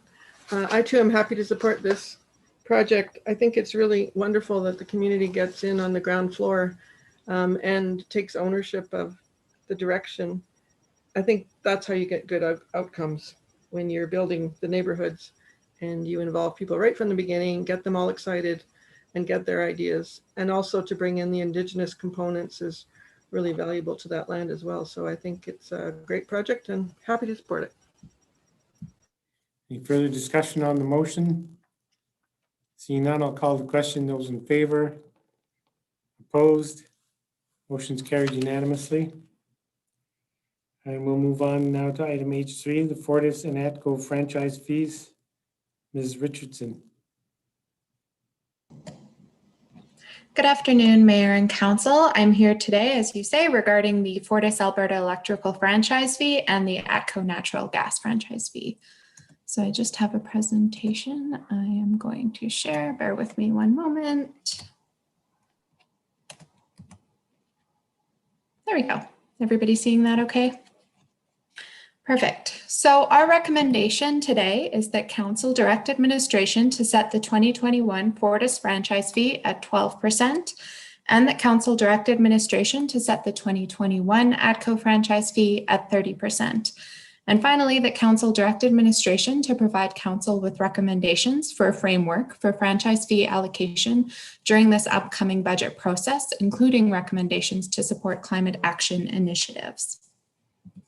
So we are currently recommending an increase to the franchise fees, both for Fortis Alberta for the electrical distribution and for ATCO for natural gas billings. And that's increases based on our analysis of franchise fees charged by municipalities across the province. The current rates have remained in place since the start of 2016, so they've effectively remained unchanged for the last 5 years. The current rates, Fortis Alberta is at 10% and ATCO is at 27%. And so historically, these rates have only been looked at periodically, typically in conjunction with the contract renewals. So when we look at how those fees have changed over time, I'll start with Fortis. So as you can see, there haven't been that many changes in recent history. So under the previous contract from 2004 onwards, then there was the increase in 2016 at the time of the last contract renewal. And now 5 years later in 2020, we're proposing to look at it again. And similarly for ATCO now, you can see it's virtually the same shape over time where we do these small increases, but only periodically. It's not looked at every year. So at the end of both of those charts on the far right, you could see that increase up to the percentages we're proposing now. So we're proposing increasing the Fortis Alberta Electrical franchise fee to 12% and the ATCO Natural Gas franchise fee to 30%. And both of those increases remain below the caps that are established by the Alberta Utilities Commission, which are at 20% and 35% respectively. And those franchise fees are calculated on delivery charges and tariffs, excluding some riders like temporary costs or credits on bills. So the next slides are tables comparing our current and proposed franchise fees to our neighbors. And for that, I've used the same data set of municipalities that we use for our property tax comparisons. Now, there is a broad range of franchise fees charged across the province, right from 0% all the way to those caps I was just speaking of. So 0 to 20% and 0 to 35%. There's a huge range. When we look specifically at this neighbor cohort set, our current rates are in green and our proposed rate is in yellow there. So for Fortis, we're towards the lower end of this range. And for ATCO, you can see we're a little bit higher, but generally, because there is such a broad range across the province, overall, we're kind of sitting in the middle. So I know I've thrown a lot of numbers around. So this table basically summarizes all of that as a glance, what our current rates are, what we're proposing, what the maximums would be, what that would mean in terms of revenue to us as the municipality, and then also on the residential side, what that would mean in terms of the charge per month. So overall, if I look at the annual impact to the average residential household we're talking about here, at our proposed rates, we would be looking at $22 more for Fortis and $15 for ATCO. So overall, those proposed rates would result in an additional $37 a year. And if we were to look at the max, it's obviously more than that. So now that we've talked about the amounts, I did want to talk a little bit about the usage of where that revenue goes. So currently, ATCO flows to general revenue, and that then contributes to overall town programs and services, operational projects, strategic priorities, much as our property taxes do. The Fortis franchise fees have been used to support the asset replacement and rehabilitation reserve, and that's in accordance with the long-term financial strategy. So as part of the last budget deliberations, though, in 2018, the Finance Committee did redirect a portion of those fees from the reserve contributions into general revenue like the ATCO. And also since that time, the Climate Action Plan, which was accepted then in December of 2018, also included a recommendation to utilize those fees to support climate action initiatives. So really the objective of today is to receive approval for those rate increases. The regulation requires us to advertise those within the community 45 days ahead of the effective date. So we're looking for an effective date for these changes of January 1st. So working backwards, we'll need our advertisements to run by November 15th. So coming up here quite quickly. So right now I'm talking about the increase overall, and then really our commitment is to come back, and as part of the budget process that's currently underway, we're looking to really revisit this framework for the franchise fee allocations. So we're really trying to find the best way to manage this. We already do include considerations for environmental and green initiatives as part of how we do business. So examples for the upcoming fleet replacement, I think as council's recently heard, we're looking at electric vehicles and implementing some of that as part of our fleet replacement. We also heard about the SEEP program that was discussed in today's meeting earlier. So overall, we're just looking to bring back a framework for the allocation of the franchise fees, and that will include recommendations to support those climate action initiatives as recommended in the Climate Action Plan, but we're still kind of working to unpack all of that. So in conclusion, our recommendation at this time is that Council direct administration to set the 2021 Fortis franchise fee at 12%, the Council direct administration to set the 2021 ATCO gas franchise fee at 30%, and the Council direct administration to provide Council with recommendations for a framework for franchise fee allocation during the upcoming budget process, including recommendations to support climate action initiatives. That concludes the presentation I had this afternoon, and I'm happy to take any questions at this time.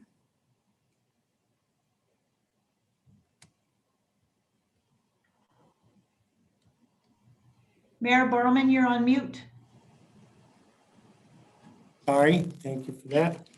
I was scolded earlier by Ms. Jones for making too much noise, flipping my pages with the microphone on, so can't win. Anyways, I was just saying that this is a very concise report. I appreciate that, and the direction is quite supportable. Just to underscore the impact of the residential consumer, looking at the chart on page 4 of your report, it appears that if council were to approve both of the proposed increases, the net impact to the average residential consumer would be in the neighborhood of $3 per month. That sound right? Correct. Yeah, I think just now I also referenced the annual impact, so 37. So yeah, and you'll see in the advertisements, they're slightly different. We've tried to combine them. So as much as the processes are very similar, the templates we get from both providers are slightly different. So we've tried to use both just for understandability for the residents of Canmore. Great, thank you. I'm really keen to see the recommendations that will come forward if this motion is approved regarding directing these increased fees towards delivering on our climate action plan. I think there's a really direct link between the service, gas and electric, to the town's action plan, climate action plan, and on our target, reducing our GHG emission as a community and to meet our targets, which are fairly aggressive. Do you have off the top of your head any thoughts as to how that may play out, or shall we just wait eagerly to hear some suggestions? So I don't think I want to speculate ahead of the budget cycle.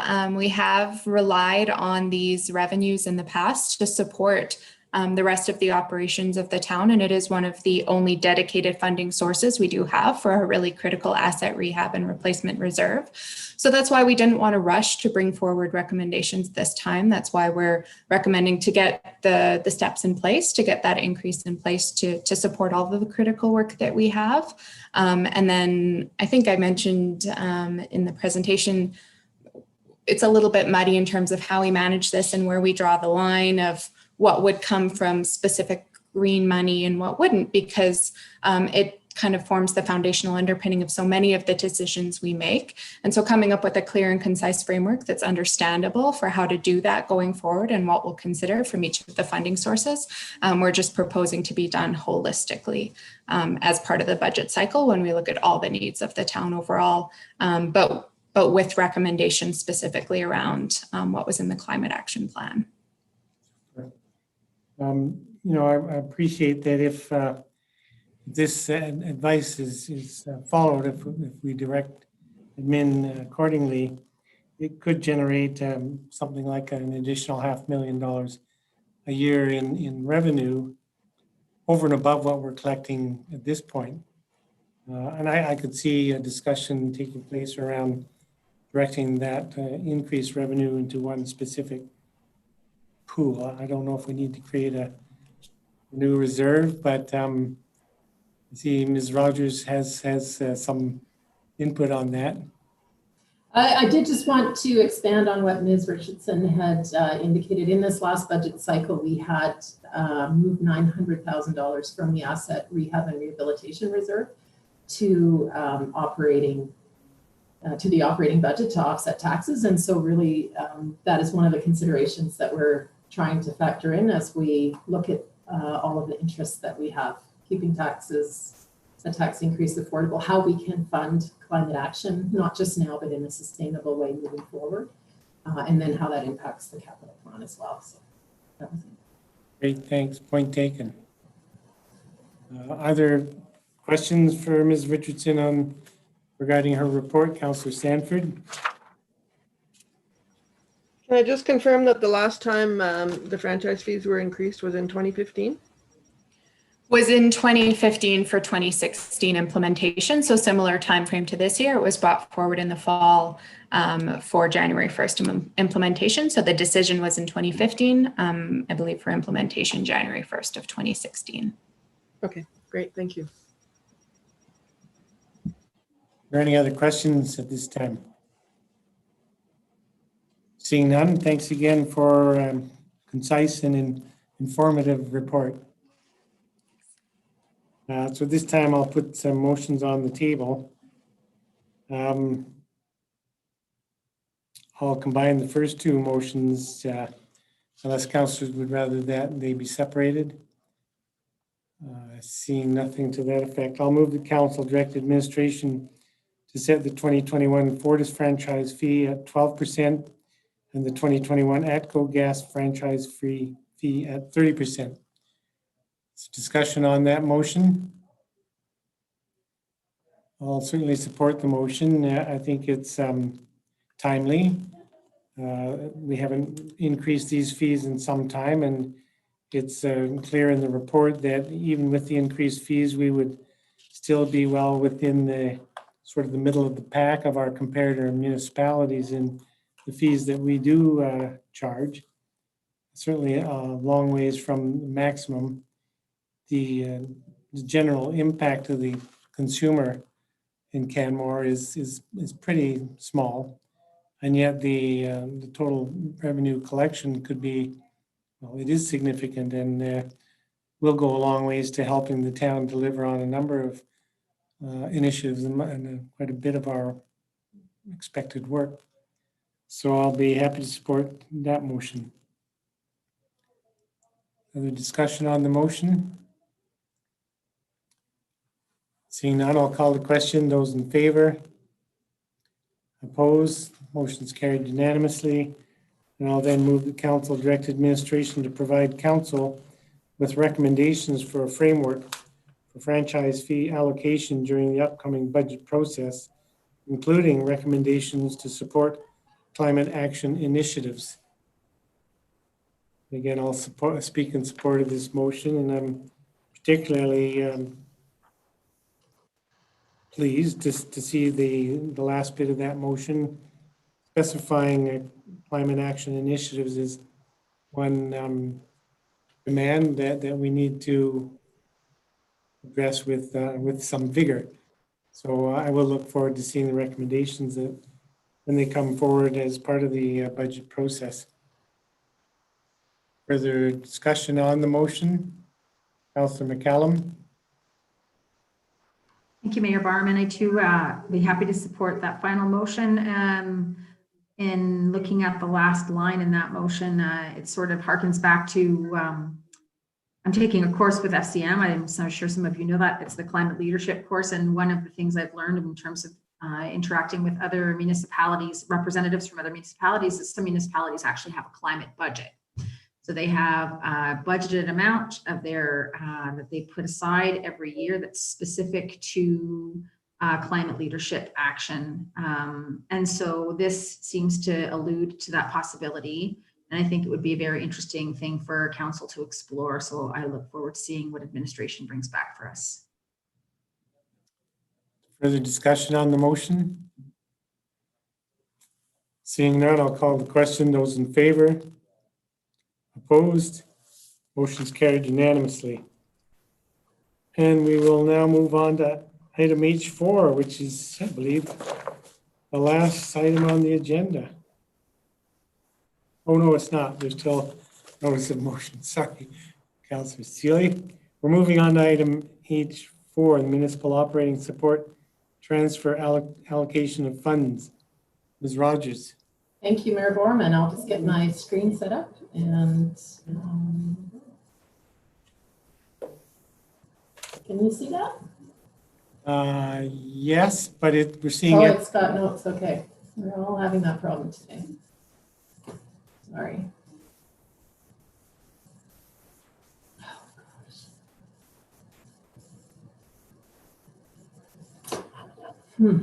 Sorry about that. Click on the from beginning up there at the top.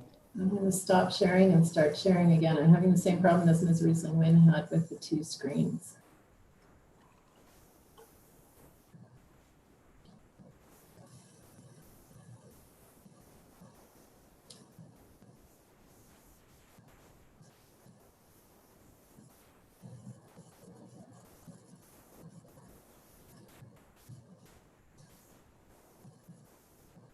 Can you see that now, or is still the same problem? Still seeing everything. Okay. Maybe Ms. DeSoto can run down the hall and help me here because I'm having trouble today. Sorry about that. Call in the CAO. It looks like The big guns. Can you get it? No. Councillor Hillstead says sent something on the chat box there.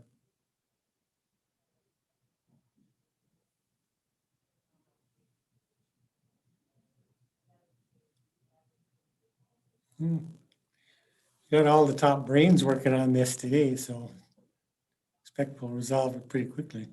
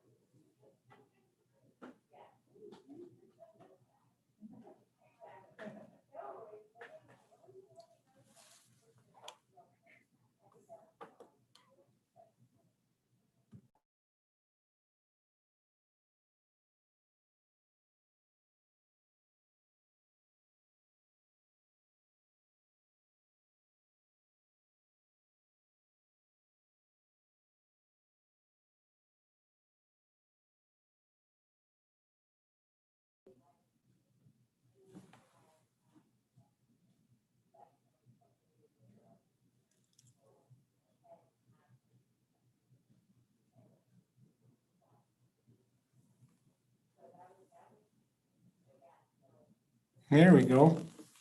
Success.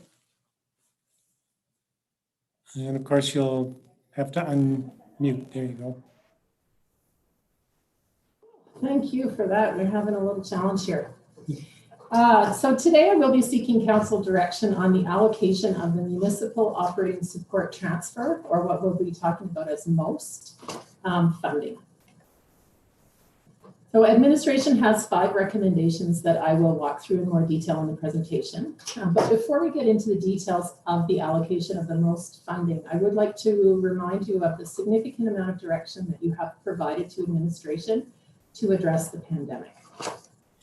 In May of this year, Council directed administration to revisit the 2020 budget in light of the impacts of COVID. And at that time, Council made several significant decisions. We had anticipated that lost revenue through the end of July, which was really at that time our best guess scenario of when things might change. That lost revenue was expected to be around $2.7 million. And Council directed administration to offset that $2.7 million in lost revenue with savings found within the operating budget.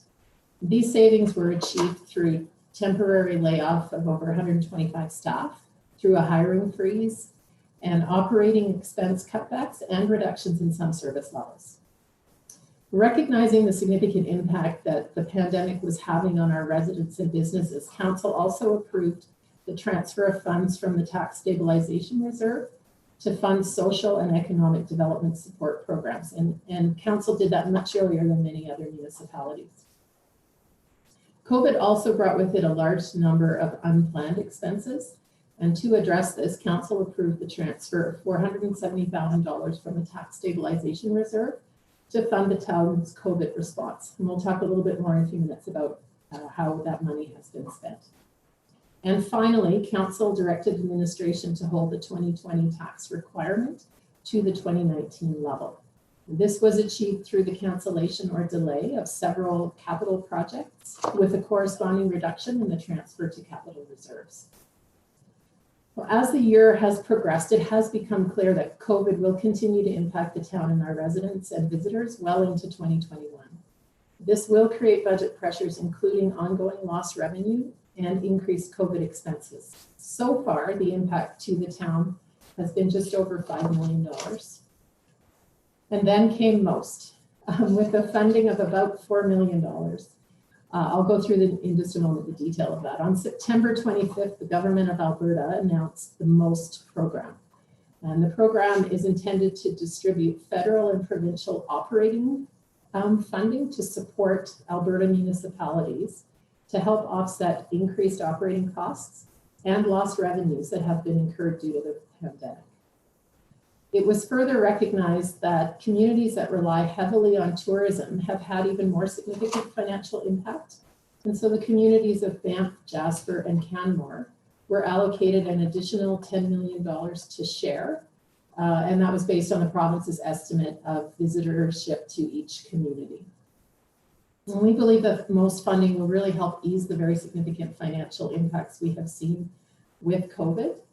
Canmore's funding came in 4 buckets. There was a general operating bucket of about $1.4 million. This tourism piece, again, based on the province's calculation, our share of which was just under $2.5 million. The balance of that going to Banff and Jasper, the balance of the $10 million. There's a transit allocation that is specifically for losses in revenue or expense increases affecting transit. And then the MSI Municipal Sustainability Initiative Fund, which we have always received, but the provincial government included in this MOST program so they could get matching funding from the federal government. So as we talk through our recommendations today, we've taken that MSI piece out because it was previously accounted for in the budget and already previously allocated.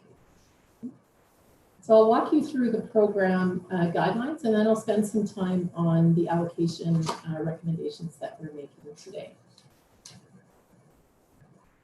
Okay. So this chart illustrates that in 2020, we have already incurred enough new COVID expenses and lost revenue to qualify for our full funding amount. And I'll talk just in a moment about the program guidelines. But essentially, the province has indicated that expense increases or losses due to COVID must be incurred between April 1st of 2020 and March 31st of 2021, which is the province's fiscal year. And this chart simply demonstrates that we have already in 2020 incurred $4.2 million at least of lost revenue and expenses, meaning we qualify for our full allotment. So the lost revenues mirror what we talked about in the budget process. Through the end of September, we're just shy of $2.8 million.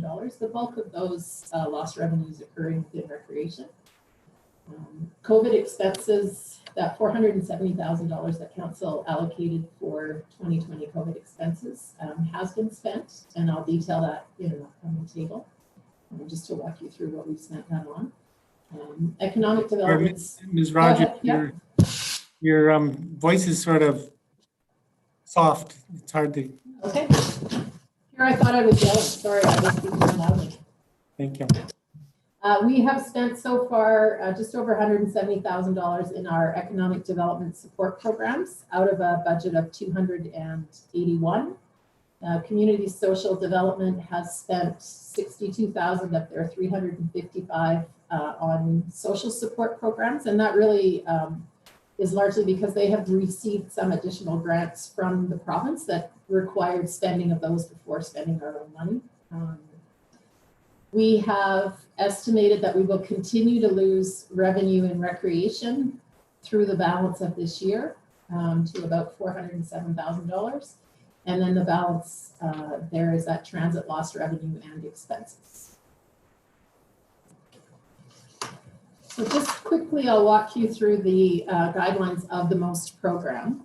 The program guidelines have been intentionally vaguely written by Municipal Affairs in order to be as flexible as possible to the very different impacts that municipalities across the province are facing.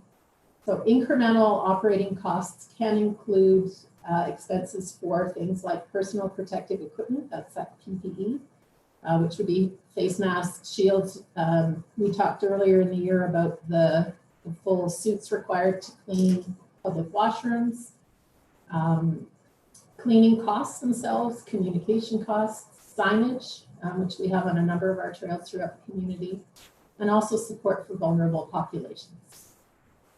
Operating losses or deficits incurred can include things like parking fees, recreation fees, or building permit and development fees. As I mentioned briefly before, expenses or losses must be incurred in that provincial fiscal year, which is April 1st of 2020 through March 31st of 2021. Payment we're expecting this week or early next week. So we did confirm that our memorandum of agreement was executed and received by the province, and payment has been processed. We're just waiting for that to go back. We will be required in July to provide a statement of funding and expenditures to demonstrate, much as I did in the previous chart, how we qualified for the funds that were allocated to us. And if there are any unused funds, they must be returned to Municipal Affairs after March 31st or to the province. And Municipal Affairs may make site visits to check on how funds were spent. So again, administration does have 5 recommendations to allocate the town's most funding, and I'll just go through those recommendations in a bit more detail now. The first 2 recommendations really address the tax stabilization reserve. And this chart does very quickly just shows what has happened with that tax stabilization reserve in the year 2020. We ended last year with a balance of $2.3 million in that reserve, and we have been adding funds to that reserve over the last few years in anticipation of increased policing costs that will come in the next couple of years. In 2019, we transferred our whole surplus into that tax stabilization reserve, bringing the starting balance at 2020 to $4 million. Then as part of the social support programs and the budget review and economic support programs that we pulled together, we did draw from that reserve. We had council approved the redirection of the Safe Park funds into the reserve, and then those were drawn out to support social programs for $355,000, business support programs for $281,000, and then those COVID expenses that we had for $470,000. So we were down to just over $3 million, kind of at the end of the summer. And so what we're recommending in our first two recommendations is that we replenish those draws on the tax stabilization reserve that occurred essentially, sorry about that, from the social supports, business supports, and the COVID expenses, which is $1.1 million, and that the bulk of the rest of our funding also be put into this tax stabilization reserve, as that really provides us with the greatest amount of flexibility moving forward. There are a number of unknowns that still exist as far as the impact of COVID into 2021 and even through the balance of 2020. And having a healthy tax stabilization reserve, I think, gave council the maximum flexibility to address what we needed at the time when we needed it. So again, the first recommendation is that we replenish that $1.106 million that was drawn to support COVID expenses, social supports, and business support programs. The second recommendation is to transfer, and I've just rounded up from the motion, $2.25 million to, this is our lost revenue, but really we will be able to use this to offset and manage COVID expenses into 2021.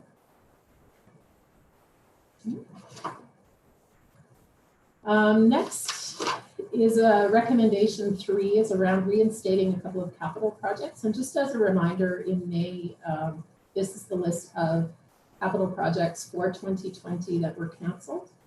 And then again, we have that corresponding transfer to the capital reserve that was canceled that allowed us to hold the 2020 tax level to the 2019 amount. And so administration is also recommending, as part of the most funding, to reinstate 2 projects. First being project number 7135, which was the Roundhouse Solar project. And the second being 7140, which was a light fleet replacement. The work on both of these projects would begin in 2020. And these are projects that administration can deliver on. However, with reinstatement occurring so late in the year, these projects would likely be whipped and completed in 2021.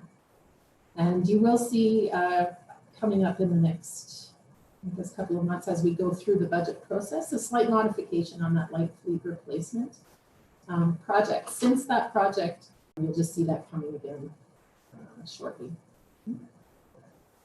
So as we've been able to demonstrate that we qualify for our most funding with the revenue losses and expenses in 2020, these projects do not need to be completed by March 31st, 2021. But we will do our best to get them done as soon as we can. Are you okay there, Mayor Borman? Did you want me to? Yeah, I'm just okay. I wasn't sure. Lose my battery power. Sorry. Okay. No, it's all good. The fourth recommendation that we're making is that we fund $300,000 for COVID expenses for the balance of 2020. And this is where the town's fiscal year is the calendar year. And so we need to get approval for funding in the current calendar year. Next year's funding requests will come as part of the budget approval process, but we're straddling the province's fiscal year a bit, so there may be some confusion there around the timing. The $470,000 that council approved for 2020 originally has been spent, and this really was a rough estimate when we first started understanding the types of expenses that we were going to see with COVID. And the $300,000 is intended to help fund these ongoing COVID expenses through the balance of the year, as well as to address council's new priority of making outdoor spaces more accessible for residents and visitors. Additionally, our HR team, our human resources team, does need some additional support to address the work that they've put aside since March, when they really have been fully consumed with COVID response, first in laying off employees, then recalling them and managing testing and sick time and so on. COVID support for the outdoor amenity space is really to provide that safe outdoor space for people to recreate. And this is a COVID service level, not a new service level that we're proposing. This really is related to COVID. And what's included within this program is looking at our gravel trails and providing some winter maintenance to our gravel trails, really to help maintain about 40 kilometers of gravel trails that we have. That would look like our staff rolling and flattening the snow to make those trails easier to walk on, and would also help remove or flatten footsteps and tire tracks that can make those trails a bit slipperier and a bit more difficult to walk on when we freeze. And so the costs that we're estimating here with that maintenance includes staff time that we need to do that work. There's some lease of a vehicle and some equipment that we need to be able to do that. The other piece is around ice surfaces and washrooms. And what we're proposing here with this to include in this $300,000 is to open an additional 4 public washrooms and also to add 1 passive ice surface. So similar to the ice that we have on Rumble Crescent. 4 washrooms opening, we would like to open and maintain 4 bulk washrooms that are normally closed during the winter. And that includes washrooms in Eagle Terrace, at Elizabeth Normal School, in Three Sisters, and at Riverside Park, the new one that is just being constructed. And we're assuming that with increased number of people using our outdoor spaces, we're going to need washrooms for them to be able to access. They would be maintained at the same frequency as our other washrooms, which is 3 times a week, and then be available for those folks that are spending time outdoors.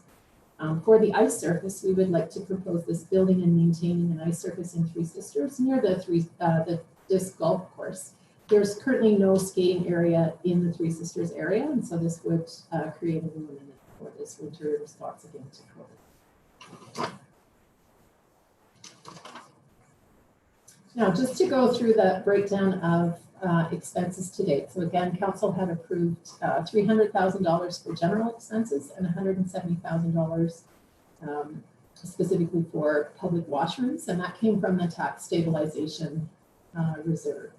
There's a bit of coding here, and you'll see the public washroom line is just about $100,000. Some of our staff expenses to manage and clean those public washrooms are actually included in the first line, which is salary, wages, and benefits. So that's staff time for cleaning and maintenance related to COVID across the organization. We didn't specifically pull that time out with the public washrooms. Signage, communications, plexiglass barriers, and so on have been included in this. General supplies. There were costs associated with Main Street closure, personal protective equipment. We did have costs to support that quick switch from working in the office to remote working. Contract support addressed items like including that we to ensure that we had COVID coverage in all of our construction contract work that we were doing. And then some adjustments that we need to make to council chambers, and then those costs include the upcoming Zoom rooms, which will allow the ability to do hybrid council meetings. So although we don't yet have that software here, we have paid for it, and so that's included in that amount. Many of these expenses we expect to continue. We are still continuing to clean public washrooms. We still are using required to have enhanced sanitization. And so that $300,000 will help fund those expenses through the end of this year. And finally, we have the transfer to Rome. And this funding, as I mentioned briefly at the beginning, was designated specifically for transit services to address any losses in revenue as a result of COVID and lower ridership or less occupancy on a bus because of physical distancing requirements, and also for COVID expenses that have been incurred in our case by Rome. And so this would be a transfer to Rome Transit, which they would put in their reserve and would help offset. They have drawn from their reserve this year to address these items, and so this will replenish that reserve. So then I have the 5 motions on the screen, and I'm happy to take any questions that anyone may have. Thank you very much for that really detailed presentation, and it's not a simple presentation to deliver. Mhm. I understand that the grant funding, the most grant funding can be directed from the municipality to other organizations in the community that are also dealing with COVID-related matters. And as one example, you know, I was thinking about CCHC, for instance, who had lost revenues when they forgave or reduced rents for their tenants through several months. Can you speak a little bit to how the remaining most grant funds that we're directing to tax stabilization reserve could be considered for supporting community groups that are dealing with COVID-related issues? Sure, I'm happy to speak to that. So again, we are making the recommendation that the bulk of that funding go into the tax stabilization reserve to provide the maximum flexibility for council. Just as a reminder, council did direct in August that administration was to create a COVID contingency to address COVID costs that occurred outside of the budget. And so we will be recommending in the budget process that that be funded from the tax stabilization reserve. But additionally, that is also where this year council funded the economic development support programs and the social support programs. And so that will continue in the future.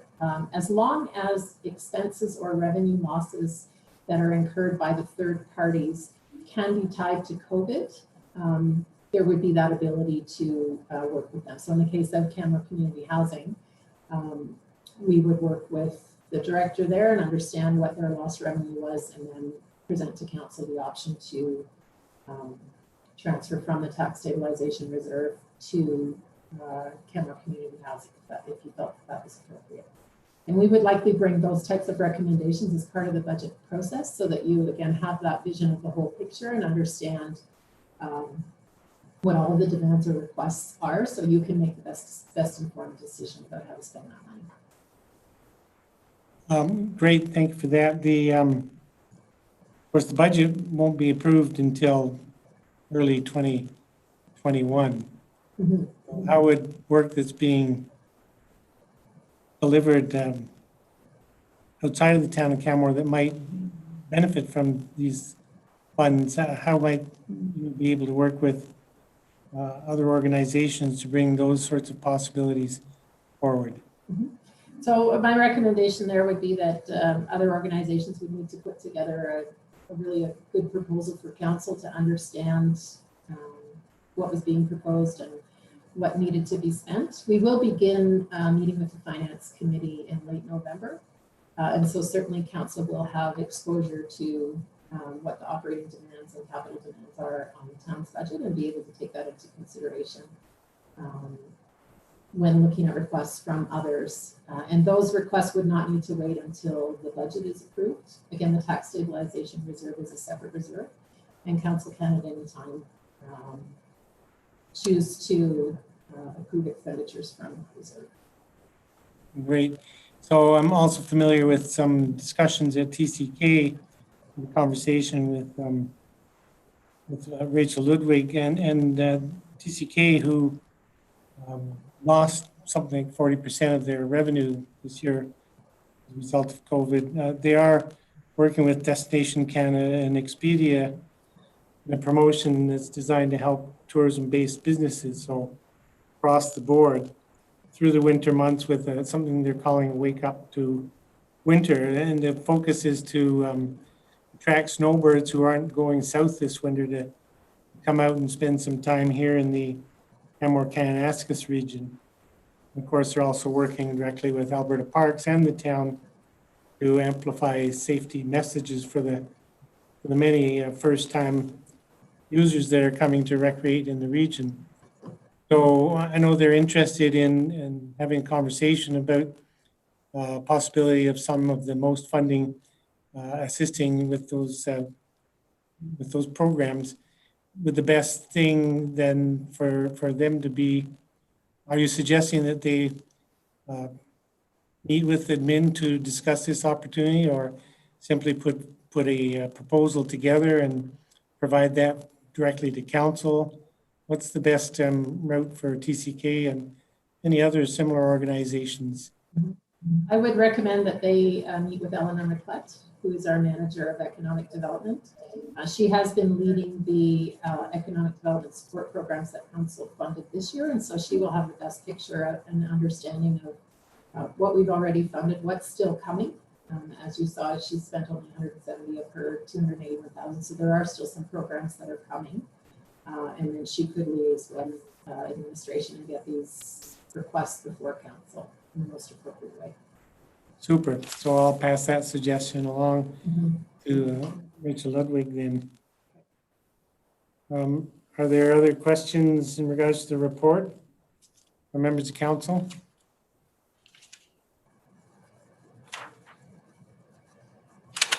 A lot of information to absorb, but we've been talking about it for some time, so I think my council's pretty much up to speed with all of the details that you've been discussing. Would you like me to leave the motions on the screen, or do you want me to stop? Is it easier for you to read them there, or would you like me to? Sure, yeah, you could leave them on the screen. That would be helpful. And if there's no other discussion or questions from members of council for Ms. Rogers, I will move on to putting some motions on the table.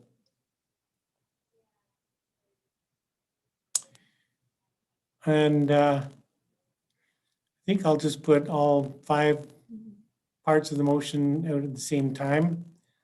And if a councillor wants to amend any one of those 5 specific recommendations, they can do so through an amending motion. So I'll move the council allocate the $4,200,278 in municipal operating support transfer funding as follows.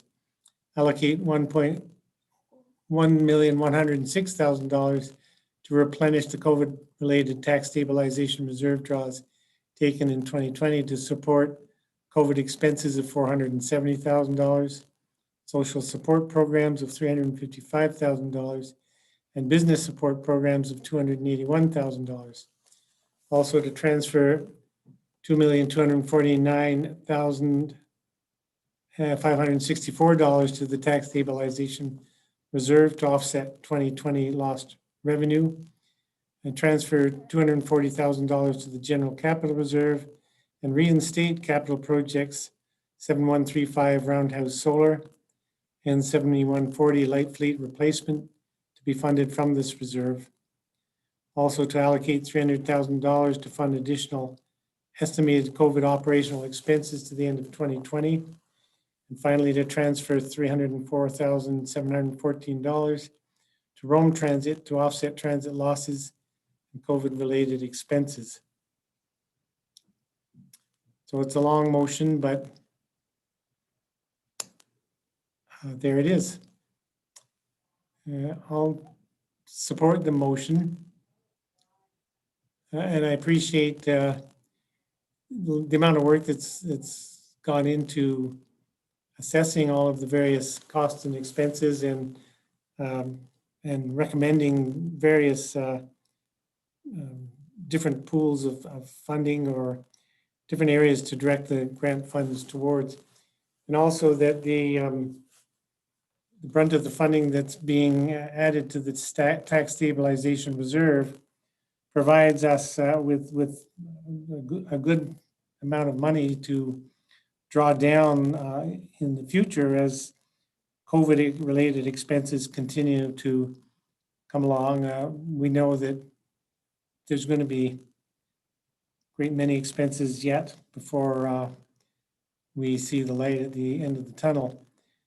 So I'm particularly supportive of that specific direction, building the tax stabilization reserve up to a very healthy balance. So yes, I'm quite happy to support this full motion. Other discussion on the motion, Councillor McCallum?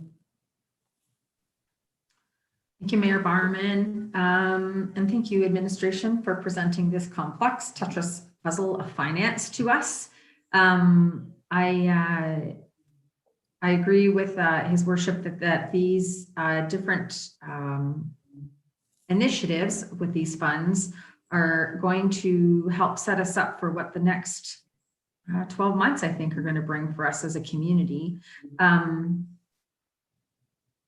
We had the opportunity to continue to fund some things from our capital projects that are very important to our community in terms of moving forward with our climate action plans, and to be able to set up outdoor recreational areas at this point, at an initial point, so that we know that people will be able to enjoy some enhanced outdoor recreation opportunities. I think that this allows us the opportunity to pivot as things change moving forward and as we go through the budget process in the next few months. So I'll be happy to support this motion. Other discussion on the motion?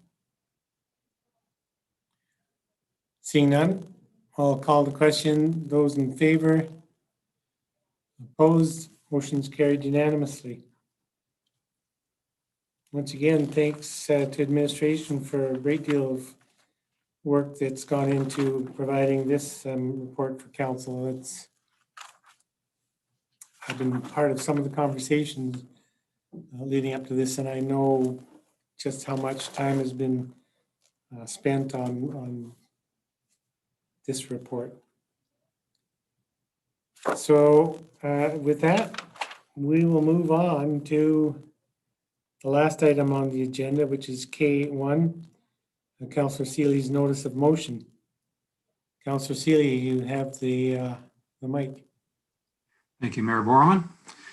Notice of motion. At the December 1st council meeting, I intend to make the following motion. The council reconsider the decision made by motion 201B-2020.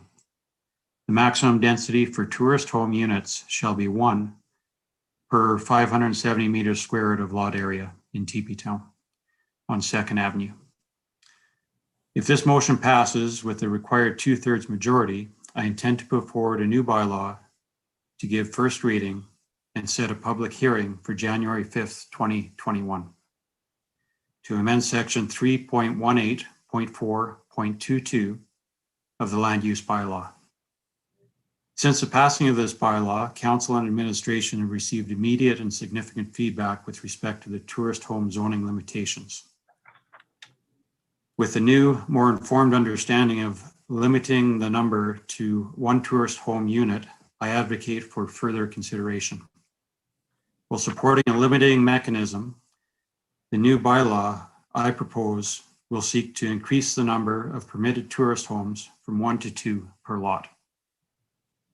I believe this area of TP Town is well situated for the tourist home zoning, and by giving the bylaw first reading and setting a date for a new public hearing, we will be able to hear directly from those impacted whether this change will allow for better flexibility while maintaining balance for the TP Town community.